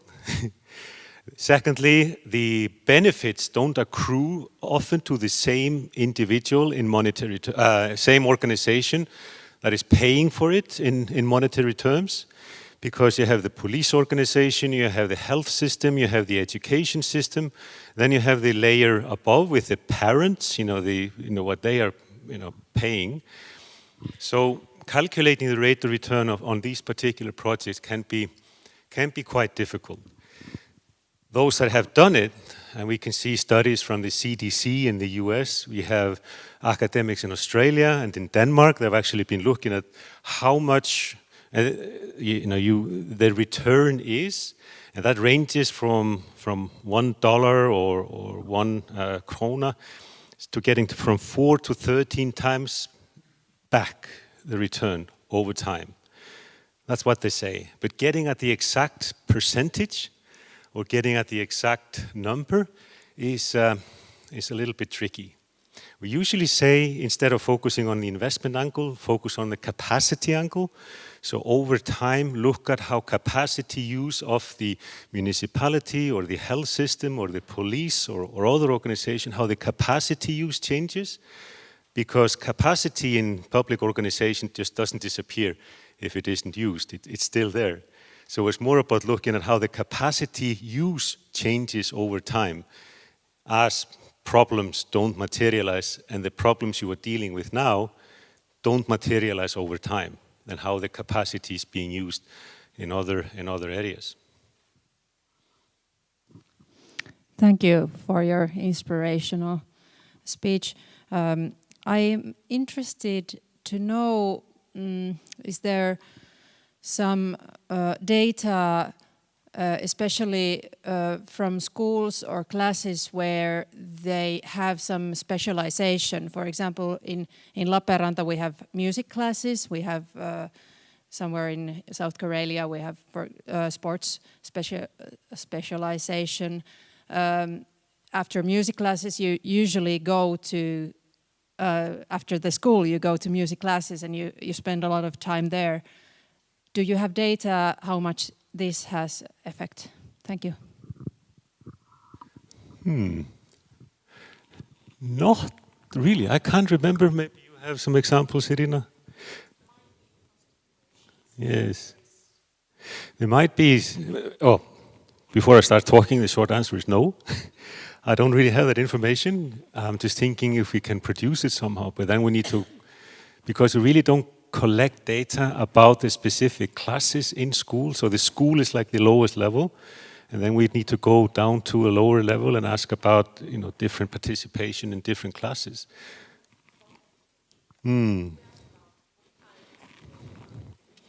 Yeah, no, but we're talking about music in school, like when you're on the school curriculum. So we're not talking about music out of school. Yes. Yes. Okay. I'm waffling. No, we don't have that information. But it's a very interesting question. Thank you.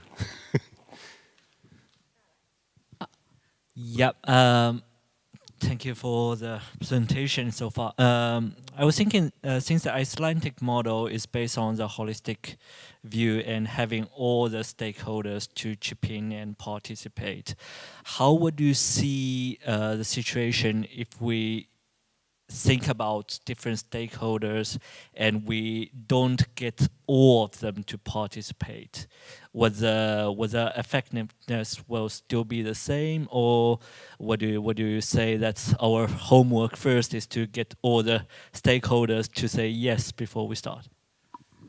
No, I think Irina, she wants to talk about this. I'll let her expand on it, but the short answer is no. You don't have to have all stakeholders with you. You have to start, and then the other stakeholders will come, because stakeholders are also different. Like in Latin America, the faith community is extremely important, whereas in the Scandinavian, like in our neck of the woods, is maybe not as important. But will the project benefit in Scandinavia or in Iceland from the participation of the faith community? Most likely. So it's more about starting and then adding stakeholders as you go along. But Irina will expand on that. Okay, thank you for an excellent presentation. I have two questions regarding actually your examples that you have been talking about. Can we find this information anywhere? Do you have it on your website, so results of these previous or ongoing projects at the moment? And the second question is, when you implemented your first set of, or when the Icelandic program started in Iceland, did you start it on certain age level? How did you, because you talked about maybe starting with the younger children and younger parents, but then you have been talking about 15-year-olds who are the measuring point. So where did you start from? So regarding the experiences, there's some of the articles are academic articles about the parental cafes, about the experience with Tarragona from Lithuania, from Chile. They're accessible via links on our homepage, but it's definitely something we just need to be better at, collecting these stories and making them accessible. So testimonials or cases or examples, that's definitely something we need to do more of. As for how it started in Iceland, I think it was a little bit of a trial and error. It didn't really jump out of the box, but we like the measurement of this thinking that we're going to be measuring the impact of initiatives, and when should we measure those impacts? So the last year of obligatory school was kind of evolved as the year that we tried to get that information. Because after that, the kids, they go into other directions. I think if the Icelandic model can be improved, we're not perfect. I think up to high school, kids start in high school when they're 16. And after 16, there are some initiatives, but there is no comprehensive Icelandic model for kids after 16 years of age. With sports participations, with all of systematic measurements. So in Icelandic context, that is something that we can improve after that. But the 14, 15-year-old was chosen because that's the last year of obligatory school, and that's the measurement of initiatives that have happened before those in time.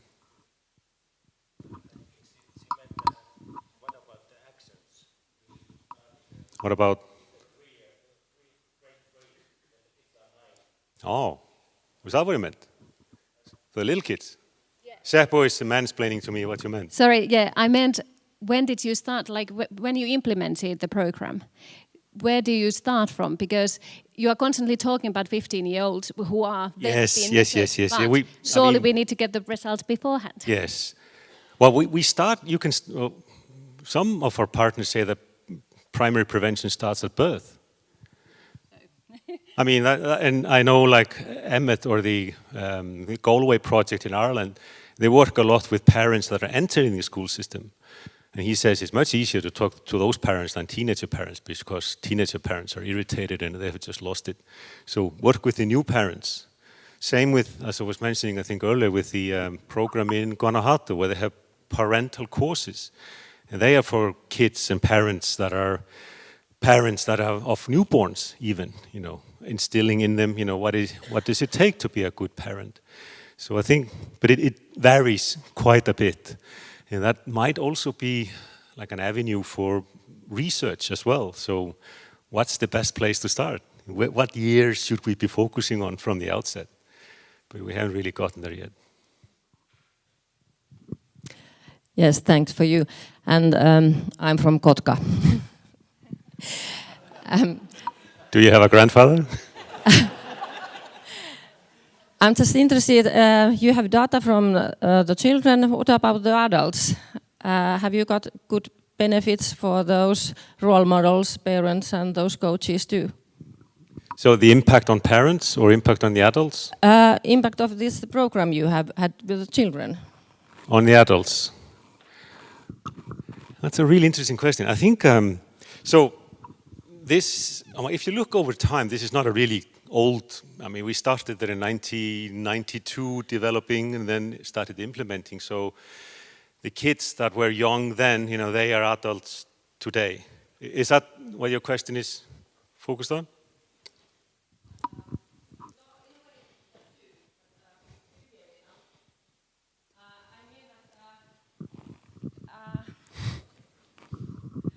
Of course, the parents have to change their habits too when you have this program for their children. So have they learned something there at the same time? Yes. So, and that's the interesting thing. The younger you hit the parents, then when they grow up and the kids grow up, and then that's just how parenting is.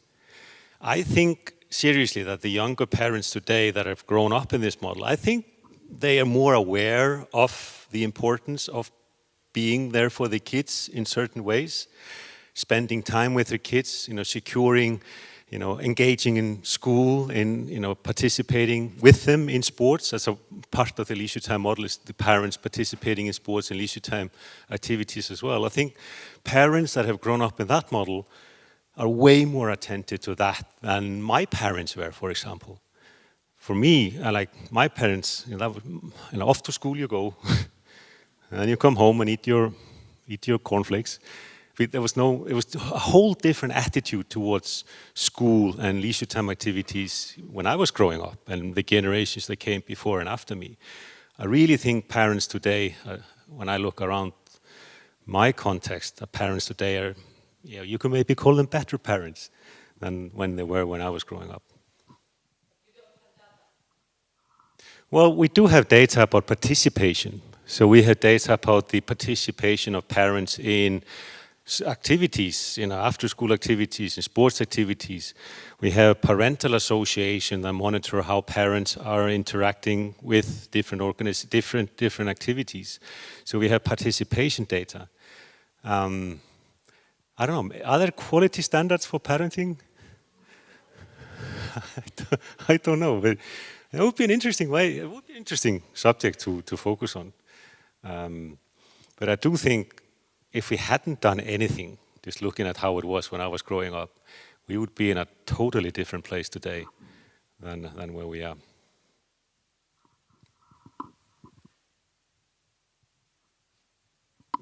Should we give Irina? Okay. Hi, I want to ask, how do you engage those parents who have some kind of, social problems like mental issues or issues with alcohol and things like that? How do you engage them?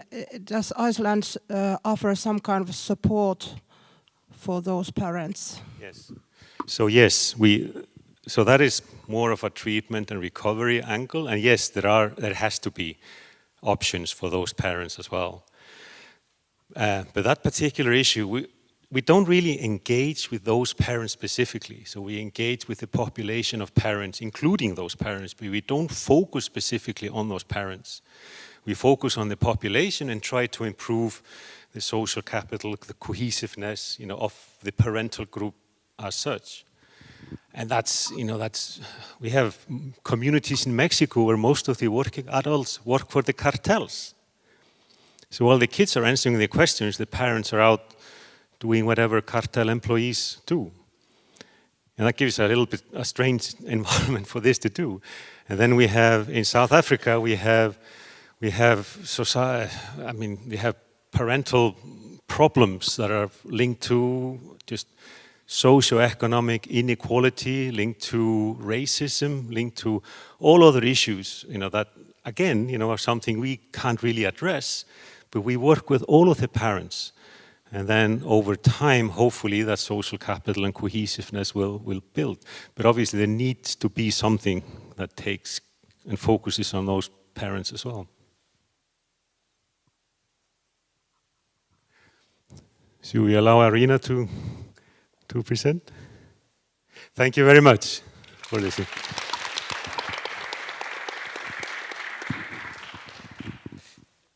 Thank you. It's extremely difficult to present after Pall. Thank you so much for telling everything, basically. And so I will try just like maybe to put some emphases, and also will try to answer the question, how do we start? And what we will do if you join our big global planet use movement. I will try to use this one. I really like this slide, and basically it explains what I do as a project manager at Planet Use. So the lighthouse has been a symbol of Planet Use approach for so long, and this is a guiding light. So we cannot save like everyone. We cannot just like send all the ships to send everyone in the ocean, but we can send the light to let them know we are here and to show them the guidance. To show them the guidance, and this is the process, how we gonna work together in order to improve situation.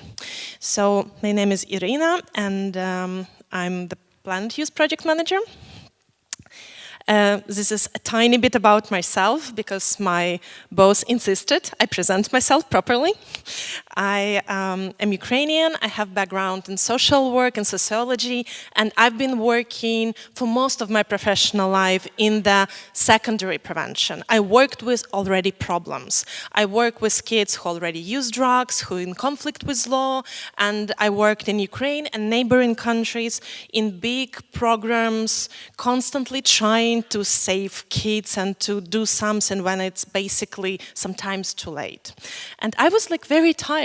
It's very tiring job to be constantly like fighting with those fires in the woods.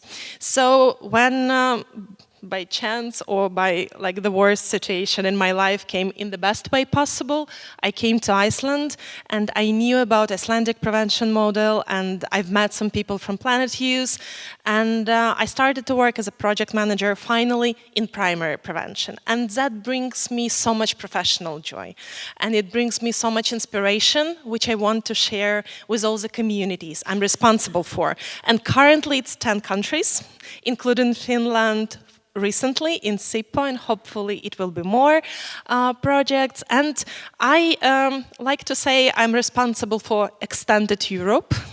So obviously there is Ireland, Scotland, Estonia, Lithuania, Slovenia, Belgium, now Finland, but also it's like somehow Australia, New Zealand, and South Africa. So yeah, let's call it very, very extended Europe.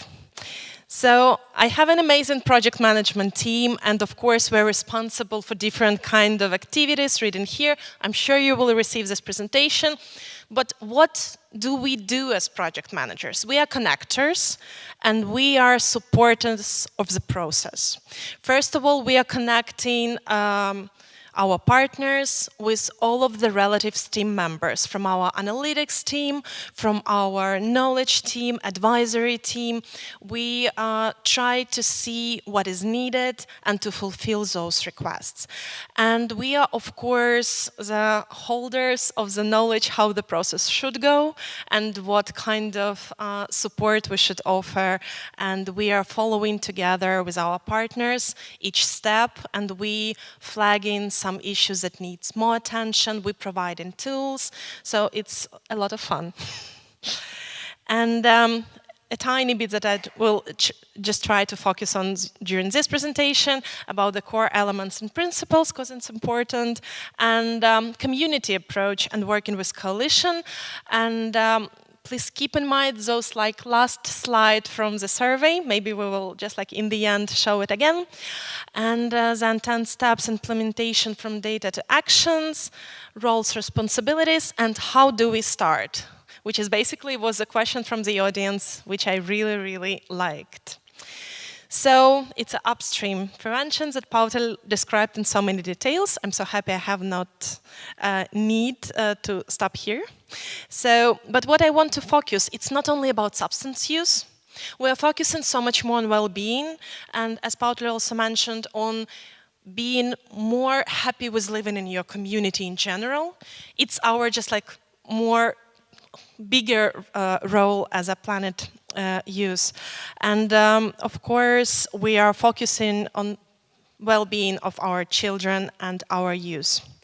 And the core elements, we are evidence-based approach, we are community approach, and we're like connecting dots with researchers, policymakers, practitioners. So coalition is very important, if it's a spoiler yet. And understanding risk and protective factors is a key.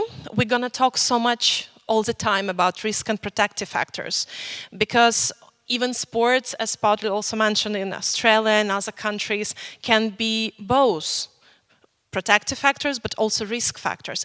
And what we want to do with data, we want to investigate and to find those, to allocate those, and to deal with them.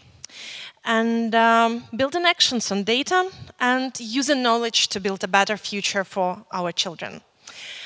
And what I would like to underline, this is not about quick fix.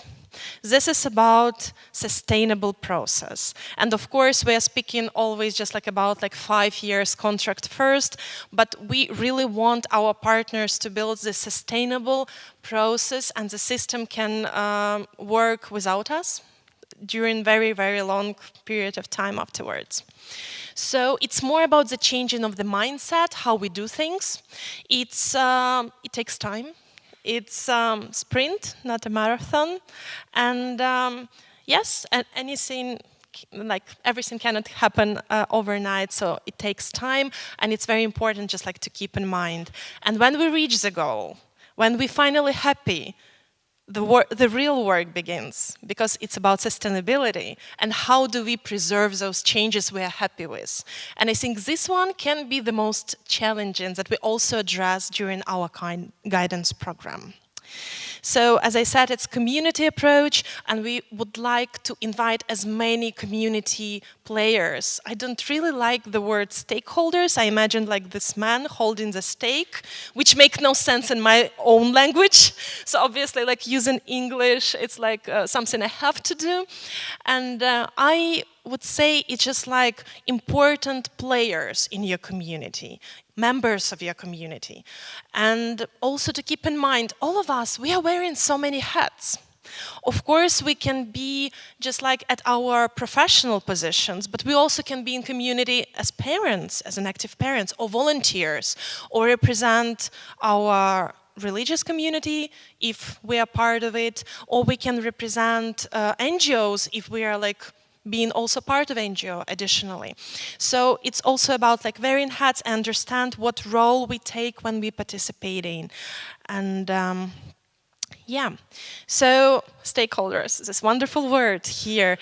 Why the data is so important? Because obviously we build decisions upon data, and we use it to make actions, to evaluate our actions, and we want to involve as many players and participants from the community as possible. Here's like this wonderful slide I enjoy so much with some of the examples. It's not like all of the type of stakeholders you can bring to your coalition or cooperation, but to start with, you need to start with building this like holistic joint approach with connecting of different like kind of participants. It can be, of course, just like as we know, education, health department, social department, but sometimes if we look and like really devote time to mapping our stakeholders, we can understand we might be missing someone. Do we have like parental organizations, like professional parents, let's say, who are there to represent like the parents in the community? Do we have local business on board? Because it's super important. If the owners of the small shops who are selling vapes ingredients, for example, cigarettes, or just like strong or not strong alcohol. They should be a part of discussion because it's about how they're doing in business, but also being a part of community. It's a difficult conversation, but we should bring them to the table. And yeah, so this is just like some of the examples which each of stakeholders can do and participate. And when we speak about coalitions, we provide so much support in building on strengthening it, but also we talk so much about available resources, obviously, and also different kind of participation. We do not expect people to come to the meetings every week. We do not expect them participate for several hours, just like being there or having like a lot of tasks, organizing just like some kind of activities in their free time, free of charge. We do not expect that. We want this conversation to start with the resources available, and time is the most valuable resource ever. So we need like to sit together and to think what we already have. Because, very nice question, how much does it cost? And how do we estimate that? Because obviously we have like just like fixed fees for consultancy services of Planet Use. And also you have already allocated funding for different kind of programs, which are the same, like it lies in the same sphere. So we can see it and allocate those funds and to see, okay, we already have so much funds and resources to start the process differently. So, and also, really important slide for me, how are schools involved? We're speaking so much about schools in many communities all over the world. And sometimes, and it might be the case for Finland as well, like schools are just like put so much pressure on and they have like to do so much stuff. And they're like sometimes responsible for prevention, like, and for all kind of surveys and for all kind of activities. But for us, in this approach, schools are the hub. Because we are not surveying the schools. It's not a report about the schools. It is the reports and actions about children in the community around schools. So it's very important for the mindset as well, and we present data to the schools and principals and parents, and we use school as a hub and as a key partner, but not like the only responsible partner for all the actions. And of course, later, we can plan some kind of actions jointly with the schools. But it's very important, just like to underline over and over again, this is not the reports about the schools. And we are not comparing schools, never. So it's not about like some kind of competition who are doing better, because it's not about schools. It's about children. It's always about children and it's always about community. So this local units Paul mentioned is something like very difficult sometimes to describe. What is that? It is just like this local community built and that had like this infrastructure, resources and like neighborhoods. So it's very important to understand that if we want to change something, we should start there. And we should just like think about how we work there. So, yes, what do we do as a project managers? And what is project management of Planet Use? And how the guidance of community implementation is being provided, which is super easy, obviously. Yeah, so we have, of course, different kind of roles and expertise. And of course, the key for me as a project manager, I create and support the Planet Use timeline, because when we are talking about all kinds of activities, we have the 10 steps we are following, we have guiding principles, and we need to create the timeline and to work with that. And it can be in its own pace for different communities. Sometimes it takes like 2 months to map all the stakeholders, allocate resources, agree on some actions, and plan the survey. And sometimes it takes 1 year. So it's very important to understand that like initial timeline, it can be just like year 1 or year 1 and partially year 2. And of course, what we also do, we provide you all kinds of materials and templates, which is very important because we have like this experience from Iceland, but also from other countries. So it's something that we just like work on with knowledge team so much. So we have those templates, and we help you to adjust them and adapt them to your local context and to work with them. And coalition building, we have special module on coalition building. We help you just like to build or to strengthen coalition if it's already there.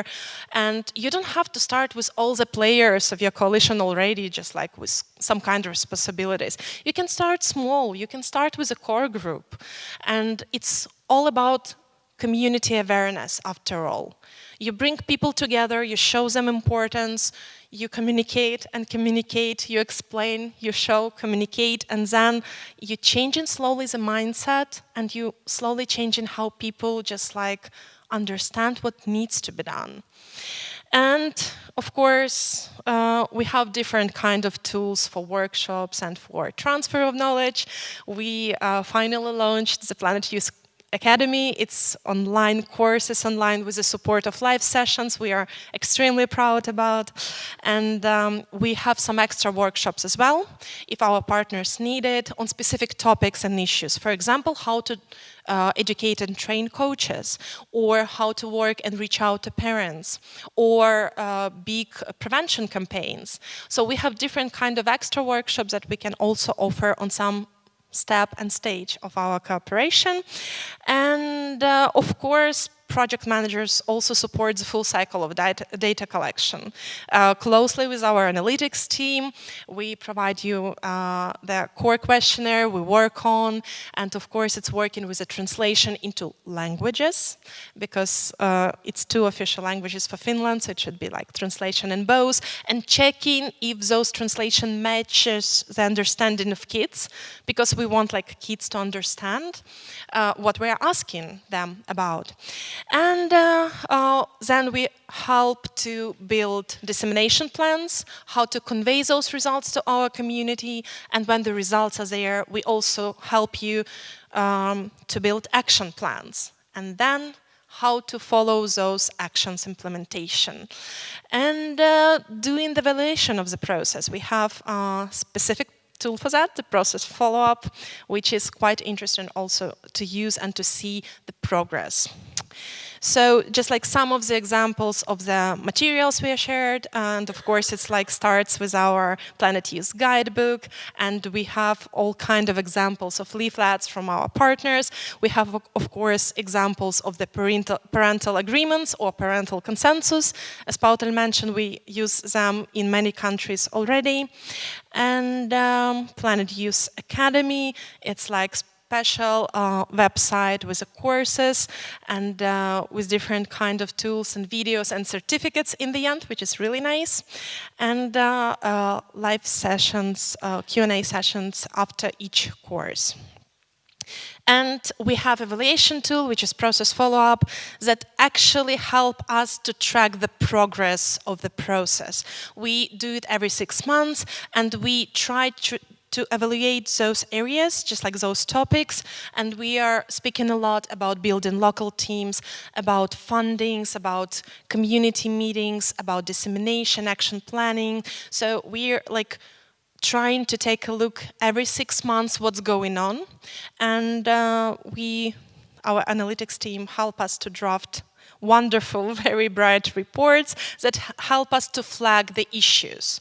So it's like internal monitoring tool, basically, that help us to understand with a flagging system what is going well, what is needed like more attention, what hasn't started yet, why, and what we can provide. Also, we have all kind of checklists, how we provided all kind of trainings, and are we there? Are we there where we're supposed to be, like in 1 year, in 2 years, in 3 years? So 5 years. Why 5? Because in 5 years, with 3 survey data collections, we can see some results in numbers, as Pall said, but of course, it doesn't stop there. It is a project, but I don't like to see it as a project. For me, it's just like approach, methodology. It's just like the whole different mindsets that you are doing.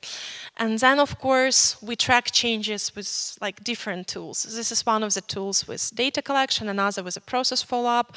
We also have just different evaluation tools as PCA and some other abbreviations. So what we actually do at each year. I think like the most important year is a year 1. Sometimes it's like slowly goes to year 2. And what we actually do and how we start with the agreement, obviously, and then, of course, we are like moving all this like step by step. So after like agreeing side, of course, it's just like focus on building or strengthening the coalition, because this is your group you're gonna work with, and you want to involve as many people as possible, as many departments, different organizations, at different involvement and roles. It's not necessarily, once again, that people like participate like full time or like significant time, because we do understand they have jobs and so on. And it's really important to have like full-time paid job for a Planet Youth coordinator, because from perspective of Planet Youth Global, I'm the key project manager, and I will need like one contact person who is gonna be just like doing all of that, just like keeping track all of the changes, creating timeline together with me, following that timeline. It might seem like not so much work, but it is. Just trust me, it is a lot of different kind of works. And also we have this tool like bi-weekly meetings. Sometimes we start even with weekly meetings when it's needed, when we convey and transfer like all the knowledge we have. And sometimes I want like to give as many information as possible in the first meeting, and people feel overwhelmed, and then I have to calm them down. It's not that scary, and then it gets better. So basically, in year 1, we recommend to have like bi-weekly meetings, just like to have check-in, to see the process is going well, and that partners need all of the materials. But then, in the following years, it can be once per 3 weeks or 4 weeks. It depends how the project goes and what support is needed like during the meetings. And of course, data collection, but for me, just like this is not the research project. We focus on data we collected to make actions. For me, it's like action project. So the most important for me starts when we disseminate the results. Our community knows what's going on. They knows what children shared with us.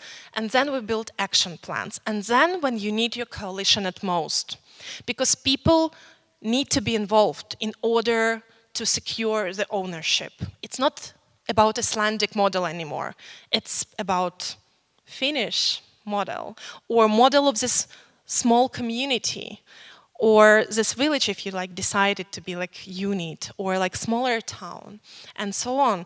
And then people need to commit, because actions cannot happen without commitment, without resources, time, money, or some kind of programs.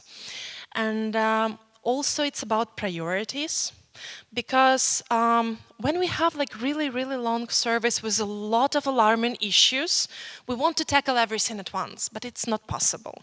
So we always suggest, especially for the first round of survey, to have 3 to 5 priorities, key strategies, and then to create some actions to those priorities and to track them, because those actions are created first before the next data collection. So basically you have like this time till the next round of data collection, and you need to implement those actions, and then we will revise it together. So yeah, and then we're doing like the first process follow-up after the first year, usually maybe like first year and a half. It depends where we are in our timeline. And then we try to do it every 6 months to track the progress. And we repeat it in year 2 till year 5. And we trying to see what's going on perfectly according to this process, what is new, what is challenges, and we are there to support. And when I say we, it's all obviously not only me. If sometimes I'm like the key face of Planet Youth for my partners, all of my partners know that like behind me there are like a lot of my team members who are like constantly involved in different kind of requests and trying to do the best to support the community. And of course, just like we also just like offering extra, and in the end we are offering an evaluation workshop to see how did the project go and how it works and what needs to be considered to continue and how we can continue. We have projects, I think, for more than 5 years now. It's more like advisory, different kind of projects. So there are like different kind of options up to this 5 years. And yes, the focus. I really like this slide. It was created by Maga, our chief of knowledge, and this is what we focus on. So if you can see just like a drug-free lifestyle or substance-free lifestyle, it's only like one of the issues we are focusing on. Because it's a holistic approach, I really like this phrase, and we are focusing not only, and we don't talk about like drugs so much during this program or approach. We don't talk about like these issues. We are talking more and more about just like mental health and just like about physical activity and social connections, sleep, the social media. So we are focusing so much more on all the areas, and drug-free lifestyle is important, but substance use is only like a part of these issues we need to tackle. So next steps, what is the readiness checklist? So of course it's responsible person who's going to be the key contact from new partners from community. It's mapping of stakeholders, and it's understanding who you have, who are involved already, and who are there to support you at the extent they are ready for.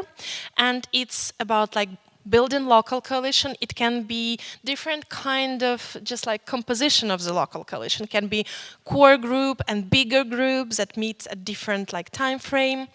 And of course it's analyzing and planning resources already available. And of course you cannot predict right away what kind of resources you will need, but it's really nice to understand what you have. And then, of course, creating the timeline. So usually the timeline starts with when we sign the agreement. So we start like to create all these steps and points and try like to evaluate. Yes. So if you bring back that just like this last slide from our survey, so we can take a look who are here or maybe online who also voted. Because my presentation is over, thank you. But I want just like to point out that we have already a lot of people from different roles and perspectives here, interested and having so many important questions. And we know that some people maybe wanted to come or with us online, so they are already there. So maybe it's really nice to start like asking yourselves, like, are we ready to participate? And to what extent? Yeah, thank you so much. So you can see, this is just example. It's not necessarily the ideal composition of stakeholders, once again, weird word.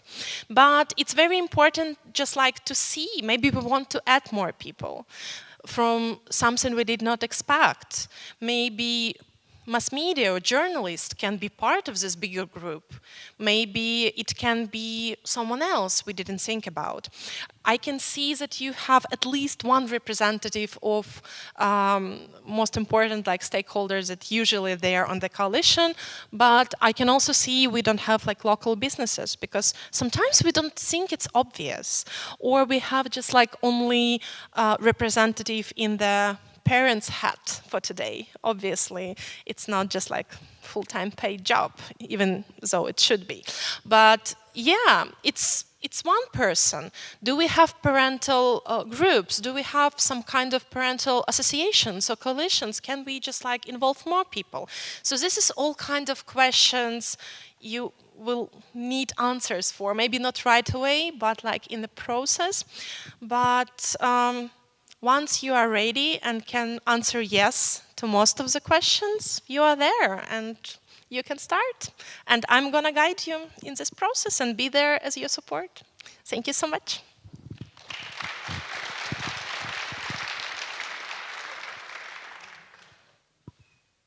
Thank you, Irina.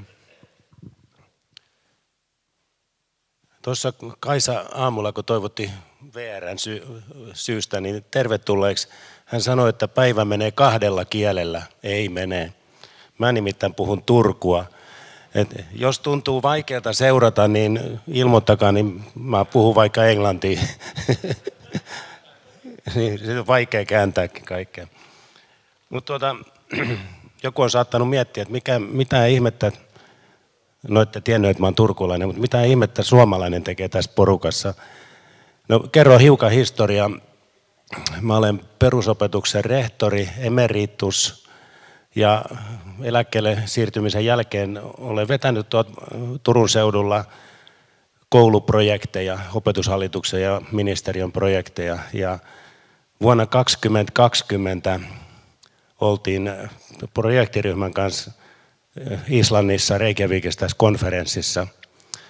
Oliko sieltä muuta tuliaisia muuta kuin se, että sain koronan, mutta lähettelin sinne Pallin edeltäjälle Jon Sigfusonille kuukauden aikana varmaan 15 kysymystä sähköpostilla ja sitten hän vastasi mulle kesäkuun loppupuolella, että he on nyt ajatellut sillä tavalla, heillä on niin kapea tämä organisaatio, että he alkaa muodostaa tällaista lähettiläiden ryhmää.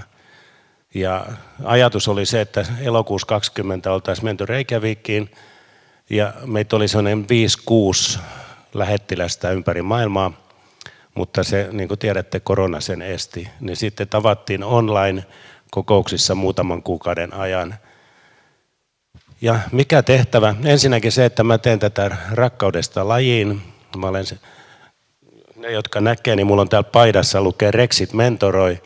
Eli mulla on 4-5 rehtorikaveria, jotka me kierretään kouluissa, lähinnä Lounais-Suomessa ja Länsi-Uudellamaalla mentoroimassa rehtoreita ja koulujen henkilökuntaa. Sen tähden, kun siellä on hiukan tekemistä. Olen sitä mieltä, että yksi koulu kerrallaan tai yksi kunta kerrallaan, niin asiat on mahdollista muuttaa paremmaksi.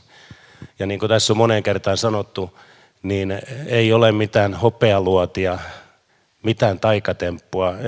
Et nyt kun me tänään perjantaina ollaan täällä keskusteltu, että te olette valtavan motivoituneita ja positiivisia, niin asiat jatkuu samalla tavalla maanantaina, niin kuin ne on tähänkin saakka mennyt. Mutta se, mistä mä oon huolestunut niin kouluissa kuin varmaan osittain teistäkin, että opettajat on väsyneitä. Jopa niin, että kun syksyllä koulu alkaa, 2 viikkoa kouluun kulunut, niin jotkut opettajat sanoivat, että mä olen aivan poikki. 10 viikkoa kesälomaa takana ja sitten jo ihan loppu. Rehtorit on väsyneitä. Rehtoribarometrin mukaan tässä pari vuotta sitten niin 65% rehtoreista koki sillä tavalla, että ei he tahdo selviytyä siitä omasta työstään. Osittain väsymyksen ja sitten varmaan sen muun työtaakan suhteen. Ja niin sitten ei ole riittävästi psykologeja, ei kuraattoreita ja niin edelleen. Ja noin 30% lapsista voi entistä huonommin. Onneksi 70% voi hyvin, koska se antaa meille toivoa, että me tarvitse ihan kaikkia lapsia muuttaa. Mutta mulla on tässä muutama slaidi, ensin verrataan vähän harrastamisen Suomen mallia ja Islannin mallia. Tuolla mun kotikaupungissa ne vähän ymmärsi väärin, vaikka ne on ollut Reykjavikissa tutustumassakin, että kun siirtää sen harrastuksen mallin Suomeen, niin se on sama kuin Islannin malli. Mutta niin kuin te olette tässä nyt kuullut, että se on paljon muutakin kuin se pelkästään harrastaminen. Ja se on muuttunut siellä Islannissakin sillä, että ne huomaa, että okei, siellä lähdettiin sen alkoholin käytön takia ja tupakan polton takia, mutta nyt huomaa, että lapset voi paremmin. Ne voi jopa fyysisesti paremmin, kun ne harrastaa. Sielläkään ei pakoteta lapsia harrastamaan, mutta Pall tuossa sanoi aamupäivää, kun mä kysyin, niin hän sanoi, että silti lähestulkoon kaikki lapset tekee iltapäivisin jotain muuta. Se, mitä mä ajattelin itse vanhempana, että mitä ne meidän vanhemmat nyt sitten ajattelee. Ajatelkaa, jos me huolehditaan siitä, että lapsilla on harrastukset siinä koulupäivän ja kello 17 välillä. Nehän on siellä kotona sitten ne lapset sen koko illan. Mitä niiden kanssa sitten tehdään? Et tarvitaanko sinne joku apuri viihdyttämään niitä? Vai kulutanko aikaa ihan itse niiden omien lasteni kanssa? No voi olla, että on se uusi asia. No ollaan puhuttu siitä, miten me saadaan näitä vanhempia innostettu uudelleen välittämään niistä lapsista, tai näyttämään ehkä jopa se innostus. Niin mä koin silloin, kun mä olin yhtenäiskoulun rehtorina, niin alakoulussa vanhempaiyhdistys toimii loistavasti. Paitsi sielläkin kuulee sillä tavalla, että jotkut vanhemmat sanoo lapselle, että kun sä nyt menet kouluun, niin kyllä sä nyt pystyt hoitamaan jo kaikki asiat ja huolehtimaan itsestäsi. Kun lapsi siirtyy 6.–7, niin vanhemmat on sitä, että ei nyt enää tarvitse missään vanhempaiyhdistyksessä käydä, kun sä oot jo noin iso. Niin mä perustin tämmöisen, mä kutsun sitä vanhempaan foorumiksi.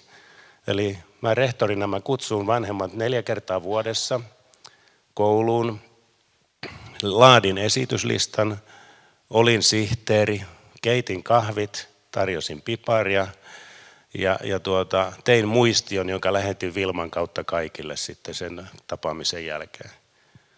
Kovasti vanhemmat tykkäsivät siitä. Ja sillä tavalla mä sain kertoa koulun asioista ja sitten ne näki vähän, että minkälainen se rehtori, että kamala mieshän se on, mutta se, että okei, kyllä siitä tulee jotain hyvääkin asiaa joskus suustaan. Mutta pystyy kaiken näköisiä asioita, ehkä jopa ennakkoluuloja poistamaan. Mutta mikä tällä hetkellä, siis mitä tehdä, kun ne kaikki ihmiset on siellä väsyneitä? Niin mä olen sivistysjohtaja, mä tiedän Lappeenrannan sivistysjohtaja, fiksu nainen. Lappeenrannan koululaitoksessa on monta asiaa, joista meidän muun Suomen kannattaa ottaa oppia. Me ollaan täällä käyty tutustumassa muun muassa Lappeen kouluun ja siellä integraatioasioihin. Niin mutta se, että mitä sitten tehdä, niin täytyisi puhaltaa pilliin. Et jos me kaikki ollaan väsyneitä ja silti se 30% lapsista voi huonosti, niin pitääkö meidän tehdä se uudella tavalla? No se mentori, joka käy siellä koulussa puhumassa rehtorin ja opettajan kanssa, no se mentori on se, joka tulee sieltä ulkopuolelta. No se ei ole se Planet Youth, mutta se on se mentori, joka hämmästelee, ihmettelee ja keskustelee. Ja tämä Planet Youth on se sateenvarjo, joka kerää yhteen, mikä on kaikkein vaikeinta, saada nuo ihmiset istua pyöreän pöydän ääreen. Ainakin Lounais-Suomessa me on yritetty sitä 7-8 vuotta, mutta ei ole vielä onnistunut. Ja se on lähinnä sen tähden onnistunut, kun ei tiedetä, että kuka on päällikkö siinä pöydässä. Kun ne on kaikki päällikköjä, jotka siihen tulee. Mutta se on se yksi iso haaste. Mutta katsotaan, verrataan hiukan, jos mä osaan tätä käyttää. Tässä on sinänsä kiva, vaikka me ollaan tiedetty, että me esitetään tietyt asiat täällä, niin sitten puhutaan ristiin ja esitetään toistemme asiat etukäteen. Mutta ainakin Lounais-Suomessa on tavoitteena se, että siinä harrastamisen mallissa järjestetään 1 harrastus viikkoon. Ja ainakin vuosi sitten mun mielestä oli vielä semmoinen tilanne, että lapsi ei saanut sitä harrastusta vaihtaa, vaan piti olla siinä valitussa harrastuksessa. Mutta Reykjavikissa siellä semmoinen Gisli-niminen herrasmies, joka oli kehittämässä tätä leisure cardia, eli sitä vapaa-ajankorttia, niin hän sanoi, että siellä parhaimmillaan tai pahimmillaan jollakin lapsella oli 11 harrastusta viikon aikana. Niin kuin tiedetään, se niinkin joskus voi käydä. Ja sitten se, mikä tässä on, esimerkiksi Turussa tällä hetkellä taitaa olla koko kaupungissa 2 liikuntasalia käytössä, kaikki muut on kuorrutettu semmoisella sinisellä möhnällä. Ja siellä suunnitellaan, että miten nyt rakennetaan niitä uusia. Niin mä ehdotin heille, että otetaan tämä Islannin malli käyttöön ja kysytään niitä lapsilta, että mitä ne haluaisi. Meillä on semmoinen asuntoalue kuin Lauste. Että jos sinne rakennetaan jäähalli, vaikka me melkein jo etukäteen tiedetään, että ne pelaa kaikki jalkapalloa ne nuoret, kun siellä on semmoisista maista muuttaneita perheitä, joissa se jalkapallo on se tärkein. Eli tässä kysytään nuorten mielipidettä ja sillä tavalla sitoutetaan niitä nuoria. Ja mä voisin kuvitella, että miltä se kuulostaa. Täällä joku rouva kysyi siitä kyselystä, niin motivointina siihen kyselyyn vastaamiseen voi olla se, että hei, me tiedetään 8 viikon päästä, meille näytetään, mitä me ollaan vastattu. Ja sitten todennäköisesti siinä samassa tilaisuudessa aikuiset kertoo vielä, että okei, mitä me nyt näistä teidän toiveista pystytään nyt ensimmäisenä toteuttamaan. Ja se on vähän poikkeuksellista kyllä verrattuna kaikennäköisiin kyselyihin, mitä aikaisemmin on tehty. No sitten tuosta tosiaan vähintään 3 harrastekertaa viikossa. Et islantilaisten mielestä se 1 harrastekerta ei riitä parantamaan vielä niitä nuoria. Eikä jos me harrastetaan 1 kerta jalkapalloa viikossa, niin ei me voiteta sitä Englantia vielä ainakaan ensi vuonna.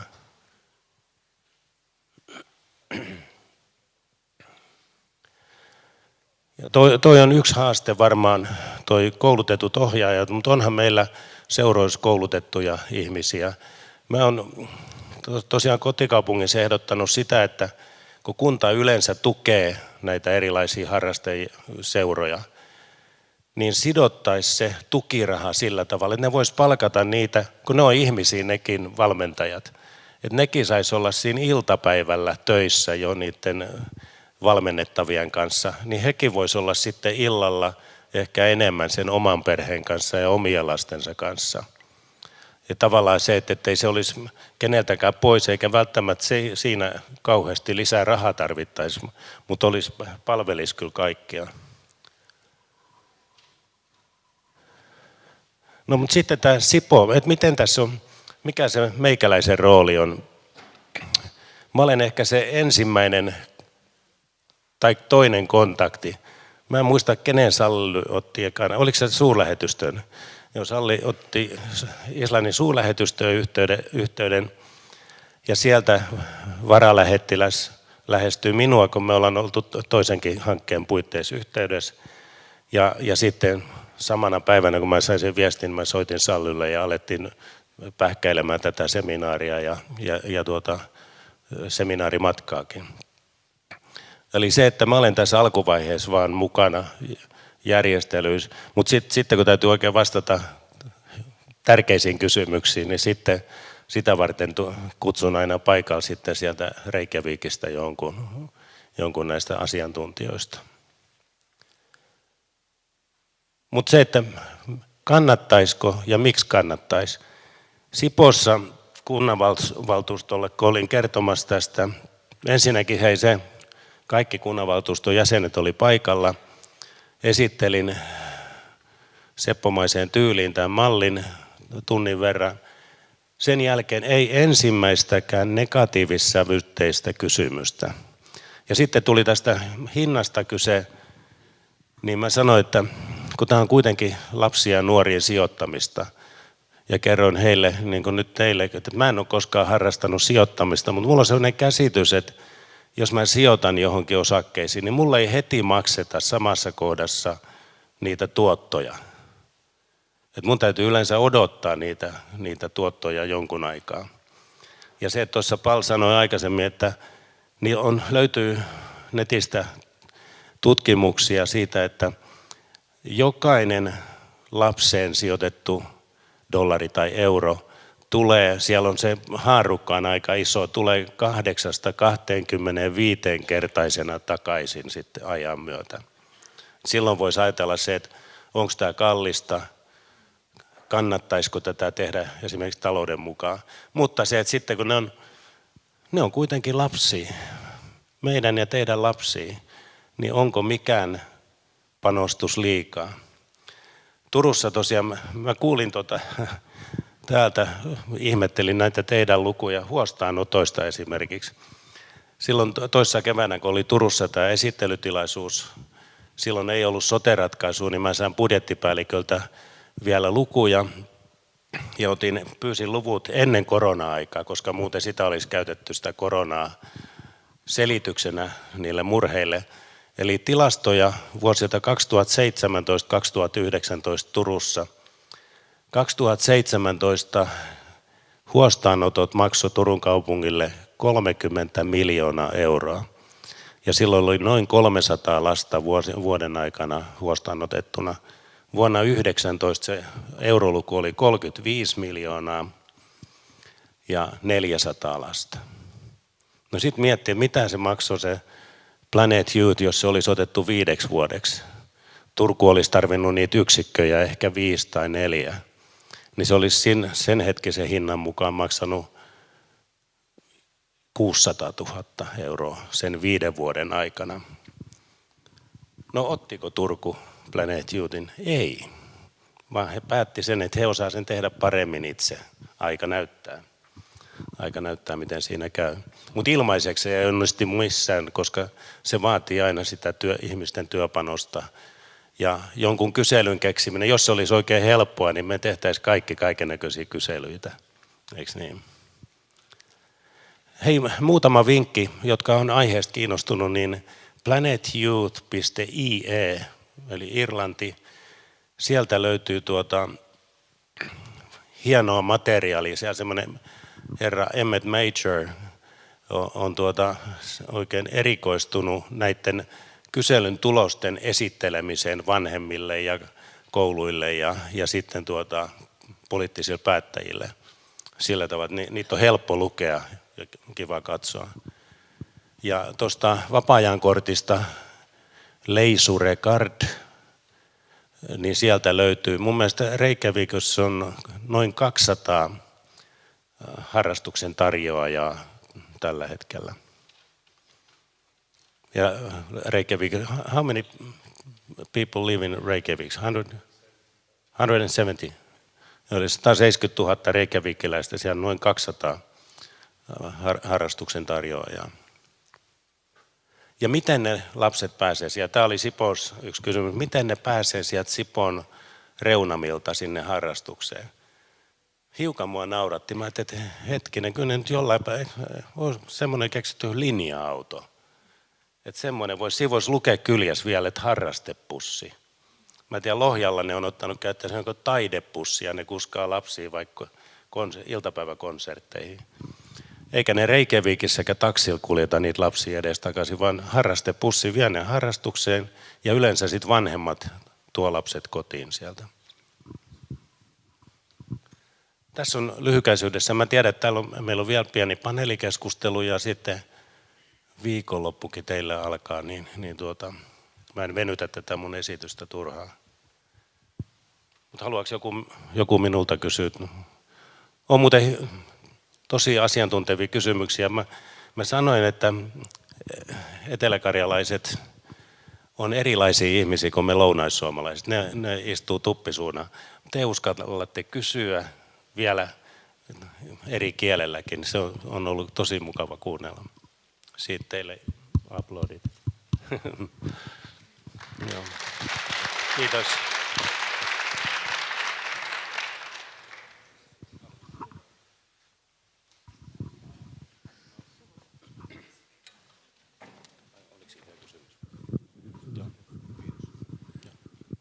Actually, I will not ask in Finnish or in Turku, but in English. Before lunch, if I remember right, Paul mentioned that you have 31 partners already. Or how many of these have been 5 years or more? And do you have any data of these?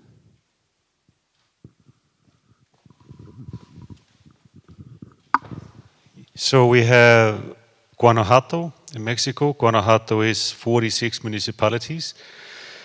They signed on in like waves. First there were 5 municipalities, then were 20, and then were 21. So the 5 municipalities, the pilots one like Silao, Irapuato, Guanajuato, León, and they have been with us for, in Guanajuato, we have data, we have 3 data points from those. So we have data both about the development of impacts and substance use, but we also did an evaluation project there about the process, so how the process of primary prevention has changed. So there we have an article on the way about those experiences. We can also see that you remember COVID? it came in the middle of everything and it kind of stuffed things up for us. But we have data both from there and from 5 municipalities in Chile. So they also started almost 6 years ago. We have impact information from those about substance use and others, that the communities that were implementing the guidance program or the Icelandic prevention model, the behavior changed less. Because you remember, the substance use in kids went down in the COVID, but when the COVID restrictions lifted, substance use came back up in most communities, but not in the ones in those 5. So we could see those outcome and impact results in those communities. We got from Lithuania. Lithuania has been with the program for, 10, 12 years now. And there's also an article about the outcome results from Lithuania.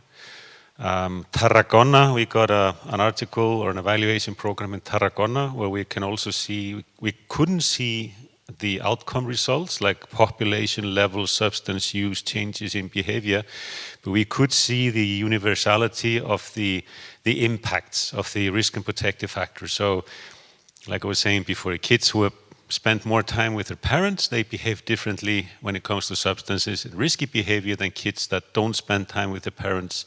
Same with the leisure time activities. And there we could see the kids that spend time with friends that engage in risky behavior are more likely to engage in risky behavior. So it sounds pretty basic, but that's kind of documented now. So it's emerging, those particular types of evidence. But we would love for, we are running as fast as you can. We would love to have others evaluate what is happening in our communities. So we welcome cooperation with universities or research institutions or any other who wants to engage with us and do these evaluations.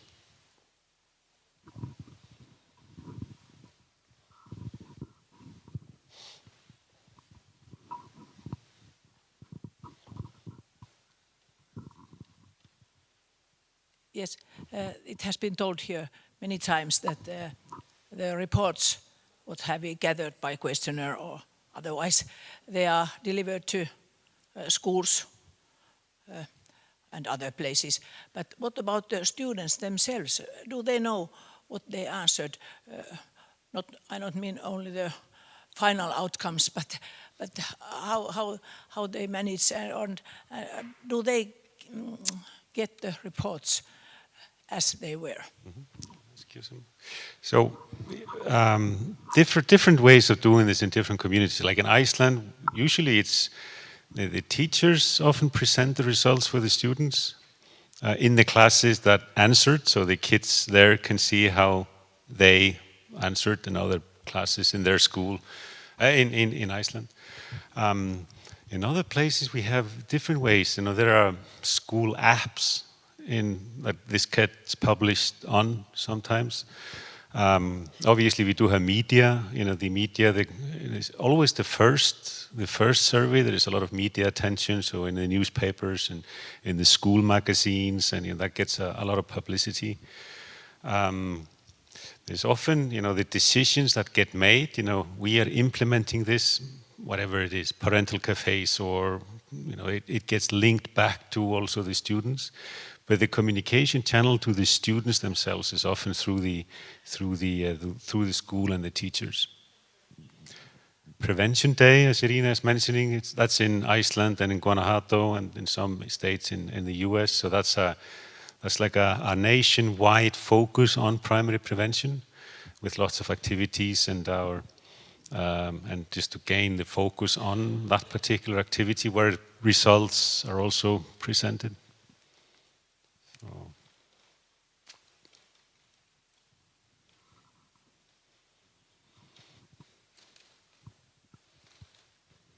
Is there some coffee and cake, or is that?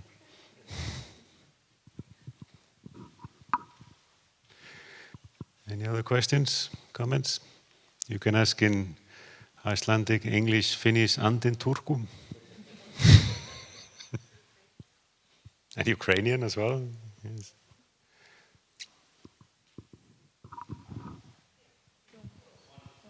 Oh, there you go. I just got your message. I forwarded it on for the articles. Thank you. Thank you. But still, I'd like to know about the third sector, the sports clubs and all of these, because I've heard that straight from the school, the students go to some hobbies or art lessons or something like that. How have you done it? I mean, who is paying the salaries for the coaches and who is paying?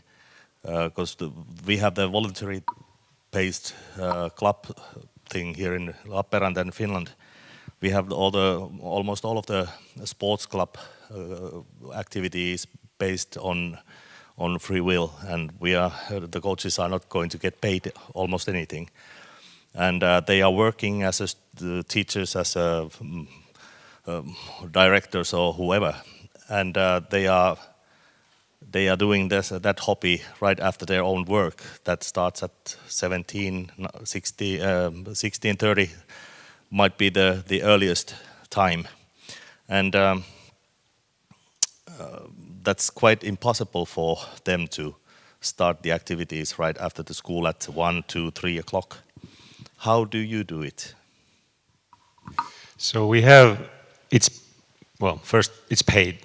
So the coaches that work with the different sports associations, they get paid for their work and they have to take certain courses and to train. So yes, like the municipalities in Iceland, they allocate large percentage of their budget to these types of activities. I think it's one of the highest allocations in all of Europe, if I remember correctly. So it's paid, they have to do certain courses. The curricula, how they are training the kids have to follow certain standards. But apart from that, there is another aspect as well. That's not just in Iceland, but in other countries as well. It's just logistics. Because the kids are in school, and often there is a time from the kids finish school until the parents come home. In that particular time frame, you have to get the kids to the leisure time activities, whatever they might be. So in Iceland, in Australia, in some of the states in the US, you organize, or you in the coalition, you have just transport. You have bus companies that ferry the kids from school to the leisure time activities. Now, when my boy started in basketball, the sports club, they had buses at school picking the kids up and driving them to their particular training facility. So that's another aspect. But it's very much coordinated, trying to engage the kids from as early as possible. So when they're 6 or 7 years old, they start training. And before that, my daughter trains gymnastics, and she actually has a Sunday work that she gets paid for in the gymnastics club, training 3-year-olds.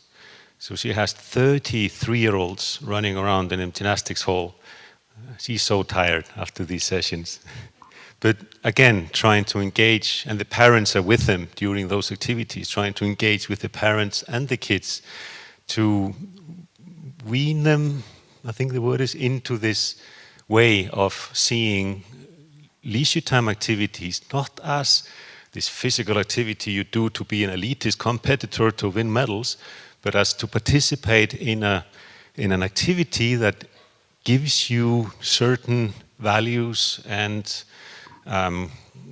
benefits apart from being a part of a team and competing. And that's another thing maybe important to go into. And I know there is a professor at the University of Iceland who's written a whole book about this, that the focus of leisure time activities and sports in Iceland is not on creating elite sports people. It's not focused on winning. It's focused on talent management and engaging with that pool and creating certain values and competencies and skills in the kids.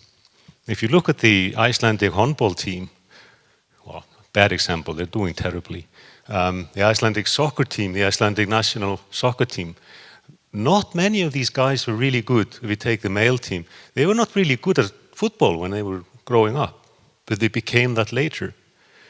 So it's not that, like when I was living in Australia, you separated the kids into the kids that were really good and then the other kids.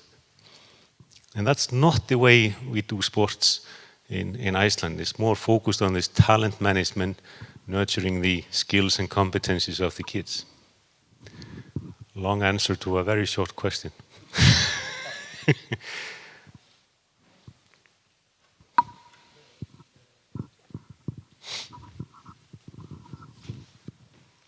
Jatkan ihan suomen kielellä tuo edelliseen kysymykseen. Eli kun meillä on ollut tosiaan tämä kulttuuri, että lasten vanhemmat ohjaa siellä harrastuksissa, niin itsellä sattuu olemaan tuttuja liikunnanohjaajia, kuntosaliohjaajia, PT:tä, yksilövalmentajia, jotka tekee tämmöistä silpputyötä, saattaa olla 3 salilla töissä ja saattaisi työajalla mielellään tehdä tämmöistä lastenkin ohjausta.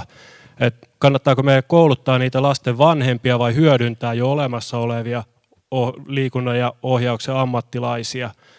Varmaan löytyy samaa muillekin harrastuksiin kuin vaan liikuntaa.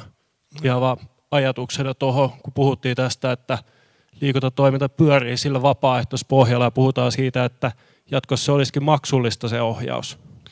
Mun mielestä vastasit itse tähän kysymykseen. Että se ei ollut kysymys. Niin, tämä on ehdottomasti kannattavaa, koska niitä on kaikennäköisiä personal trainereita ja muita. Niin se mikä tässä on tässä harrastamisessa, siellä, niin kuin hän on muutaman kertaan sanonut, että he, ennen kuin pääset siihen palvelun tarjoajaksi, niin se tarkastetaan se paikka, missä se harrastus tapahtuu ja sitten se, että millä tavalla siellä toimitaan. Ja mä uskon, että ajatus on ei se, että opetetaanko koripalloa oikein, vaan se, että siinä samalla tulee tutuksi se harrastuksen vetäjä, jotta vältetään niitä kaikennäköisiä muita lieviä ilmiöitä, niin kuin tiedätte, mitä tällä hetkellä maailmassa on. Ja sitten kun se tehdään vielä säännöllisesti. Et se mitä mä tuossa sanoin aikaisemmin, se, että kun monet seurat saa tukea kunnalta, niin jos se organisoitaisiin vähän toisella tavalla, sillä tavalla, että ne ihmiset sais olla töissä ja tehdä sitä työtä, mihin ne on saanut sen koulutuksen, niin silloin päiväsaikaan. Niin mä uskon, että se olisi kyllä tosi hyvä. Mutta aikataulu taitaa... siellä on vielä. Okay, you are running your project in many countries, many cities, etc. Are those all successful, or do you have some disappointments somewhere? And what has happened, or is there some even escaped out from your project?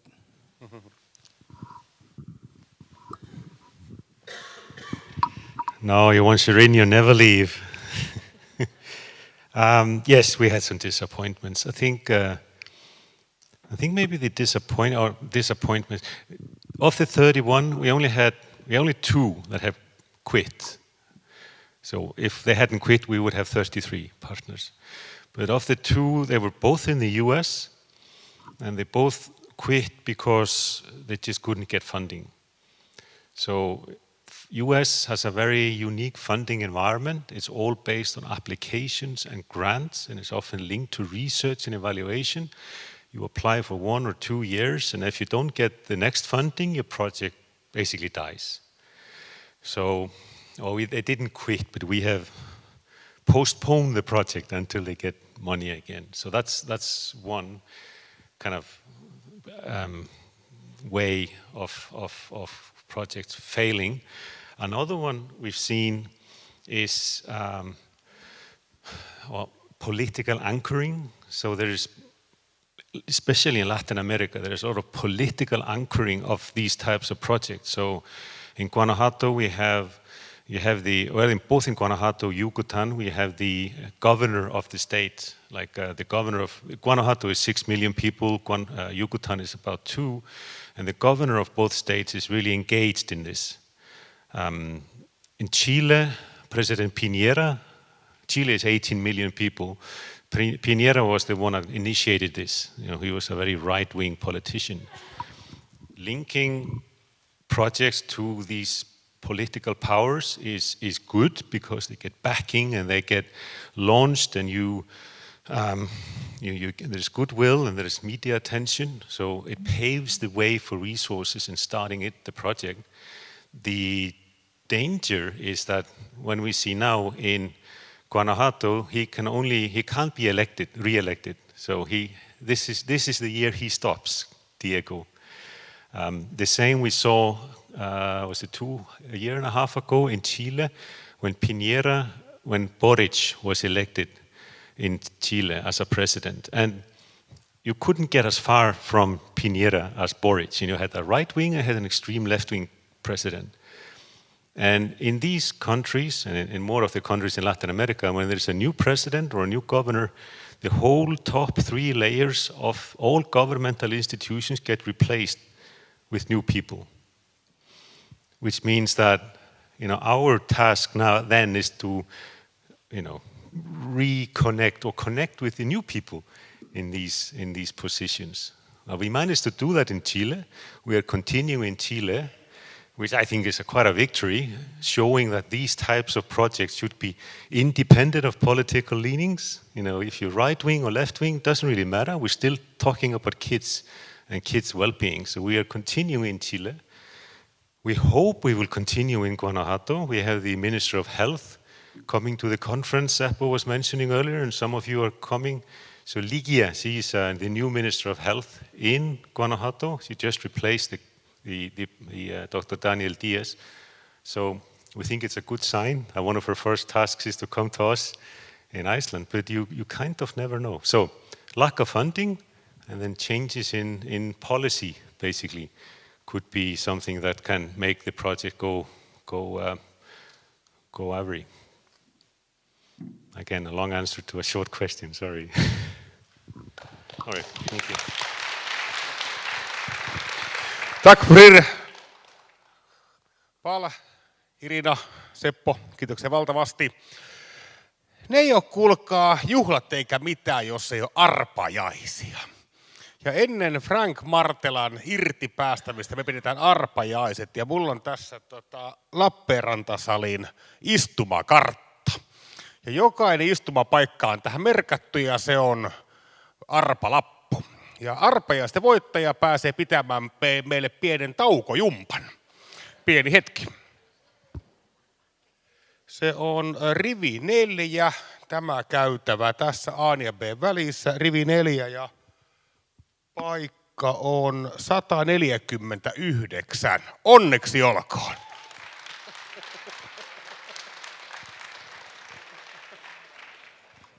Kiitos paljon. Thank you very much. We've been sitting quite a long time, so I suppose we need some exercise. So let's stand up for a while. Thank you.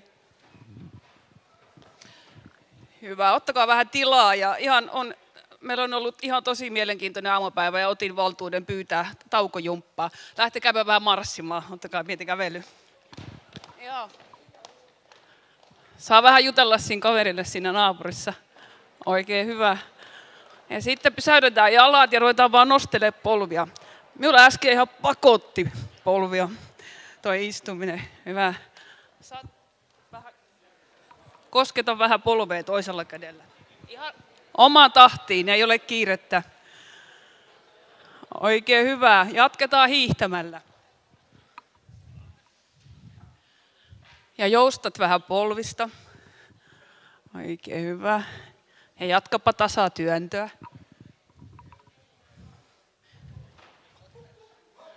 Ai että, tää on kyllä hienoa. Pall, you should take some pictures also. No. Oikein hyvä. Sitten tämä riittää. Ja vähän hartioita pyörittele. Kyllä kävi hyvä tuuri minulla.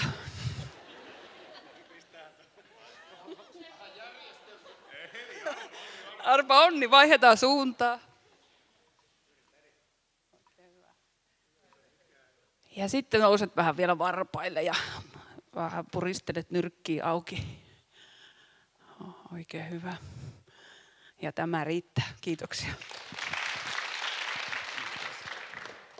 Kiitoksia ja onneksi olkoon rivi 4, paikka 49. Näin se onnetar suosii.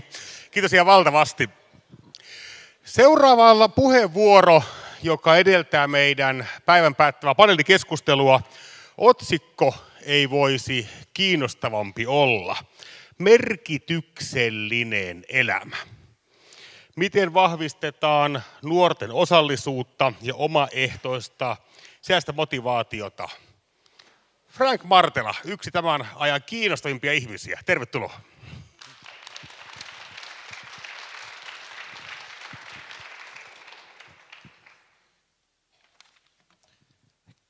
Kiitoksia ja oikein hyvää iltapäivää omasta puolestaan. Tosiaan Frank Martela tästä merkityksellisestä elämästä tuli vähän puhumaan ja siitä, että miten sitä voisi ehkä tukea ja vahvistaa. Että kerron ekaksi vähän, että mitä mä näen semmoisia keskeisiä komponentteja siinä tämmöisestä merkityksellisestä osallisuuden kokemuksesta ja toisaalta siitä, että miten sitä voidaan tehdä, että mitä voidaan vaikka niitä nuoria tukea siinä, että ne pääsisivät tämmöistä elämää vahvemmin elämään.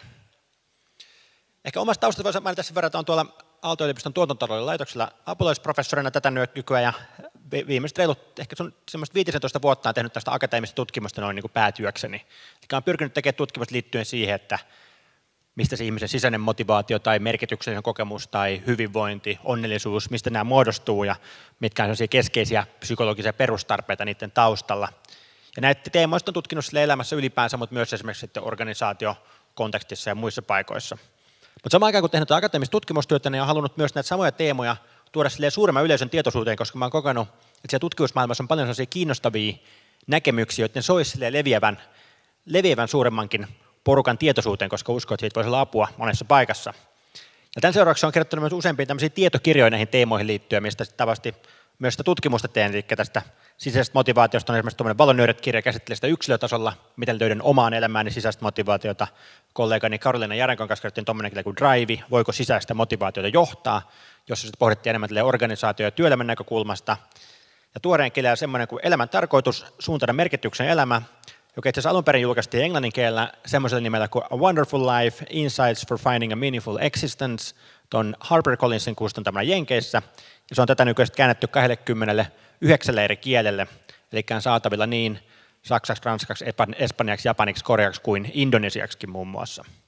Eli siinä mielessä tämä merkityksellinen teema tuntuu mukavasti resonoivan eri puolilla maailmaa.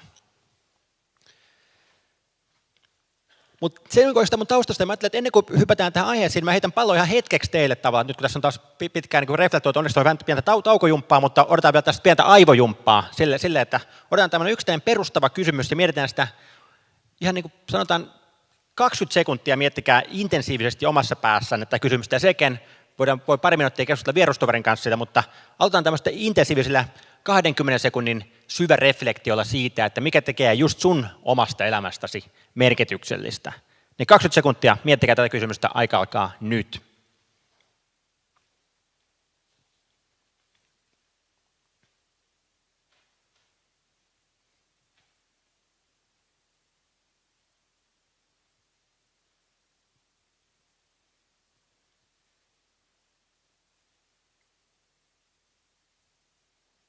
No niin, siinä on 20 sekuntia intensiivistä pohdintaa. Nyt jos olette siitä vierustoveria, pari minuuttia keskustelkaa siitä, että mistä se merkityksellisyys omaa elämää teidän mielestä tyntyy.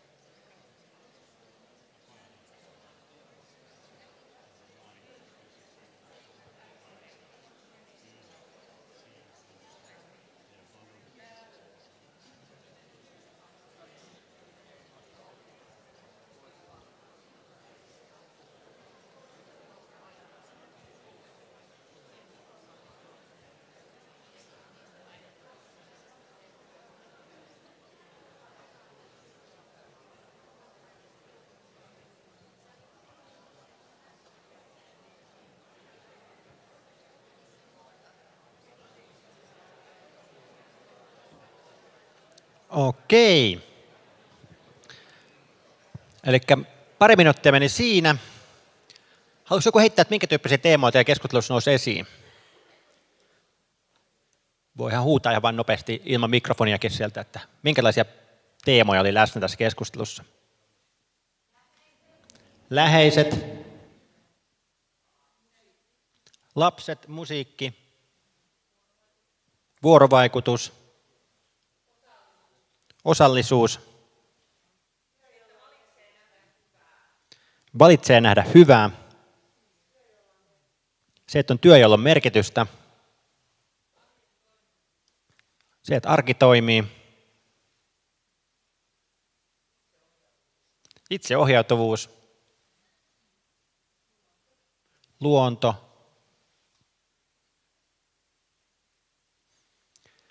joo, tämä on siis sellainen kysymys, että on tässä nyt on, kun näistä teemoista käynyt puhumassa, niin on kysynyt aika erityyppiseltä yleisöltä, ja ehkä se niin ajatus tässä on se, että loppujen lopuksi niin ne ihmisen merkityksen lähteet on sitten kuitenkin aika niin saman, niin totta kai kaikilla on vähän niin kuin niitä omia lähteitään, joku juttu just on tietyllä henkilö tosi merkityksellinen, mutta aika paljon ne teemat useimmiten on aika samantyyppisiä riippumatta siitä, että minkälaiset ihmiset tätä kysytään, että voidaan kysyä aikuisilta, työelämässä olevia ihmiset, voidaan kysyä lapsilta tai nuorilta, voidaan kysyä eri ammattiryhmiä ihmisiltä ja aina saadaan niin kuin aika samankaltaisia vastauksia lopulta niistä teemoista, mitkä siihen liittyy, että se, että pääsee jollain tavalla semmoista itseohjautuvasti elämään, semmoista oman näköistä elämää nousee usein esiin, se, että pääsee niitä omia kiinnostuksen kohteita jotenkin toteuttamaan. Sitten toisaalta ne toiset ihmiset nousee aina esiin, että se, että on niitä läheisiä ihmisiä, on hyviä kohtaamisia ihmisten kanssa. Ja sitten lopulta myös se, että pääsee tekemään jotain hyvää muille ihmisille, vaikka työn kautta tai muuta kautta. Niin tämän tyyppiset teemat nousee esiin oikeastaan miltä tahansa yleisöltä tätä kysymystä kysyy. Mutta aloitetaan siis tästä merkityshommasta. Kysytään niin ekaksi ehkä, että miksi meidän kannattaisi olla ylipäänsä kiinnostunut tästä merkityksellisyydestä. Eli niin miksi tämä merkitys on ylipäänsä merkittävä asia. Ja tänne Roy Baumeisterin niminen psykologi totesi tuossa jossain vaiheessa, että ihmiset on ohjelmoitu etsimään merkitystä. Eli se on tietyllä tavalla vähän meihin sisään rakennettu se tietynlainen kyky tämmöisiä asioita pohtia ja etsiä vastauksia tämän tyyppisiin kysymyksiin. Eli jos mietitään vaikka niin kuin onnellisuutta, niin onnellisuus on sellainen asia, joka me tunnutaan kuitenkin jakavan myös muiden eläinten kanssa. Että jos mietitään vaikka koiria, niin jos koira heiluttaa häntäänsä, niin se vaikuttaa iloiselta, ja sitten jos sillä on korvat luimussa ja häntä koipien välissä, niin vaikuttaa vähän niin kuin onnettomalta. Mutta samaan aikaan, jos me taas sitten koiralle vaikka heitetään jotain keppiä, ja se koira hakee sen kepin, sitten me heitään uudelleen sen kepin, se hakee sen, niin se koira harvemmin pysähtyy keskeisen toiminnan alkaa miettiä, että hetkinen, mikä tämän homman pointti on? Miksi mä tätä hommaa teen? Mikä tässä asiassa on, niin kuin, mikä tämän asian oikeutus oikeastaan on? Mutta se, mikä meillä ihmisissä on niin kuin ehkä erityislaatuista suhteessa kaikkiin muihin eläinlajeihin, on nimenomaan se, että meillä on se kyky pysähtyä kesken toiminnan ja kysyä tämmöisiä miksi-kysymyksiä. Miksi mä tätä teen? Mikä tämän homman pointti on? Mitä arvoa tämä edistää? Mikä tämän oikeuttaa? Niin tämän tyyppiset kysymykset on oikeastaan semmoisia, jotka tekee niin kuin ihmisestä erityisen tässä eläinkunnan joukossa. Ja niitä kun kysymyksiä lähdetään kysymään, niin sitten me aika nopeasti päädytään tämmöisten merkityksellisyyskysymysten äärelle. Ja joskus me kysytään sitä aika, niin kuin voisi sanoa, niin paikallisella tasolla kysytään siitä joku yksittäisestä aktiviteetista. Sitten ehkä päädytään siihen, että se on osa jotain meidän isompaa työnkuvaa. Sitten aletaan kysyä, että mikä sen työn pointti on. Päädytään, että se on osa meidän merkityksellistä elämää, ja sitten aletaan miettiä, että mikä se elämän ylipäänsä merkitys on. Eli se on jollain oikein niin kuin inhimillistä se, että me aina silloin tällöin pysähdytään tämmöisiä kysymyksiä miettimään. Se on tavallaan vähän niin kuin siunaus ja kirous. Että se on tavallaan hienoa, että sen avulla me pystytään tekemään ehkä fiksumpia valintoja, enemmän omakohtaisia valintoja omassa elämässämme, kun välillä niin pysähdytään niitä miettimään. Mutta tietenkin samaan aikaan se myös joskus on vähän raskasta löytää niitä vastauksia niihin kysymyksiin. Joskus voisi olla vähän helpompaa vaan mennä virran mukana ilman, että jatkuvasti herää kysymään tämmöisiä asioita. No sitten tämä merkityksellisyys on tietenkin sen asia, että kun sitä on nyt tässä viimeisten parin vuosikymmenen aikana enemmän ihan niin empiirisestikin tutkittu, niin on havaittu, että siinä on paljon myönteisiä vaikutuksia se, että kun ihminen päästää merkityksellisyyttä kokemaan. Ja tietenkin erilaisessa työssä vaikkapa se on usein, että jos ihminen pääsee kokemaan oman työnsä merkitykselliseksi, ihminen usein on sitoutuneempi siihen hommaan, kokee enemmän hyvinvointia siinä ja saa myös enemmän asioita aikaiseksi. Mutta myöskin tavallaan sen muista hyödyistä ehkä yksi, mikä on hyvä mainita, on se, että ihan on myös tutkimus siitä, että ihmiset, jotka kokee sitä merkityksellisyyttä, niin keskimäärin elää pidempään, kuin ihmiset kokee vähemmän sitä. Että on niin useampia sellaisia tutkimuksia, joissa on joku porukka ihmisiä, kysytty niiltä, että kuinka paljon ne kokee merkityksellisyyttä tällä hetkellä. Sitten katsottu joku 14 tai 20 vuotta myöhemmin, että kuinka moni tyyppi näistä on vielä hengissä. Ja havaittu tavallaan sitten, että se, ihmisten pitkäikäisyys, tai ihmisten merkityksen kokemus ennustaa niin kuin pitkäikäisyyttä keskimäärin. Et keskimäärin se porukka, joka koki vahvaa merkityksellisyyttä, niin siitä pikkusen isompi prosentti on vielä siinä vaiheessa hengissä.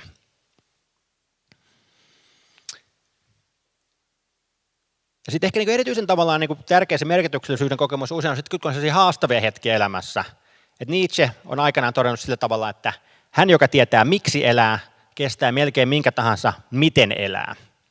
Tämä oli sellainen lause, jota toi Viktor Frankl, joka oli sellainen itävaltalainen psykoanalyytikko, niin omassa teoksessaan useamman kerran siteerasi. Eli tämä Frankl oli sellainen niin Sigmund Freudin oppilaita, kehitteli vähän sellaista omasta psykoanalyysin suuntaustaan, mutta sitten se oli myös juutalainen kaveri Itävallassa 30-luvulla, joka tarkoitti, että siinä vaiheessa, kun Saksa otti Itävallan omakseen, niin hänen niin kuin olosuhteensa tai elinolosuhteensa muuttui aika paljon haastavimmiksi ja itse asiassa päätyi keskitysleirille, oli Auschwitzissakin jonkun aikaa, mutta selvisi näistä kokemuksistaan hengissä. Sitten kun selvisi hengissä, niin sitten se vapauduttuaan sieltä se kirjoitti semmoisen kirjan kuin Man's Search for Meaning, jossa se kuvasi tavallaan toisaalta niin kuin sitä merkityksellisyyden kokemusta ja sitä merkityksellisyysterapiaa, mitä hän oli kehitellyt, mutta samaan aikaan se kuvasi myös niitä kokemuksiaan siellä keskitysleiriltä ja mitä hän siellä sovelsi näitä oppeja.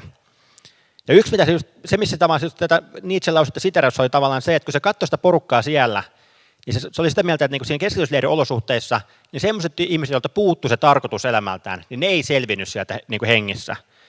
Että tavallaan, että jos sulta puuttui semmoinen juttu, niin ne epäinhimilliset niin olosuhteet oli niin epäinhimillisiä, niin kuin, että ei ihminen jaksanut sitä loputtomiin. Että ne, jotka selvisivät hengissä, tai ne, joilla oli merkityksellisyys, niin totta kai niistäkin iso osa kuoli erilaisista syistä. Mutta tavallaan niin kuin, se oli usein kuitenkin se faktori, joka auttoi sit jaksamaan niitä niin raskaampia hetkiä lävitse, että joillekin se tavallaan saattoi tulla vaikka uskonnosta, se merkityksellisyys, sieltä oli sellainen vahva vakaumus, joka auttoi jaksamaan.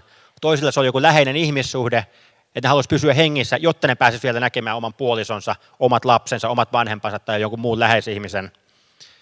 Ja Franklilla itsellään se itse asiassa oli tämä kirja, oli se, mikä hänet piti hengissä siellä niin keskitysleirillä. Että se koki, että sillä on niin tärkeää sanottavaa ihmiskunnalle, että sen on vaan pakko selvitä hengissä, jotta se pääsee sen kirjan kirjoittamaan. Ja se itse asiassa kirjoitti sen kirjan tavallaan jo siellä aikana johonkin tavallaan varastetuihin paperinpaloille, sitten se jossain menetti sen. Mutta se tarkoitti sitä, että sitten kun se pääsi lopulta vapaaksi, ja sitten se oli hetken aikaa vahvistunut siinä, syönyt ja juonut normaalisti muutaman kuukauden, niin sitten kun se lähti kirjoittamaan, niin se kirjoitti sen kirjan noin viikossa, koska se oli ehtinyt sen niin päässään kirjoittaa jo moneen kertaan siinä vuosien varrella. Eli tietyllä tavalla se, että jos me löydetään sitä merkityksellisyys, niin se auttaa erityisesti ehkä silloin, kun on niitä haastavia hetkiä, niin jaksamaan myös niiden lävitse. Ja sen takia semmoisen löytäminen usein on aika tärkeä asia. Eli siinä on niin ehkä muutama sana siitä, että miksi mun mielestä tämä merkityksellisyys on asia, josta kannattaa olla kiinnostunut. No seuraava kysymys ehkä on sitten tavallaan se, että mistä se ihmisen merkityksellisyys muodostuu, mitkä on semmoisia meidän motivaatiojärjestelmän peruselementtejä, joista tavallaan se merkityksellinen kokemus syntyy. Ja usein jos lähdetään miettimään sellaista kysymystä, että mikä ihmistä noin niin kuin pohjimmiltaan motivoi, niin monelle saattaa tulla mieleen tämä Maslown tarvehierarkia, joka voi olla tuttu jostain lukion psykologian oppikirjoista sun muista. Mutta sen osalta mä sanoisin, että se on ehkä mun mielestä vähän semmoinen jo vähän niin kuin, ehkä hivenen niin kuin vanhentunut teoria, että se oli sellainen tärkeä pioneeriteoria silloin, kun se Maslow sen 40-luvulla kehitti, mutta että ehkä nykypsykologian valossa, tai nykypsykologiat harvemmin sitä ehkä hirveästi käyttää kokea, että se ei niin kuin ihan täysin onnistunut vangitsemaan niitä keskeisiä motivaatioelementtejä. Eli tavallaan sellaista niin empiiristä tukea sille tämmöiselle hierarkialle ei ole lopulta niin tässä vuosikymmenten varrella ihan hirveästi löytynyt. Ja sitten ehkä sen kiinnostavana historiallisen anekdoottina mainittava myös, että tämä pyramidikuvio, millä se tunnetaan, itse asiassa Maslow ei sitä koskaan itse käyttänyt missään. Että se puhuu kyllä tämmöistä niin tarvehierarkiasta, mutta tämä pyramidikuvio on itse asiassa semmoisen niin jenkki 60-luvun bisneskirjailijoiden ja bisneskonsulttien keksimä kuvio, jota ne alkoi käyttää, joka sitten selkeä levisi tavallaan, josta tuli tämmöinen ikoninen tapa kuvata näitä tarpeita, mutta Maslown omista kirjoituksista sitä ei siis löydy. Ja mun mielestä ehkä sellainen parempi tapa, tai no itse asiassa sanotaan vielä se, että se mikä tässä niin Maslown tarvehierarkiassa tuntuu pitävän paikkansa on se, että me voidaan tehdä tämmöinen erottelu vähän tämmöisten puutostarpeiden ja täyttymystarpeiden välillä. Et joidenkin asioiden puuttuminen useimmiten motivoi meitä aika vahvasti. Että kaikkein konkreettisemmin nuo fyysiset perustarpeet, että jos mä nyt toisaan veden alla enkä pysty hengittämään, niin en mä siinä kohdassa mieti hirveästi, että miten mä voisin toteuttaa itseäni tai miten mun itsetunto tällä hetkellä, mikä sen tilanne on. Että kyllä siinä kohdassa se on enemmänkin kyse siitä, että miten mä pääsen pintaan ja pystyn taas hengittämään. Että se on tavallaan se, ehkä mikä Maslown tarveherkässä pitää paikkansa, mutta sitten se, että nuo ylemmät tarpeet olisi semmoisia, kun Maslow ne kuvastaa, että ne olisi jonkinlaisessa hierarkiassa, niin se on se, mille oikeastaan ei löytynyt hirveästi mitään näyttöä tässä vuosikymmenten aikana. Ja sen takia mun mielestä parempi tapa kuvata näitä perustarpeita on tämmöinen motivaatiotimantti, Jos vähän ajatuksena se, että kun me mietitään, että miksi ihminen tekee asioita sen sijaan, että se olisi tekemättä mitään, niin on oikeastaan kaksi semmoista eksistentiaalista peruskysymystä, joihin se ihmisen toiminta on vastaus. Ja ensimmäinen näistä peruskysymyksistä on semmoinen kuin, että miten mä pysyn elossa. Eli eloonjäänti motivoi ihmistä, kuten se motivoi oikeastaan kaikkia muitakin eläimiä aika vahvasti. Että jos se on niin kuin akuutisti uhattuna, niin usein me ollaan aika motivoituneita hommalle tekemään jotain. Ja sen takia yksi osa tätä motivaatiojärjestelmää on tämmöinen niin kuin perusturvallisuuden ylläpitäminen. Me halutaan pitää huolta, että meillä on katto pään päällä, meillä on ruokaa tänään ja ruokaa myös huomenna. Ja ollaan tästä niin kuin aika motivoituneet siivas, kun tässä on jonkinlaisia uhkia tässä hommassa, niin miettimään ratkaisuja niihin. Mutta samaan aikaan ihminen on aika syvältä tasolta myös tämmöinen sosiaalinen eläin. Eli meidän selviytyminen aina olla kiinni siitä, että me ollaan osa isompaa porukkaa, osa sitä laumaa. Tämä oli totta siellä savannilla pari vuosimiljoonaa sitten, mutta se on edelleen tietyllä tavalla totta, että ihminen yksin ei hirveän pitkään pärjää. Ja sen takia sitä meidän, niin osa sitä meidän selviytymisviettiä myös tämmöinen tietynlainen niin hyväksynnän hakeminen muilta ihmisiltä. Me halutaan pitää huolta, että se laumasi ympärillä hyväksyy meidät joukkoonsa eikä ainakaan hylkää meitä.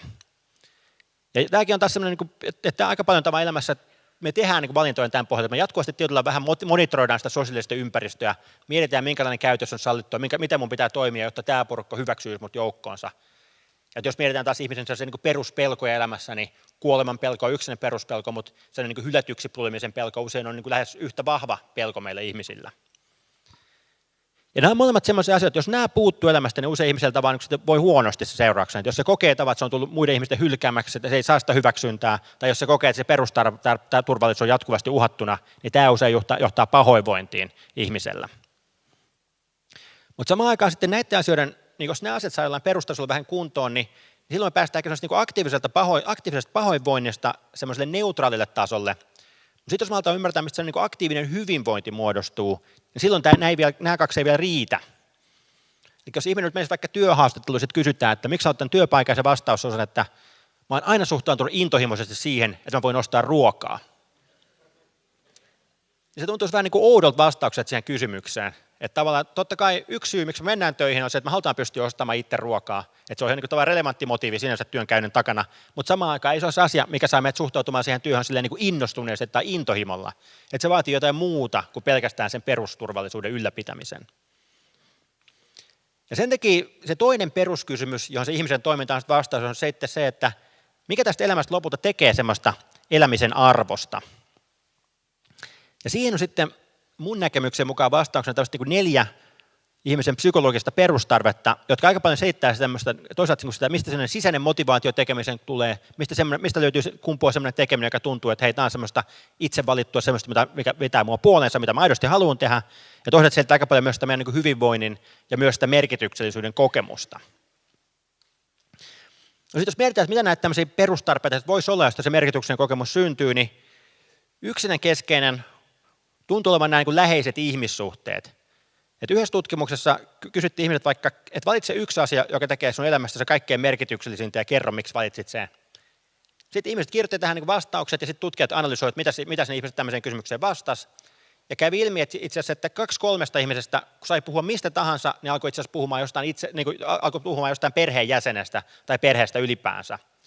Ja toiseksi yleisen vastaus oli sitten niin ystävät. Eli 4/5 vastaajasta puhuu jostain itselleen läheisestä ihmissuhteesta, kun piti valita yksi asia, joka tekee omasta elämästään merkityksellisen. Ja tältä osalta on ehkä hyvä muistaa, että kyse ei ole siitä määrästä, vaan kyse enemmän siitä laadusta.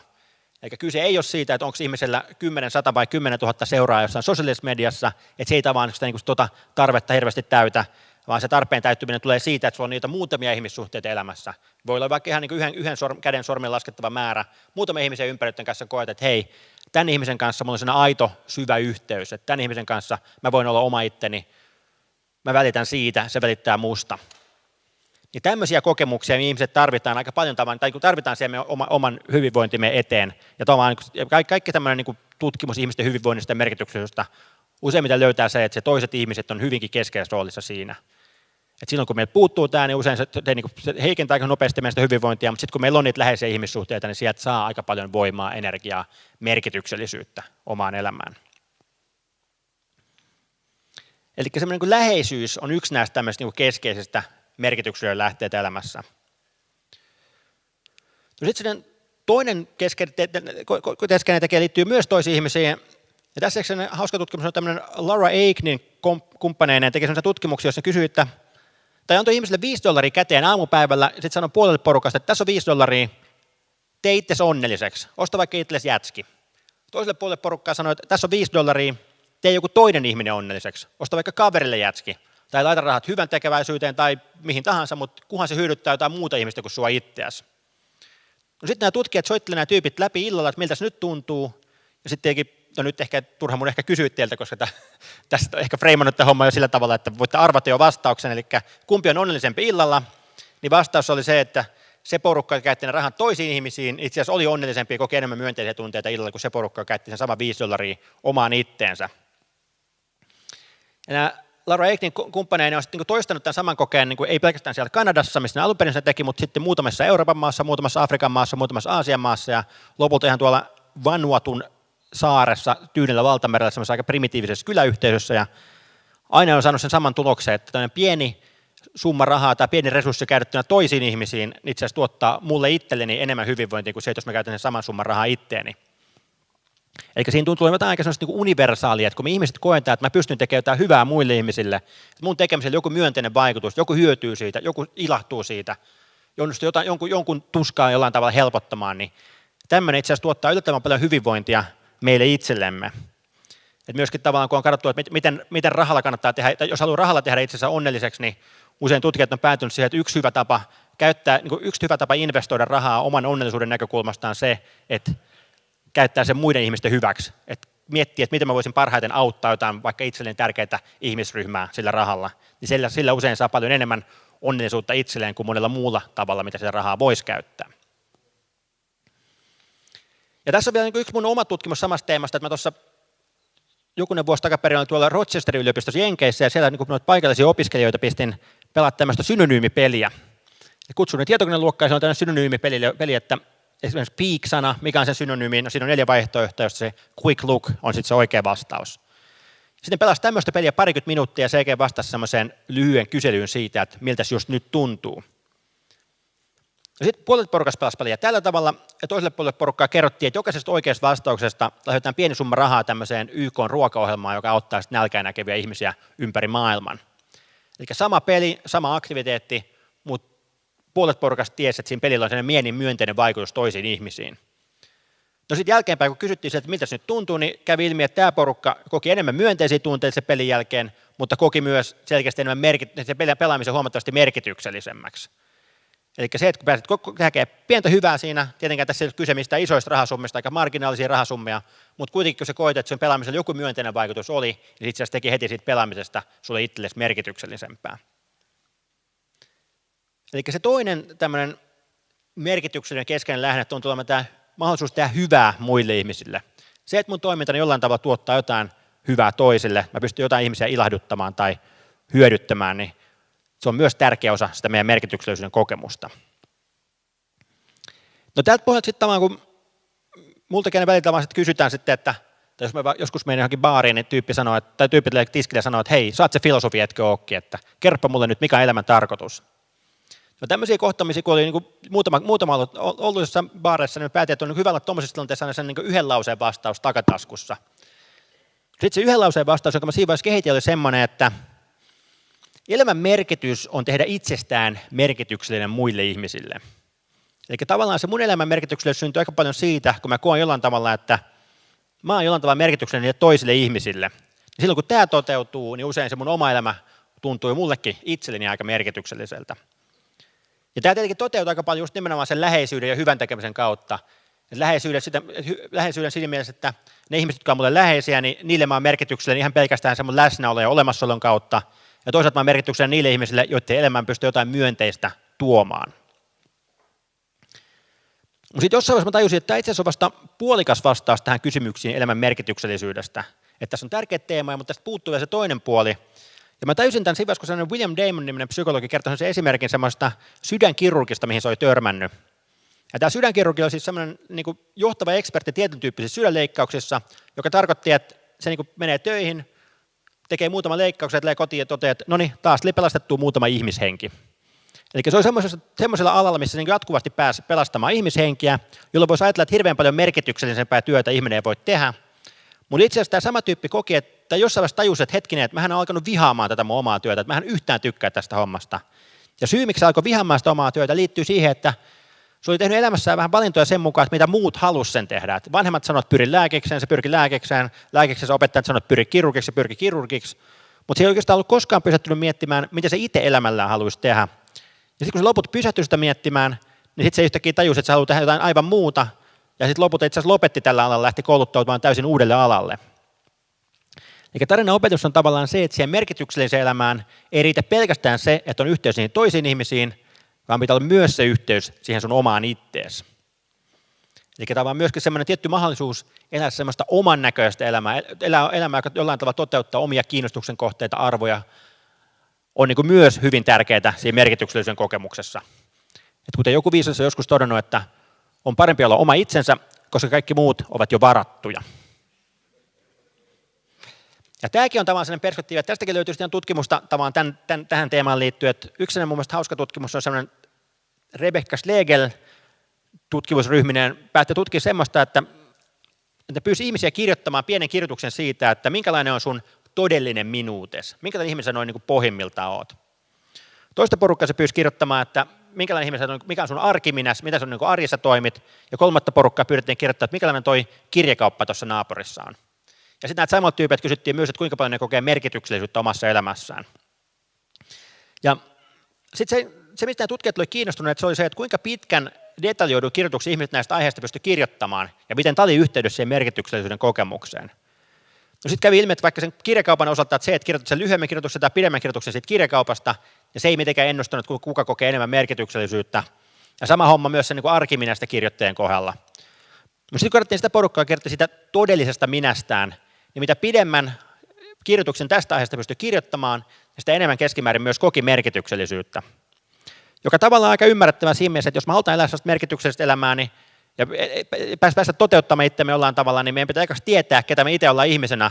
Ja mitä enemmän pystyn semmoista aiheesta kirjoittamaan, sitä enemmän mä oon ehkä tutustunut itteeni, ja sitä kautta pystyn myös lopulta, kun olen tutustunut itteeni, niin pystyn enemmän tekemään elämässäni valintoja, jotka on sen mun oman minuuteni mukaisia. Eli sitten se kolmas elementti liittyy tämmöiseen niin kuin autonomian kokemukseen, eli kokemukseen siitä, että pääsee just elämään semmoista elämää, joka jollain tavalla siinä pääsee omien kiinnostuksen, omien arvojen mukaista toimintaa elämässään edistämään. Että jollain tavalla elämässä vähän niin kuin oman näköistä elämää, joka sitten on myös osoitettu tutkimuksessa, että on hyvin keskeisessä roolissa meidän ihmisten merkityksellisyyden ja hyvinvoinnin ja sisäisen motivaation kannalta. Mutta samaan aikaan ehkä tämä autonomia ei vielä niin yksin riitä semmoiseen niin itsensä toteuttamiseen. Et jos me halutaan päästä toteuttaa itse jossain aktiviteetissa, niin se on tärkeää, että on se autonomia, mutta se vaatii rinnalla vielä sen toisen perustarpeen, joka liittyy tämmöiseen kokemukseen kyvykkyydestä. Eli kokemukseen siitä, että on taitava siinä, mitä tekee, saa asioita aikaiseksi. Ja myös, että pääsee oppimaan ja kehittymään, koska oppiminen ja kehittyminen on sitä, että se oma kyvykkyys kasvaa, kun mennään kohti tulevaisuutta. Eli jos jompikumpi näistä on läsnä, niin se ei usein vielä riitä siihen niin itsensä toteuttamiseen. Että vaikka mä olisin kuinka vapaa tekemään jotain itseäni kiinnostavaa asiaa, mutta jos mä en yhtään pärjää siinä, jos vaan hakkaan päätä seinään eikä saa mitään aikaiseksi, niin aika nopeasti tulee sellainen fiilis, että ei tämä ehkä välttämättä ollutkaan se mun juttu. Ja sitten taas toistepäin, että vaikka mä olisin kuinka taitava jossain hommassa, mutta jos ei se yhtään mua kiinnosta, niin aika nopeasti siitä tekemisestä tulee vähän sellaista niin ulkokohtaista suorittamista, että saan ehkä hyvää palautetta siitä tekemisestä, mutta ei mua oikeastaan itseäni se hirveästi nappaa. Mutta sitten kun löytyy se tekeminen, jos nämä molemmat on läsnä, että ihminen kokee, että hei, tämä on mun oma juttu, tätä mä aidosti haluan tehdä, ja samaan aikaan kokee, että hei, tätä tekemällä itse asiassa jollain tavalla saa asioita aikaiseksi, tai vähintäänkin oppia ja kehityn, niin siinä tilanteessa ihminen usein pääsee kokea, että nyt mä pääsen jollain tavalla toteuttaa itseäni tämän tekemisen kautta. Ja usein vaikka jotkut harrastukset on semmoisia, että ihmiset tykkää semmoista harrastuksia, jossa pääsee jollain tavalla itseään toteuttamaan ja pääsee jollain tavalla kokemaan myös, että saa niitä asioita aikaiseksi sitä tekemällä. Tai on taitava siinä, mikä tahansa se juttu on, mitä siinä tekeekään. Eli tässä mielessä, että kun multa kysytään sitten, että miten sitä merkityksestä kannattaisi lähteä edistämään, niin se mun vastaus on, että kannattaa näihin 4 tekijään panostaa. Se autonomia ja kyvykkyyteen, jotka liittyy siihen itsensä toteuttamiseen, ja sitten myös siihen yhteisöllisyyteen ja hyvän tekemiseen, jotka liittyy siihen yhteyden luomiseen toisiin ihmisiin. Ja tässä niin taustateoriana tässä on semmoinen niin self-determination theory, eli itsemääräämisteoria, joka on ehkä tätä nykyään semmoinen psykologian piirissä tutkituin ja viitatuin tämmöinen hyvinvointi- ja motivaatioteoria, josta tehdään niin useita satoja tutkimuksia joka vuosi ympäri maailman. Et viimeisessä Self-Determination Theory-konferenssissa meitä tuli mun mielestä 700 tyyppiä 50 eri maasta, joka kaikki tekee tavan työtä sen saman teorian puitteissa. Ja siinä teorian piirissä on se tunnistettu tämmöiset 3 psykologista perustarvetta ihmiselle. Autonomia, kyvykkyys, yhteisöllisyys. Ja sitten se mun oma tutkimus on aika paljon tässä viimeisen 10 vuoden aikana fokusoitunut siihen, että miten tuo hyvän tekeminen, että voisiko se olla samanlainen perustarve kuin nämä 3 muuta. Ja se voi sanoa, että tällä hetkellä voidaan todeta, että ainakin tuon sen merkityksen kokemuksen, hyvinvoinnin kokemuksen kannalta se toimii hyvin samalla tavalla kuin nämä 3 muutakin perustarvetta, että on hyvin keskeisessä roolissa ihmisten hyvinvoinnin ja merkityksellisyyden kokemuksessa.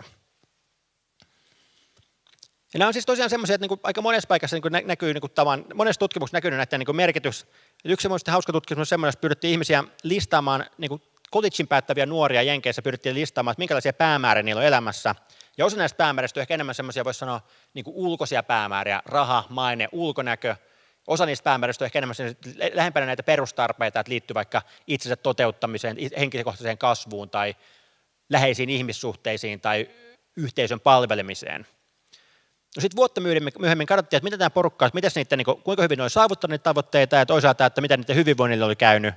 Ja tulos oli ensinnäkin se, että keskimäärin ihmiset saavutti niitä tavoitteitaan. Eli jos joku tietty asia tyypille tärkeä, niin keskimäärin se porukka oli saanut enemmän aikaan siihen tavoitteeseen liittyen kuin sellaiset tyypit, joille se ei ollut hirveän tärkeä. Et jos raha oli tärkeä tavoite, niin nämä tyypit oli ehkä enemmän onnistunut rahallisissa päämäärissä. Ja jos ihmissuhteet oli tärkeä tavoite, niin nämä tyypit oli keskimäärin enemmän kokenut, että ihmissuhteet syventynyt siinä vuoden aikana. Sitten katsottiin hyvinvointivaikutuksia, niin näiden sisäisten perustarpeeseen liittyvien päämäärien saavuttaminen oli yhteydessä kasvaneeseen hyvinvointiin. Että jos ihminen koki, että ihmissuhteet oli syventynyt, yhteisön palveleminen oli mennyt eteenpäin, henkilökohtainen kasvu oli mennyt eteenpäin, niin myös niiden hyvinvointi keskimäärin oli silloin kasvanut. Mutta sitten oli se porukka, jolle tavallaan ne ulkoiset päämäärät oli keskeisiä, raha, maine, ulkonäkö. Ja kävi ilmi, että itse asiassa näiden saavuttaminen ei lisännyt millään tavalla näiden tyyppien hyvinvointia, vaan itse asiassa jopa kasvatti niiden pahoinvointia. Eli ne on asettanut itselleen tärkeitä päämääriä ja saavuttanut päämääriä, mutta siltikin hyvinvointi on mennyt huonompaan suuntaan. Eli siinä mielessä kannattaa varoa, mitä toivoo, koska toive voi vaikka toteutua. Ja oman hyvinvoinnin kannalta kaikki toiveet aina välttämättä ei ole ihan samanarvoisia, vaan silloin kun ne on enemmän kytköksissä näihin perustarpeisiin, ne usein on vahvemmin myös kytköksissä hyvinvoinnin lisääntymiseen. Ja sitten on ehkä vielä hyvä todeta tässä loppuun myös se, että tavallaan näistä perustarpeista ja merkityksen kokemuksesta, että välillä me puhutaan, kun mietitään merkityksellisyyttä ja mietitään jonkinlaista suurta kutsumusta, eli sitä, että on joku valtava päämäärä jossain, jonka tavoitteleminen tuottaa meille hirveästi merkityksellisyyttä, että vaikka joku Nelson Mandela onnistui navigoimaan Etelä-Afrikan apartheid-hallinnosta demokratiaa ilman, että maa luhistui sisällissotaan, että varmasti hyvinkin vahva kutsumus, hyvinkin merkityksellinen elämä. Mutta lopulta se merkityksellisyys aika paljon syntyy enemmän semmoista, voisi sanoa, merkityksellisen arjen kautta. Et totta kai on tuommoisia yksittäisiä poikkeusyksilöitä, joilla saattaa olla tämmöinen suuri kutsumus, mutta esimerkiksi Laura King, joka on ehkä voisi sanoa psykologisen merkitystutkimuksen ehkä semmoisia keskeisiä uranuurtajia, niin kun mä kerron sille, että mä olin kertomassa tuota kirjaa, mikä tuossa alussa mainitsin, niin se eka ohje mulle oli siinä vaiheessa, että älä sitten siinä kirjassa väitä ihmisille, että niiden elämä olisi merkityksetöntä. Että hän on tutkinut tätä hommaa nyt useamman vuosikymmenen ja havainnut, että valtaosa ihmisistä, itse asiassa valtaosan ajasta, kokee oman elämänsä merkitykselliseksi. Eli että se merkityksellinen kokemus ei ole mikään poikkeusasia, vaan hyvinkin tavallinen asia, joka usein syntyy nimenomaan niistä hyvin tavallisista asioista. Että se ei välttämättä tarkoita mitään hirveän suurta asiaa, vaan se, että ihminen kokee on niitä muutamia ihmissuuden ympärillä, pääsee jotain hyvää tekemään ihmisille ympärillään, pääsee jotenkin kautta itseään toteuttaa. Että hyvinkin arkisten asioiden kautta, että vaikka me miettii vaikka omaa kyvykkyyden tarvetta, niin tykkään pelata jalkapalloa, niin välillä pelaa vaikka omien ala-asteikäisten lasten kanssa ja pystyn niitä sitten jallittamaan siinä jalkapallokentällä, niin saan siitä vahvaa kyvykkyyden kokemusta.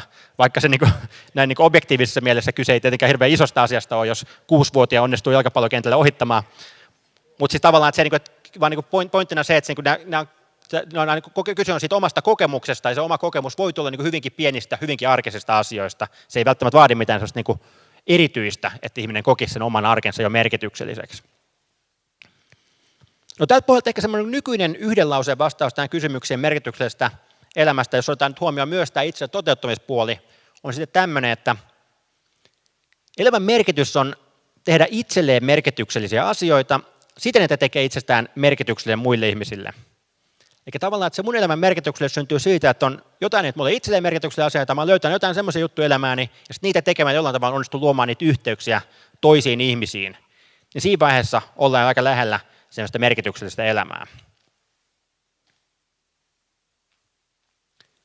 Mutta sitten seuraava kysymys on sitten tietenkin se, että miten näitä voisi sitten tukea. Et jos mä aloitan nyt tavallaan pitää huolta, että joku ihminen meidän ympärillä, lapsi tai nuori, pääsisi kokemaan enemmän merkityksellisyyttä, niin miten voidaan tehdä niin kuin auttaaksemme sitä, että ihminen löytäisi paremmin tavallaan niiden merkityksellisyyden lähteiden äärelle. Ja ehkä noin niin yleisellä tasolla, jos näitä perustarpeiden kautta miettimään, että koska jos se merkityksellisyys itsessään vähän sen abstrakti asia, niin se on usein helpompi lähteä näiden perustarpeiden kautta miettimään sitä, että miten voidaan tukea ihmisen autonomian kokemusta, kyvykkyyden kokemusta, läheisyyden, hyvän tekemisen kokemusta. Niin autonomiassa ehkä kyse on vähän sellaista niin mahdollistajan roolissa olemisesta, eli siitä, että pyritään kuuntelemaan sitä ihmistä, pyritään ottamaan sen oman näkökulman huomioon, pyritään ehkä auttamaan sitä, niin vahvistamaan sitä, että niin se kokee tulevaksi kuulluksi, koska usein myös tavallaan se, että kuinka hyvin me tunnetaan itsemme, niin riippuu siitä, että kuinka usein meiltä on kysytty vaikka, että mitä susta tuntuu, mitä sä itse haluaisit tehdä. Ja jotkut lapset tietenkin pääsee, niin niiden vanhemmat kysyvät sitä kysymyksiä jatkuvasti niiltä toisten lasten vanhemmat välttämättä ei hirveästi kysy tämmöisiä kysymyksiä, jolloin tavallaan se, että joku vaan kysyy, että hei, miltä susta itsestäsi tuntuu, tai että mitä sä itse haluaisit tehdä, niin voi olla tavallaan radikaali interventio sellaiselle tyypille, joka ei ole koskaan itse asiassa tajunnut, että tämä onkin relevantti kysymys se, että miltä musta itse tämmöisessä tilanteessa tuntuu. No kyvykkyyden osat kysyä ehkä vähän sellaista niin sparraajan roolista siitä, että pyritään olemaan sellaisena niin tukena siinä ja auttamaan ihmistä kasvamaan ja kehittymään eteenpäin. Läheisyyden osat kysyä aika vain usein semmoista, voisi sanoa, niin kuin ollaan ihminen ihmiselle, että ollaan läsnä siinä tilanteessa, osataan välittävämme siitä ihmisestä. Ja hyvän tekemisen osat ehkä usein vähän semmoinen, että toimitaan sellaisen niin tunnistajan, joka auttaa ehkä näkemään niitä sellaisia pieniä arkisia hyviä tekoja, mitä voi olla elämässä jo läsnä, auttaa näkemään niitä mahdollisuuksia semmoisen tekemiseen ja sitten ehkä vaikka nostaa niitä kiittämällä esiin, että mitä hyvää tämä ihminen, lapsi tai nuori on matkan varrella tehnyt. No sitten jos mennään vielä vähän niin kuin syvemmin näihin 4 perustarpeeseen ja mitä niitä voisi tukea, niin ehkä se autonomian osalta, ehkä niitä sellaisia työkaluja, mitkä tässä niin kuin auttaa, on se, että, niin kuin että ihminen onnistuu niitä kiinnostuksen kohteitaan tunnistamaan, se, että totta kai niin kuin tavallaan, että jotkut ihmiset paremmin tietää sitä, että mikä mua kiinnostaa, jotkut ihmiset huonommin tietää, ja silloin tavallaan se, että autetaan tässä, voi olla tärkeässä roolissa. Ja siinä voi ehkä niin kuin usein vähän 2 elementtiä. Toinen on semmoinen niin kuin itsetuntemuksen lisääminen, se, että pysähdytään miettimään näitä kysymyksiä, tehdään vaikka jotain, voi olla jotain niin erilaisia harjoituksia, että me ollaan vaikka kollegani Lauri Järvelän kanssa usein käyttänyt niin kutsumuskartta-harjoitusta erilaisissa työpajoissa, pyydetään ihmisiä listaamaan sellaisia asioita, mitkä itseään innostaa ja kiinnostaa tehdä. Mutta sitten sen toinen osatekijä on ihan vaan tämmöinen, että aika paljon me opitaan itsestä myös ihan vaan niin kuin asioiden kokeilemisen kautta se, että lähdetään tekemään erilaisia uusia juttuja ja sitä kautta opitaan lisää itsestämme ja tiedetään vähän paremmin, että mikä just mua kiinnostaa. No vuorovaikutusmielessä tämä autonomian tukeminen, jos halutaan vuorovaikuttaa sellaisella tavalla, että ihmisen autonomian kokemus on vahva, niin se vaatii niin asioiden perustelua ihmisille, vaatii se, että niin tunnistetaan se toisen ihmisen tunteet siinä tilanteessa, tunnustetaan ne, otetaan huomioon se toisen ihmisen perspektiivi, osoitetaan, että hei, mä olen niin kiinnostunut siitä sun perspektiivistä, sun näkökulmasta tähän tilanteeseen. Ja sitten tietenkin siitä, että pyritään niitä mielekkäitä vaihtoehtoja tarjoamaan mahdollisimman paljon siinä matkan varrella. Ja ihan vaan niin nostan esiin tämän, näitäkin teemoja on tutkittu, niin vaikka Jenkeissä havaittu, että tämmöinen kirjoita arvoistasi harjoitus on osoitettu aika niin tehokkaaksi harjoituksessa, jossa pyritään tyyppejä vaan kirjoittamaan niin jostain yhdestä itselleen tärkeästä arvosta. Niin havaittu, että tavallaan semmoista kun kirjoittaa, niin se lisää niin tyyppien, oppilaiden ja nuorten hyvinvointia, mutta sitten se myös niin esimerkiksi kun on katsottu oppimistuloksia, niin havaittu, että tällä on niin yllättävän iso vaikutus tavallaan semmoiseen niin kuiluun, mikä usein jenkki-yliopistoissa on sitten tavallaan niin sen valkoisen valtaväestön ja muiden etnisten ryhmien välillä, niin havaittu, jos tämmöinen interventio kun tehdään, niin se erityisesti vaikuttaa tavallaan niiden niin muiden ryhmien menestykseen koulussa, kun hetkessä on pysähtynyt miettimään niitä omia arvojaan. Eli tavallaan tuommoiset aika simppelit harjoitukset, joissa pysytään vähäksi aikaa pohtimaan itseään, omia kiinnostuksen kohtaa arvoja, niin voi jo aika paljon auttaa ihmistä sen oman autonomian löytämisessä ja oman tyyppisen elämäntavan löytämisessä. Ja usein ehkä se autonomian tukemisessa on myös hyvä, että ehkä tämmöinen niin muistaa semmoinen, että kaikessa tekemisessä totta kai on tavallaan tietysti sellaiset niin reunaehdot ja säännöt ja pelisäännöt, joita kuuluu noudattaa. Ja niiden osalta se autonomia parhaiten tukeva tapa kommunikoida ne on se, että muistetaan perustella, miksi tietyt säännöt on olemassa. Että semmoisten sääntöjen noudattaminen, joiden syitä mä en tiedä, niin se aika usein niin nakertaa sitä mun autonomian kokemusta. Mun on pakko toimia tällä tavalla, että mä en yhtään tiedä, miksi mun pitää toimia näin. Mutta sitten jos joku onnistuu perustelemaan mulle ne syyt, miksi tämmöinen sääntö on olemassa, mikä se hyöty on, miksi siihen on päädytty, niin sitten se on tavallaan sen säännön noudattaminen muuttuukin autonomiseksi, kun mä en noudatakaan sitä sääntöä vaan sen takia, että on pakko noudattaa, vaan sen takia, että mä koen itse asiassa ihan järkevä sääntö, jota kannattaa noudattaa. Niin siinä mielessä tämä autonomia tukeminen ei tarkoita sitä, että annetaan ihmisten tehdä mitä vaan se tarkoittaa sitä, että kun on niitä sääntöjä, niin kommunikoidaan ne syyt niiden sääntöjen takana. Ja sitten samaan aikaan pidetään huolta niiden raamien sisäpuolella. Sitten kun pysytään niiden sääntöjen puitteissa, niin ihmisillä on riittävästi niin valinnanvaraa päättää itse, miten hän etenee.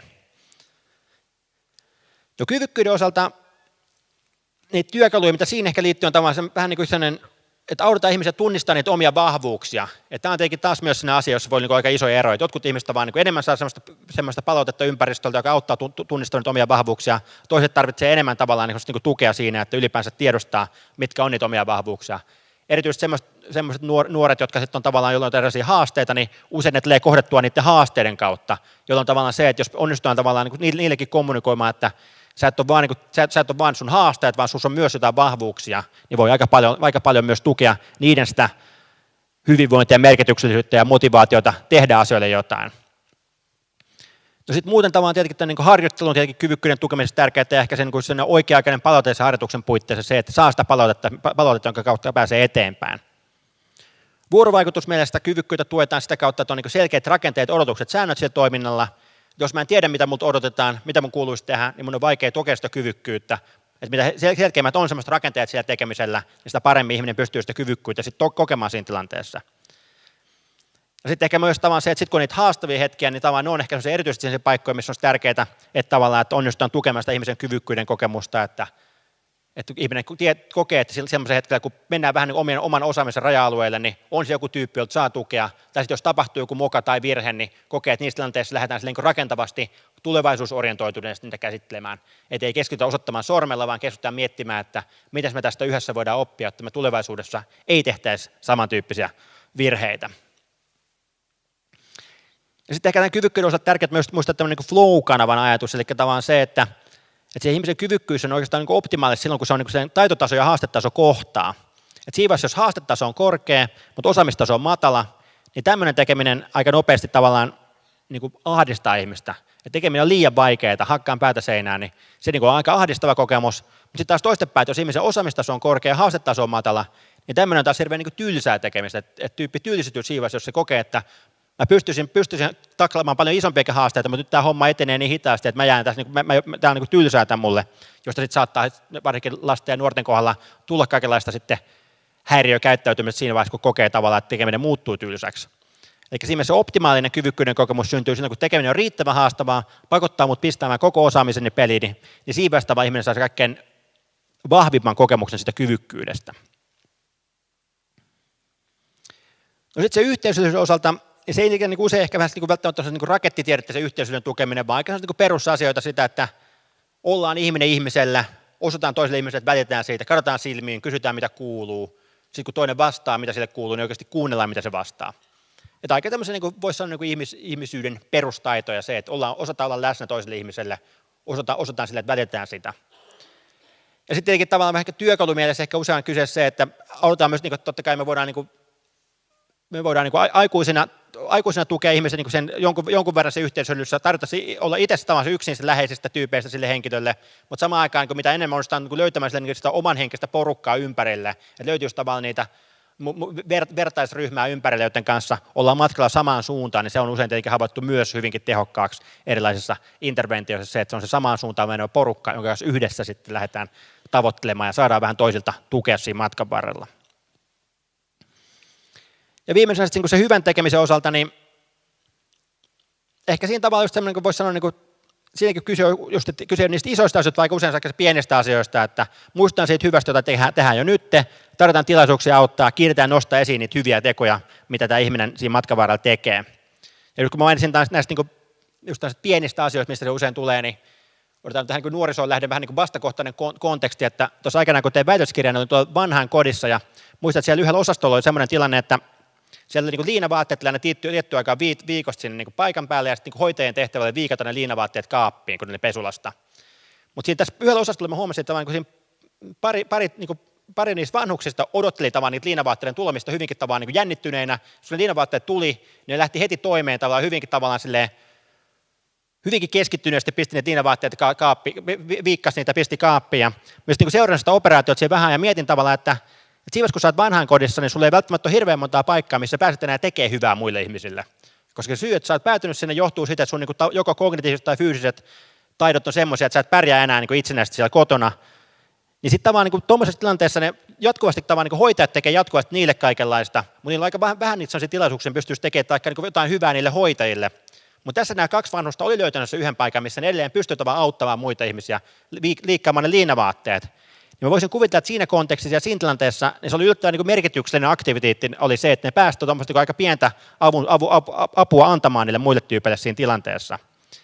Eli jälleen tavallaan kyse ei ole siitä niin isoista asioista, vaan usein tavallaan se, että löydetään siitä arjesta pieniä asioita, missä päästään näitä vaikka sitä hyvän tekemisen kokemusta harjoittamaan ja kokemaan. No sitten ehkä tavallaan vielä vastaan siitä tavallaan, että mitäs jos ei tiedä, mistä tykkää tai mitä osaa. Jos halutaan nuoren kanssa lähteä miettimään, joka sanoo ja toteaa, että en mä tiedä, mistä mä tykkään, että ei oikeastaan mitään, mikä mua kiinnostaa ja innostaa. Niin mun kollegani Lauri Järvelehto on tämmöisessä todennut, että ihmisen ei pidä tehdä mitään, mitä hän ei halua tehdä, paitsi jos ei hän vielä halua tehdä mitään, silloin hänen pitäisi tehdä kaikkea. Eli tavallaan usein se paras tapa löytää itsemme ja oppia tavallaan lisää siitä, että mikä mua kiinnostaa ja innostaa on se, että pääsee ihan kokeilemaan erilaisia juttuja. Pääsee harrastusmielessä vaikka kokeilemaan 10 eri liikuntalajia tai muuta tämmöistä. Ja sitten pikkuhiljaa ehkä alkaa oppia sieltä, että okei, no toi ei kiinnosta yhtään, toi ei kiinnosta yhtään, toi on vähän kiinnostavampi. Sitten kun on löytänyt nyt muutaman vähän kiinnostavamman homman, niin pystyy ehkä löytämään, että hetkinen, jos näissä mua kiinnostaa tämä homma, niin ehkä täällä ei voisi olla vielä parempi mulle. Eli kun vähän pääsee altistaa itsensä uusille asioille, pääsee kokeilemaan uusia juttuja, niin aina oppii pikkusen lisää itsestä ja omista kiinnostuksen kohteita. Ja sitä kautta pikkuhiljaa se kyky tunnistaa, että mikä juuri mua kiinnostaa ja innostaa, myös lisääntyy. Ja ehkä kaikkien voisi sanoa, että usein tämä merkityksen tukeminen on vähän niin kuin sellaista rinnalla kulkemista. Eli jos me odotetaan luomaan semmoisia palveluita ihmisille, lapsille, nuorille, joissa tavallaan ne kokee, että tavallaan joku kulkee vähän niiden rinnalla, niin tavallaan tämä usein on kaikkein paras tapa sekä auttaa niitä eteenpäin siinä omassa tilanteessaan, mutta myös tavallaan tuottaa merkityksen kokemusta.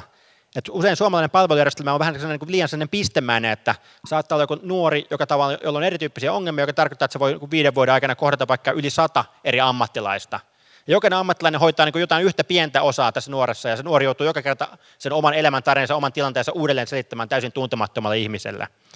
Niin tähän nähden on havaittu, että sitten kun saadaan sille, jos löytyy joku tyyppi, joka vähän pidempään kulkee sen rinnalla, ehtii tutustua siihen, auttaa sitä ehkä navigoimaan siinä palveluviidakossa, niin tämmöiset mallit useimmiten on ne, jotka tuottaa huomattavasti parempia tuloksia pitkällä tähtäimellä siihen, että se nuori onnistuu myös saamaan niistä palveluista jotain irti. Eli se rinnalla kulkeminen on aika tärkeä tekijä tämmöisissä tehokkaissa ihmisen osallisuutta vahvistavissa palveluissa.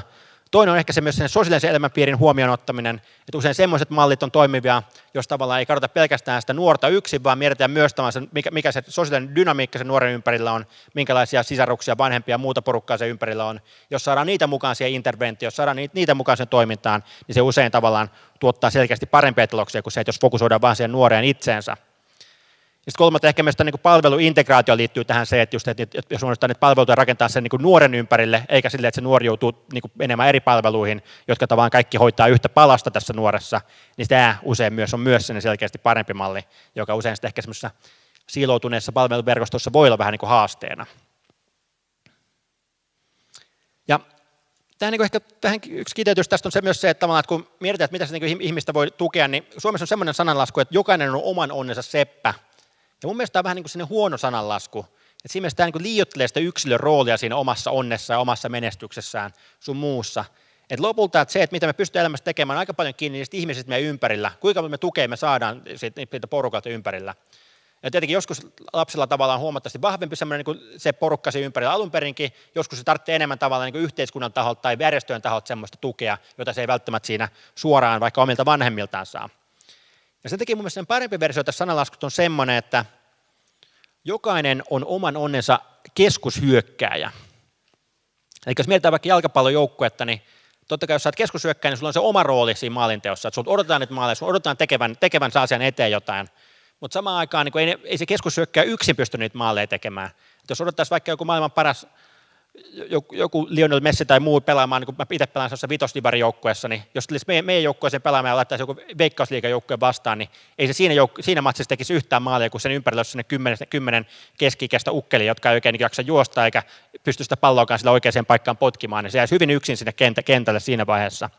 Eli se, että joku huippujalkapalloja pelaa niin hyvin, niin se vaatii toisaalta sen omaa suoritusta, mutta se vaatii ympärille myös sen kentän, joka tukee, antaa niitä syöttöjä, se porukka ympärillä tukemaan sitä. Ja näin mä uskon, että se elämässä ylipäänsäkin oikeastaan on, että me aina tarvitaan tämä ympärillä sitä niin se porukka, joka tukee meitä eteenpäin, jotta me pystytään myös sit ottamaan se myös oma rooli siinä tekemisessä. Että se yksin se ei onnistu, se vaatii sen niin tavan joukkueen siihen ympärille. Sitten ehkä vielä loppuun muutama sana tämmöistä vähän niin kuin haastavien hetkien ja haastavien aikojen kohtaamisesta. Että esimerkiksi nyt kun toi koronakriisi on ajankohtainen, niin muistan, että filosofipiireissä aika moni lähtee niin kaivaamaan esiin tosiaan antiikin stoalaisia kirjoituksia, kun ajattelet, että sieltä löytyisi semmoisia vastauksia tämmöiseen erilaisiin kriisihetkiin. Ja sen stoalaisen ajattelun yksinen keskeinen teesi on se, että kannattaa hyväksyä ne asiat, mihin ei voi vaikuttaa. Eli maailmassa on paljon sellaisia asioita, jotka tapahtuu, olimme niistä mitä mieltä tahansa, ja silloin tavallaan se, että jos me jää niitä märehtimään, niin se ei niin oikeastaan niin se ei mitään niin tulosta auta, että se tilanne ei siitä muutu, vaikka kuinka paljon niitä mietin tai murehdin. Että esimerkiksi Marcus Aurelius aikanaan, se oli Rooman keisari tämmöisen Antoninuksen ruton aikaan, eli siellä sitten rutto levisi ympäri valtakuntaa, joidenkin arvioiden mukaan joka 5. kansalainen kuoli. Hän oli keisari, hänen pitäisi tehdä jotain, mutta eipä sen aikainen lääketiede antanut oikeastaan mitään keinoja tehdä yhtään mitään, joten sitten se niin kuin tavallaan kirjoitti omiin muistiinpanoihinsa tällä tavalla, että ole luja kuin kallio, jota vastaan aallot lakkaamatta murtuvat, mutta joka itse seisoo vaarumattomana ja hillitsee aaltojen ärjyt ympärillänsä. Ja mun mielestä ehkä olennaista se kirjoitti sen tässä muodossa, että ole luja kuin kallio. Se ei kirjoittanut siis, että olen luja kuin kallio, vaan se oli sellainen kehotus itselleen, koska Marcus Aurelius tietenkin tiedosti, että ei kukaan tässä ole täydellinen, että kukaan meistä ei ihan kaikkea pysty ottamaan vastaan täysin tyynesti. Että se on se tavoite siinä stoalaisessa ajattelussa, että opitaan tavan paremmin ottamaan tyynesti vastaamaan mitkä tahansa elämän iskut, mutta ei kukaan meistä täydellisesti siihen pysty. Ja sen takia se on myös sellainen niin elinikäinen oppimisprosessi, että voidaan oppia paremmaksi siinä. Että se stoalainen filosofia aika paljon sellaisia käytännön harjoituksia, joiden kautta pyrittiin etenemään tämän ajattelun kanssa. No, suomalainen versio tästä samasta on tietenkin tämä Paasikiven tokaisu, että kaiken viisauden alku on tosiasian tunnustaminen. Tosiasioita vastaan asettuminen on turhaa ponnistelua, eikä voi viedä menestykselliseen tulokseen. Että näinhän totesi siinä vaiheessa, kun Suomi oli Neuvostoliiton kanssa tehnyt tämmöisen rauhansopimuksen jatkosodan jälkeen. Eli maailma kannattaa hyväksyä semmoisena kuin se on, koska semmoinen se nyt joka tapauksessa on. Mutta samaan aikaan mun mielestä tämä tarvitsee rinnalla myös sen toisen asenteen, joka liittyy semmoisen, tai voisi kutsua tämmöisen niin melioristiseksi asenteeksi elämään. Ja tämä tulee taas tämmöiseltä John Dewilta ja muilta tämmöisiltä jenkki-pragmatistifilosofeilta, jotka ajattelevat, että sekä optimisti että pessimisti on vähän huonoja asenteita elämään. Että optimisti on vähän se niin kuin helposti vähän niin kuin naivia, että kaikki menee hyvin joka tapauksessa. Pessimismi on helposti vähän semmoista niin kuin jäykistävää, että sitten me ei viitetä tehdä yhtään mitään, kun kaikki menee joka tapauksessa pieleen. Niin olisi sitä mieltä, että se niin meliorismi olisi vielä parempi asenne näitä kumpaakin näistä, jos ajatuksena on se, että maailma ei ole pahin mahdollinen, mutta ei se ole myöskään paras mahdollinen, mutta aina on jotakin, mitä siinä voi parantaa. Että aina on joitakin asioita, joihin mä pystyn vaikuttamaan. Että iso osa maailman tapahtumista on semmoisia, joihin mä en pysty vaikuttamaan. Että se, että miten joku pandemia tällä vyöryy maapallolla, niin mulla on aika pieni mahdollisuus vaikuttaa siihen. Se, mitä hallitus tekee, mulla on aika pieni mahdollisuus vaikuttaa siihen. Mutta aina voin tehdä sen niin kuin oman osuuteni. Ja mitä enemmän pystyn sen huomioon viemään siihen omaan osuuteeni, eli siihen, mitä mä itse pystyn asioita tekemään, niin sitä paremmin pysyn toimintakykyisenä myös niissä tilanteissa. Ja usein tämä tilanne ehkä vähän se, että on niitä asioita, mihin mä en pysty vaikuttamaan, ja sitten on ne asiat, mihin mä pystyn vaikuttamaan, mitä pystyn parantamaan. Ja sitten kun tulee joku kriisitilanne, niin usein se alue pienenee, saattaa olla vähemmän asioita, mitkä on enää mun omissa käsissäni, mutta aina on jotakin, mihin mä pystyn itse vaikuttamaan. Ja mitä paremmin pystyn tavallaan huomioon viemään niihin asioihin, niin sitä paremmin pystyn ylläpitämään sitä toimintakykyä myös niissä hetkissä. Ja sitten semmoinen kolmas teema, mikä ehkä tämmöisissä niin haastavissa hetkissä liittyy, on semmoinen, mikä just tämä Viktor Frankl, joka tuossa mainittiin, niin sekin nosti esiin sen omassa kirjassaan, jossa se kuvasi muun muassa semmoista hetkeä tavallaan, että no joku päivä taas siellä kaivamassa talvella ojaa siellä jossain, oli vähän niin kuin tavallaan, oli nälkä ja koko päivän saanut mitään syötyä. Sitten loput ne pääsi tavallaan sen takaisin sinne kämpilleen, oli menossa nukkumaan ja sitten yhtäkkiä joku toinen vanki sieltä huutamaan, että hei, nyt ulos katsomaan auringonlaskua, että se on tosi upea. No sitten meni ulos katsomaan sitä, se oli niin todella makeat värit siellä taivaalla ja sitten se koko leiri siinä leiri sen auringonlaskun alapuolella mutasena antoi niin hyvän semmoisen kontrastin siihen ja mudassa olevat pienet lätäköt heijasti sitä taivaan värejä. Ja muutaman minuutin hiljaisuuden jälkeen yksi vanki totesi toiselle, että kyllä se maailma voi ollakin kaunis. Eli niissäkin olosuhteissa, hyvinkin epätietoisesti niin tilanteessa, mikä se oli, hyvinkin väsyneenä, niin edelleen on tämmöisiä pieniä kauniita hetkiä myös sieltäkin löydettävissä. Että se oli se Franklin yksi opetus, että siinäkin aikana, vaikka asiat oli enimmäkseen aika pielessä, niin oli sellaisia pieniä kauniita hetkiä, jotka auttoi myös jaksamaan. Eli jos halutaan sitä merkitystä tukea tämmöisen haastavana hetkenä, niin ehkä se on 3 asiaa, mitkä siinä voi auttaa. Yksi on se, että autetaan hyväksymään ne asiat, mihin ei voi vaikuttaa. Että todetaan, että okei, nyt on maito on maassa, turha itkeästä enää, mennään eteenpäin. Toisaalta viedään huomioon niihin asioihin, mihin pystyy edelleen vaikuttamaan. Sitä autetaan ehkä näkemään, että sellaisia pieniä, merkityksellisiä, kauniita hetkiä, mitä siellä arjessa voisi edelleen olla läsnä. Ja nämä on totta kai aina nämä on helpommin sanottu kuin tehty. Se on helppo sanoa, että hyväksyn nämä asiat. Ei se useinkaan hirveän nopeasti tapahdu. Se ei, mutta joka tapauksessa, että mitä enemmän tässä prosessissa päästäisiin eteenpäin, sen paremmin pystyy ehkä ylläpitämään sitä merkityksen kokemusta myös. Se on se hyvinkin haastavissa tilanteissa. Ja John Lennon on tuossa aikanaan yhdessä biisissä todennut sillä tavalla, että life is what happens to you while you're busy making other plans. Ja mä itse asiassa muokannut tämän vähän uuteen uskoon tämän sananlaskun sillä tavalla, että kun mun mielestä jos miettii vaikka onnellisuutta, niin onnellisuus on usein vähän sellainen asia, johon ei kannata liikaa itsessään panostaa.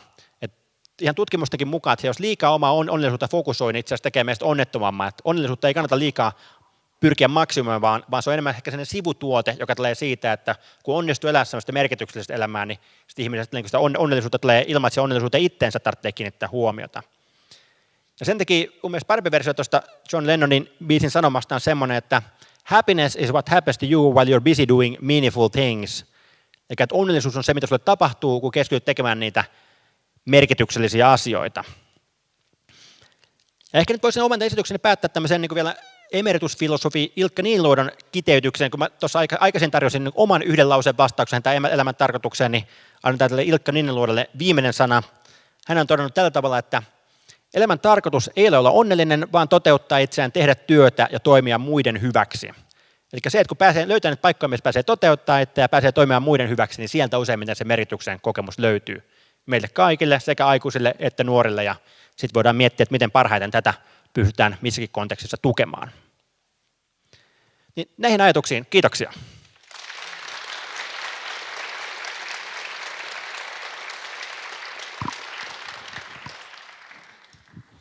Kiitos Frank.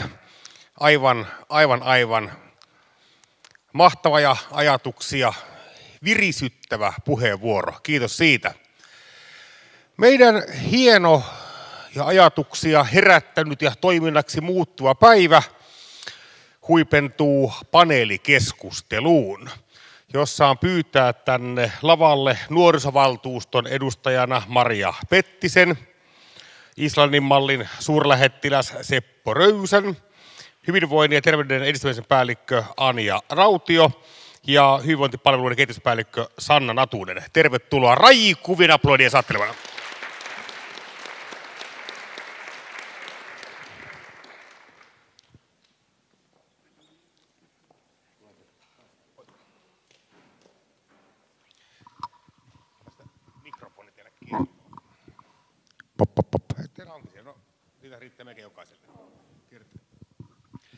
Tervetuloa, arvon panelistit.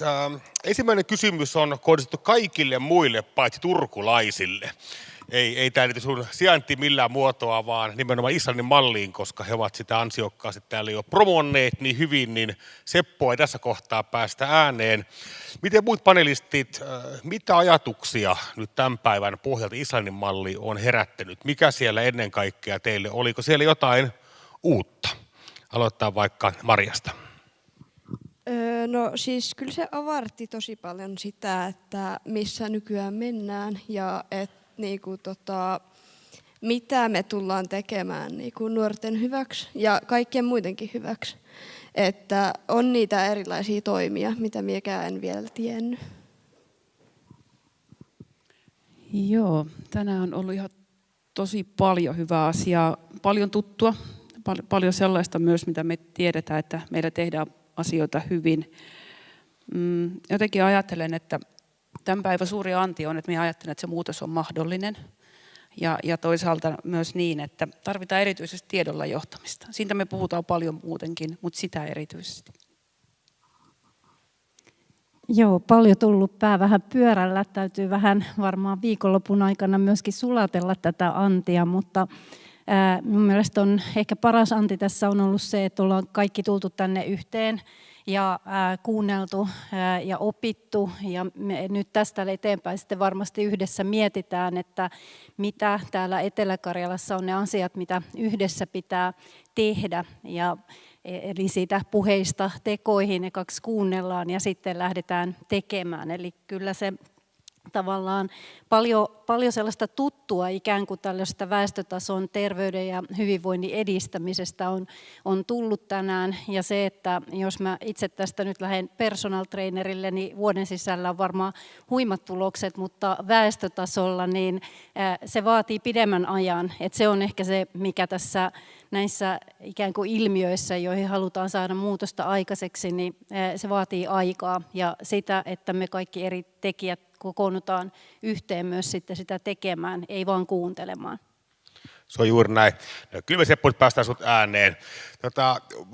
Nyt tässä on lukuisia puheenvuoroja, itsekin olet ollut äänessä. Onko siellä joku näkökulma tai yksityiskohta, joka koet, joka ei ole tullut Islannin mallista puhuttaessa vielä esiin? Minkä haluaisit nostaa tässä vielä esiin? Mun mielestä se, mikä on tärkeää Lappeenrannan seudulla, Etelä-Karjalassa, on tehty ja tehdään paljon. Et nyt pitää katsoa vähän out of the box. Mä luulen, että se on ehkä siitä kyse. Mä toivon, että ei kenelläkään tule semmoinen olo, kun ajaa kotiin tai kävelee kotiin tuossa, että olenko mä tehnyt työni huonosti, kun me ollaan täällä nyt koko päivä kuultu tästä jostain toisesta hyvästä mallista. Et mä uskon, että kaikki on tehnyt työtään hyvin, mutta se, että nyt vähän toisesta kulmasta pitäisi katsella. Sanot siitä, oliko jäähalli. Missä tämä jäähallihanke oli, mitä ajetaan, kun kärmettä piippuu, vaikka nuoret haluaa fudiskentän? No Turkuun rakentaa jäähalli rautatien päälle, rautatieaseman paikalle. Se kuulostaa valtavan järkevältä. No mä otan tästä kiinni, totta kai se on oltava järkevää. Kun mä olin aikoinaan pikkupoikana toimittajana Parikkalan Sanomissa ja lähetettiin aina kysymään nuorilta, että no nuoret, mitä te haluatte? He sanoivat, että äänemme kuuluviin. Hyvä. Nyt on mahdollisuus saada ääni kuuluviin. Mikä se on? Vastaus on aina sama. Haluamme äänemme kuuluviin. Ja tätä kehää pyöriteltiin se sitten, mutta olen vakuuttunut siitä, että nuoret ovat nykyään viisaampia kuin 84 Parikkalassa. Niin mitä te olette, panelistit, minkälaisia viestejä te olette saaneet? Oikeita nuoria paikalla toki, mutta omasta puolestasi, että jos Turussa ikään kuin on se, että jäähallia ajetaan, mutta fudiskenttää tekisi mieli, niin minkälaisia toiveita tai odotuksia te olette nuorilta Etelä-Karjalassa saaneet? Täällä on nyt päättäjien tupa täynnä. Mitä pitäisi tehdä, paitsi kuunnella? No kyllä ne on ne teot, mitä toivotaan, ja tässä yksi kysymys oli varmaan se, että mitä siellä kasvuympäristössä pitäisi tehdä, niin kysyin tuossa kahdelta omalta nuorelta, että mitä siellä on pielessä, että mitä pitää tehdä, ja he, no ei oikeastaan tule mieleen, eli varmaan edustavat sitä 70–80%, jolla menee suhteellisen hyvin. Ainut mikä tuli, niin uunimakkara päivänä, niin kasvisruokavaihtoehtona pitäisi olla joku muu kuin juustokastikkeessa olevia kasviksia. Eli hyvin näissä Maslowin tarvehierarkia perustarpeissa ollaan. että jos siellä muuta ei ole pielessä, niin hyvä niin. Mutta kyllä siellä varmasti mun mielestä meidän pitäisi ehkä rohkeammin tunnistaa nyt ne kohderyhmät, joilla sitten ei mene hyvin, ja miettiä yhdessä, että miten me heille kohdistetaan niitä toimenpiteitä. Eli nämä talouden reunaehdot, mitä tässä on nostettu myöskin kysymyksissä esiin, niin meillä ei välttämättä ole varaa ihan kaikille kaikkea, ja silloin tavallaan se, että me kohdennetaan juuri niille, ketkä sitä eniten apua tarvitaan, niin se on musta se tärkeä, että sitä sinne kasvuympäristöön pitäisi viedä. Mä kommentoin, mä olin Raisiossa urani loppuvaiheessa töissä, ja siellä Raisio on edistyksellinen kunta sillä tavalla, että siellä perhepalvelut toimii hyvin, ja siellä suunniteltiin, siitä on aikaa nyt sitten jo 10 vuotta, että miten me kohdennetaan niille, jotka todella tarvitsee sitä esimerkiksi harrastusta. No mun koulussa sitten ihminen, jonka vastuulla se oli, niin hän kuulutti, että nyt kaikki ne teillä, joilla ei ole kavereita eikä harrastusta, niin kokoontukaa tunnin jälkeen opettajahuoneen oveen eteen. Niin kuin voitte kuvitella, siellä ei ollut montaa lasta paikalla. Että sekin vaatii se lähestyminen omaa ja uudenlaista lähestymiskulmaa. Niin, tähän siihen peruskysymykseen, niin minä ajattelen, että viimeksi kun me tehtiin päihdetilannekysely, niin aika selkeästi meidän nuoret toivoivat, että vanhemmat olisivat läsnä. Nuoret halusivat, että me vanhemmat kerrotaan heille päihteistä ja alkoholista. Ja sitten taas me vanhemmat siihen samaan kysymykseen ja kyselyyn totesimme, että kyllä se on koulun tehtävä. Ja sillä tavalla ajattelen, että tässä kohtaa se, minkä olen itse kuullut, minä ajattelen, että Maria varmaan osaa tähän parhaiten vastata, mutta että me aikuiset ollaan läsnä. Ja sitten itse ajattelen, kun olen katsonut 2 jo täysikäisen lapsen arkea, niin lukio on raskas prosessi. Me ajattelen, että me usein vaaditaan lapsilta liikaa ja liian nuorena. Et toivoisin, että lapset voisivat olla lapsia riittävän pitkään ja nuoret nuoria. Mutta että naapuri todennäköisesti pystyy vastaamaan paremmin tähän kysymykseen. Mitä mietteitä, Maria? No, nuorilta on tullut sitä, että niin kun vanhempien vastuuta pitäisi korostaa enemmän, että vanhemmat olisivat enemmän niin kun nuorten tukena ja kysyisi vaikka pari kertaa viikossa, että miten menee. Niin kuin oikeasti kysyy ja kiinnostaa, että miten sillä lapsella menee, koska se voi olla hyvinkin iso asia sille nuorelle.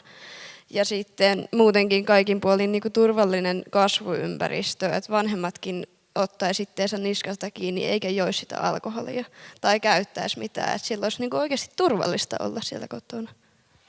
Pitäisi tämmöinen aikuisten neuvolajärjestelmä, että aikuiset kerran vuodessa pakotetaan tällaiseen keskusteluun, jos opetetaan muun muassa tällaisia taitoja. Osallisuudesta puhutaan, Frank Martellakin siihen äsken tuossa viittasi. Mä nappaan tuosta Marian näkökulmasta kiinni, miten me voidaan, arvon panelistit, parantaa aikuisten osallisuutta? Miten me saadaan heidät näihin gameihin paremmin mukaan ilman, että hoetaan, että tämä on koulun tehtävä tai urheiluseuran tehtävä tai hyvinvointialueen tehtävä?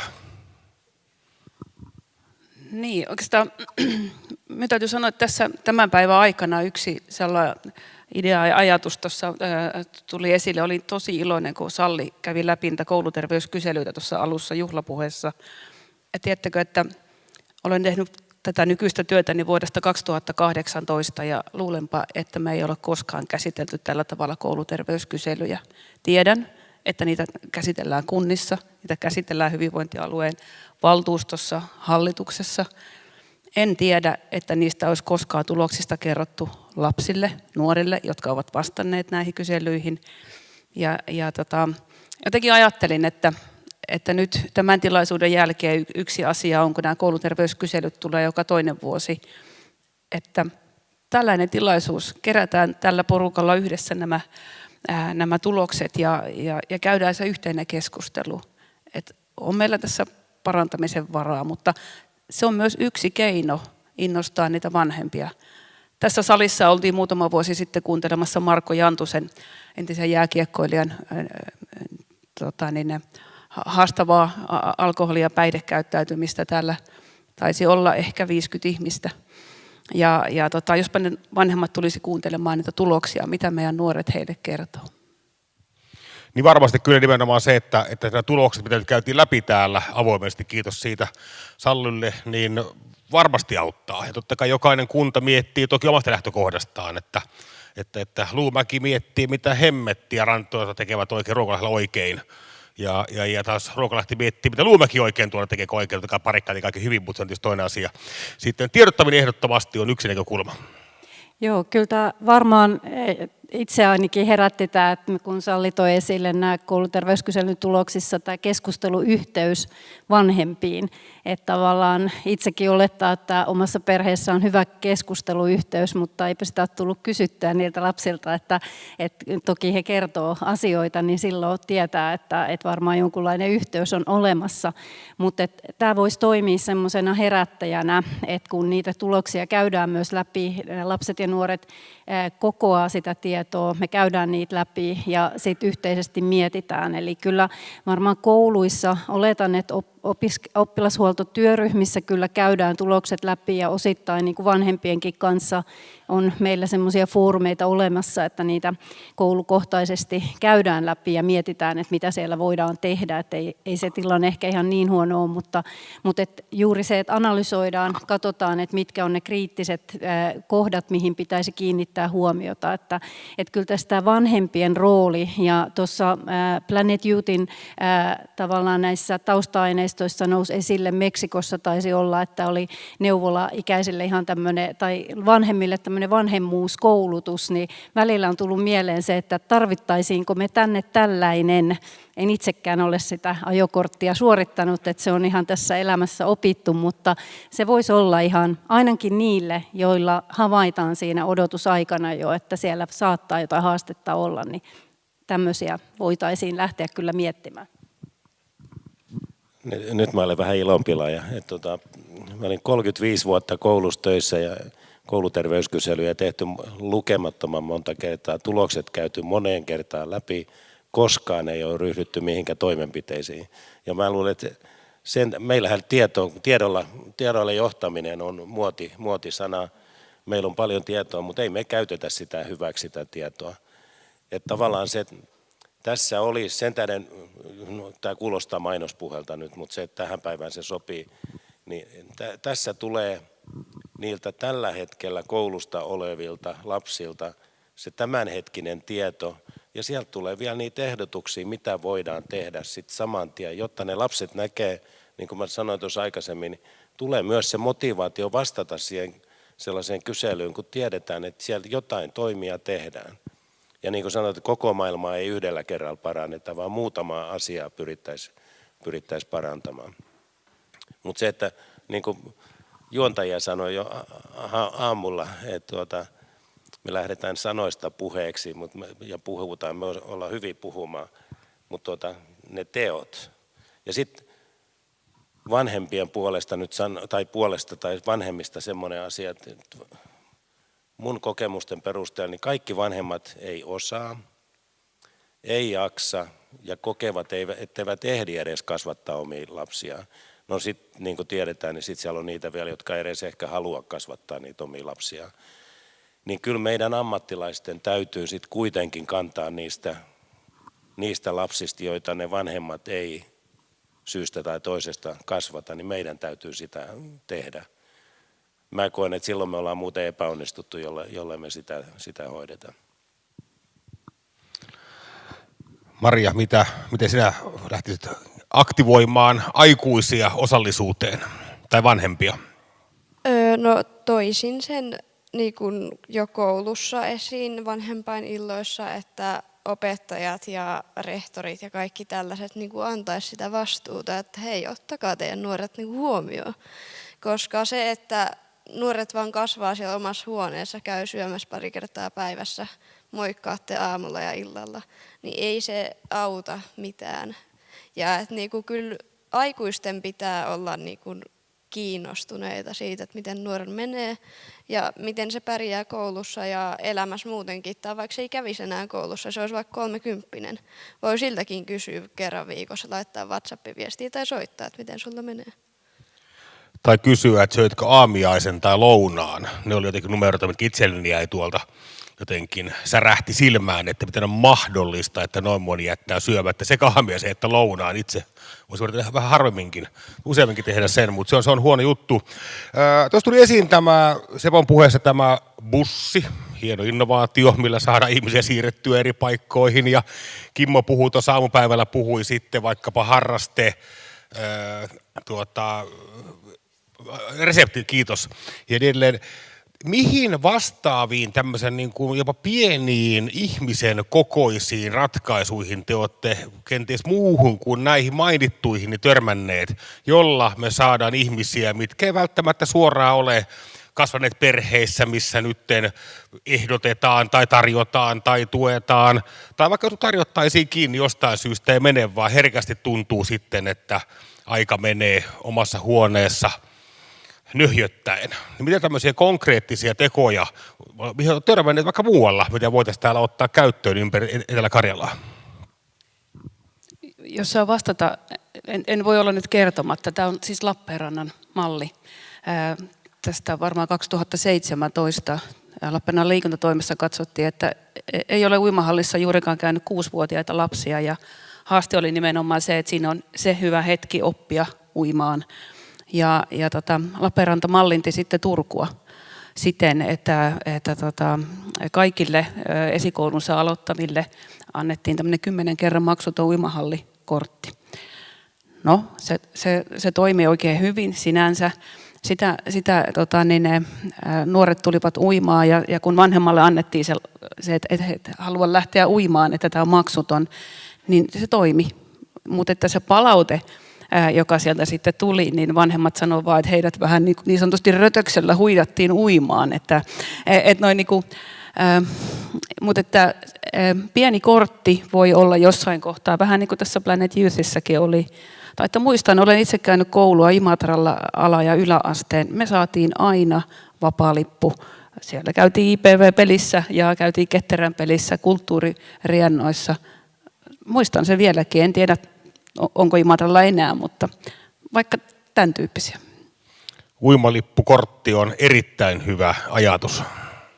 Joo, ja paljon on kehitetty sitten, kun aja siirtyi tuonne hyvinvointialueen leipiin, niin myöskin jatkettu sitä kehitystyötä. Eli lukioissa on esimerkiksi hyvinvointikoordinaattorit, jotka huolehtii sekä opiskelijoiden niin kuin, tämmöistä henkisestä ja sosiaalisesta plus fyysisestä hyvinvoinnista. Eli meillä on esimerkiksi ilmaisia kuntosalivuoroja ihan kaupallisille toimijoille ja on ilmaisia myös yläasteelaisille uimahallivuoroja, eli paljon tehdään. Ja yksi semmoinen merkittävä, mikä tässä nyt tätä vanhemmuutta myöskin tukee, niin on mun mielestä tämmöinen perheliikunnan kehittäminen, mitä on lähdetty kehittämään aika voimakkaastikin. Eli halutaan nimenomaan, että ne perheet tekee yhdessä.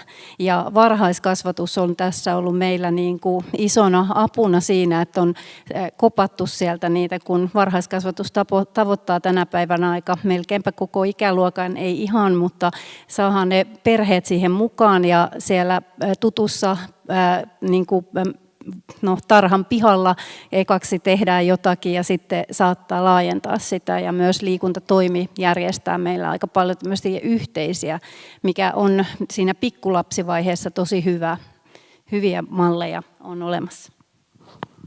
No hei, tuosta tuli siitä harrastepussista mieleen, että nyt me ollaan juteltu niistä harrasteista siellä jossain koulun ulkopuolella. Mutta siinä on isot rakennelmat, siellä koulussa siellä on liikuntasali, siellä on käsityöluokka, siellä on puutyö- ja metallityöluokka, siellä on taideluokka, kotitalousluokka. Voisi kuvitella, että sielläkin voisi vähän harrastaa.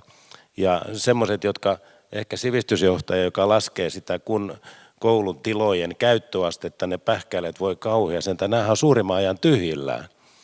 Niin ei meidän kaikkia lapsia tarvitse sinne harrastepussiin laittaa, vaan osa voi ihan harrastaa siellä koulussa ja sitten mennä siitä omin keinoin kotiin.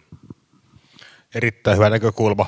Miten Maria, mitä sä oot kokenut, että minkälaiset ratkaisut, jos ovat auttaneet siihen, että muita nuoria on saatu sitten harrasteiden pariin? No varmaan se, että kerrotaan niistä harrastusmahdollisuuksista ja tuetaan niinku sitä, että jos on pitkiä matkoja sinne harrastuksiin, niin kyllä vanhemmilla on todennäköisesti sitä aikaa kuitenkin viiä ja mahdollisuuksia. Tai sitten jos ei ole mahdollisuuksia ja lapsi on täyttämässä 15, niin sille voi hommata mopokortin ja mopon. Tai jos täyttää 17, niin voi poikkeusluvalla hakea sen. Mä olin aikoinaan Parikkalassa, niin kysyttiin, mitä nuoret haluaa tehdä, niin kaikki olisi, että mopon rassaaminen, että se olisi hieno homma. Mutta jostain siihen aikaan mopoilu ei ollut harrastus, mitä kunta voi tukea. Mutta muistat niin sinne vaan, pajaa siihen vaan koulun pihaan ja antakaa mennä. Erittäin hyvä näkökulma, koska sehän herkästi unohtuu meiltä, on markkinointi. Ja markkinoinnin meillä on semmoinen myötäsyntyinen ajatus, että kyllähän kaikki nämä tietää. Täällähän se on meidän internetsivujen vapaa-ajan toimen portaalissahan nämä löytyy. Unohdetaan usein, että voi olla tilanne se, että ihminen ei vaan kerta kaikkiaan huomannut näitä asioita. Ja se puolta hieno puheenvuoro siinä, että kouluissa on tiloja, jotka tässä Amerikasta hoidetaan paremmin. Että Yhdysvalloissahan se harrastaminen tapahtuu todella paljon koulun jälkeen, koulun tiloissa.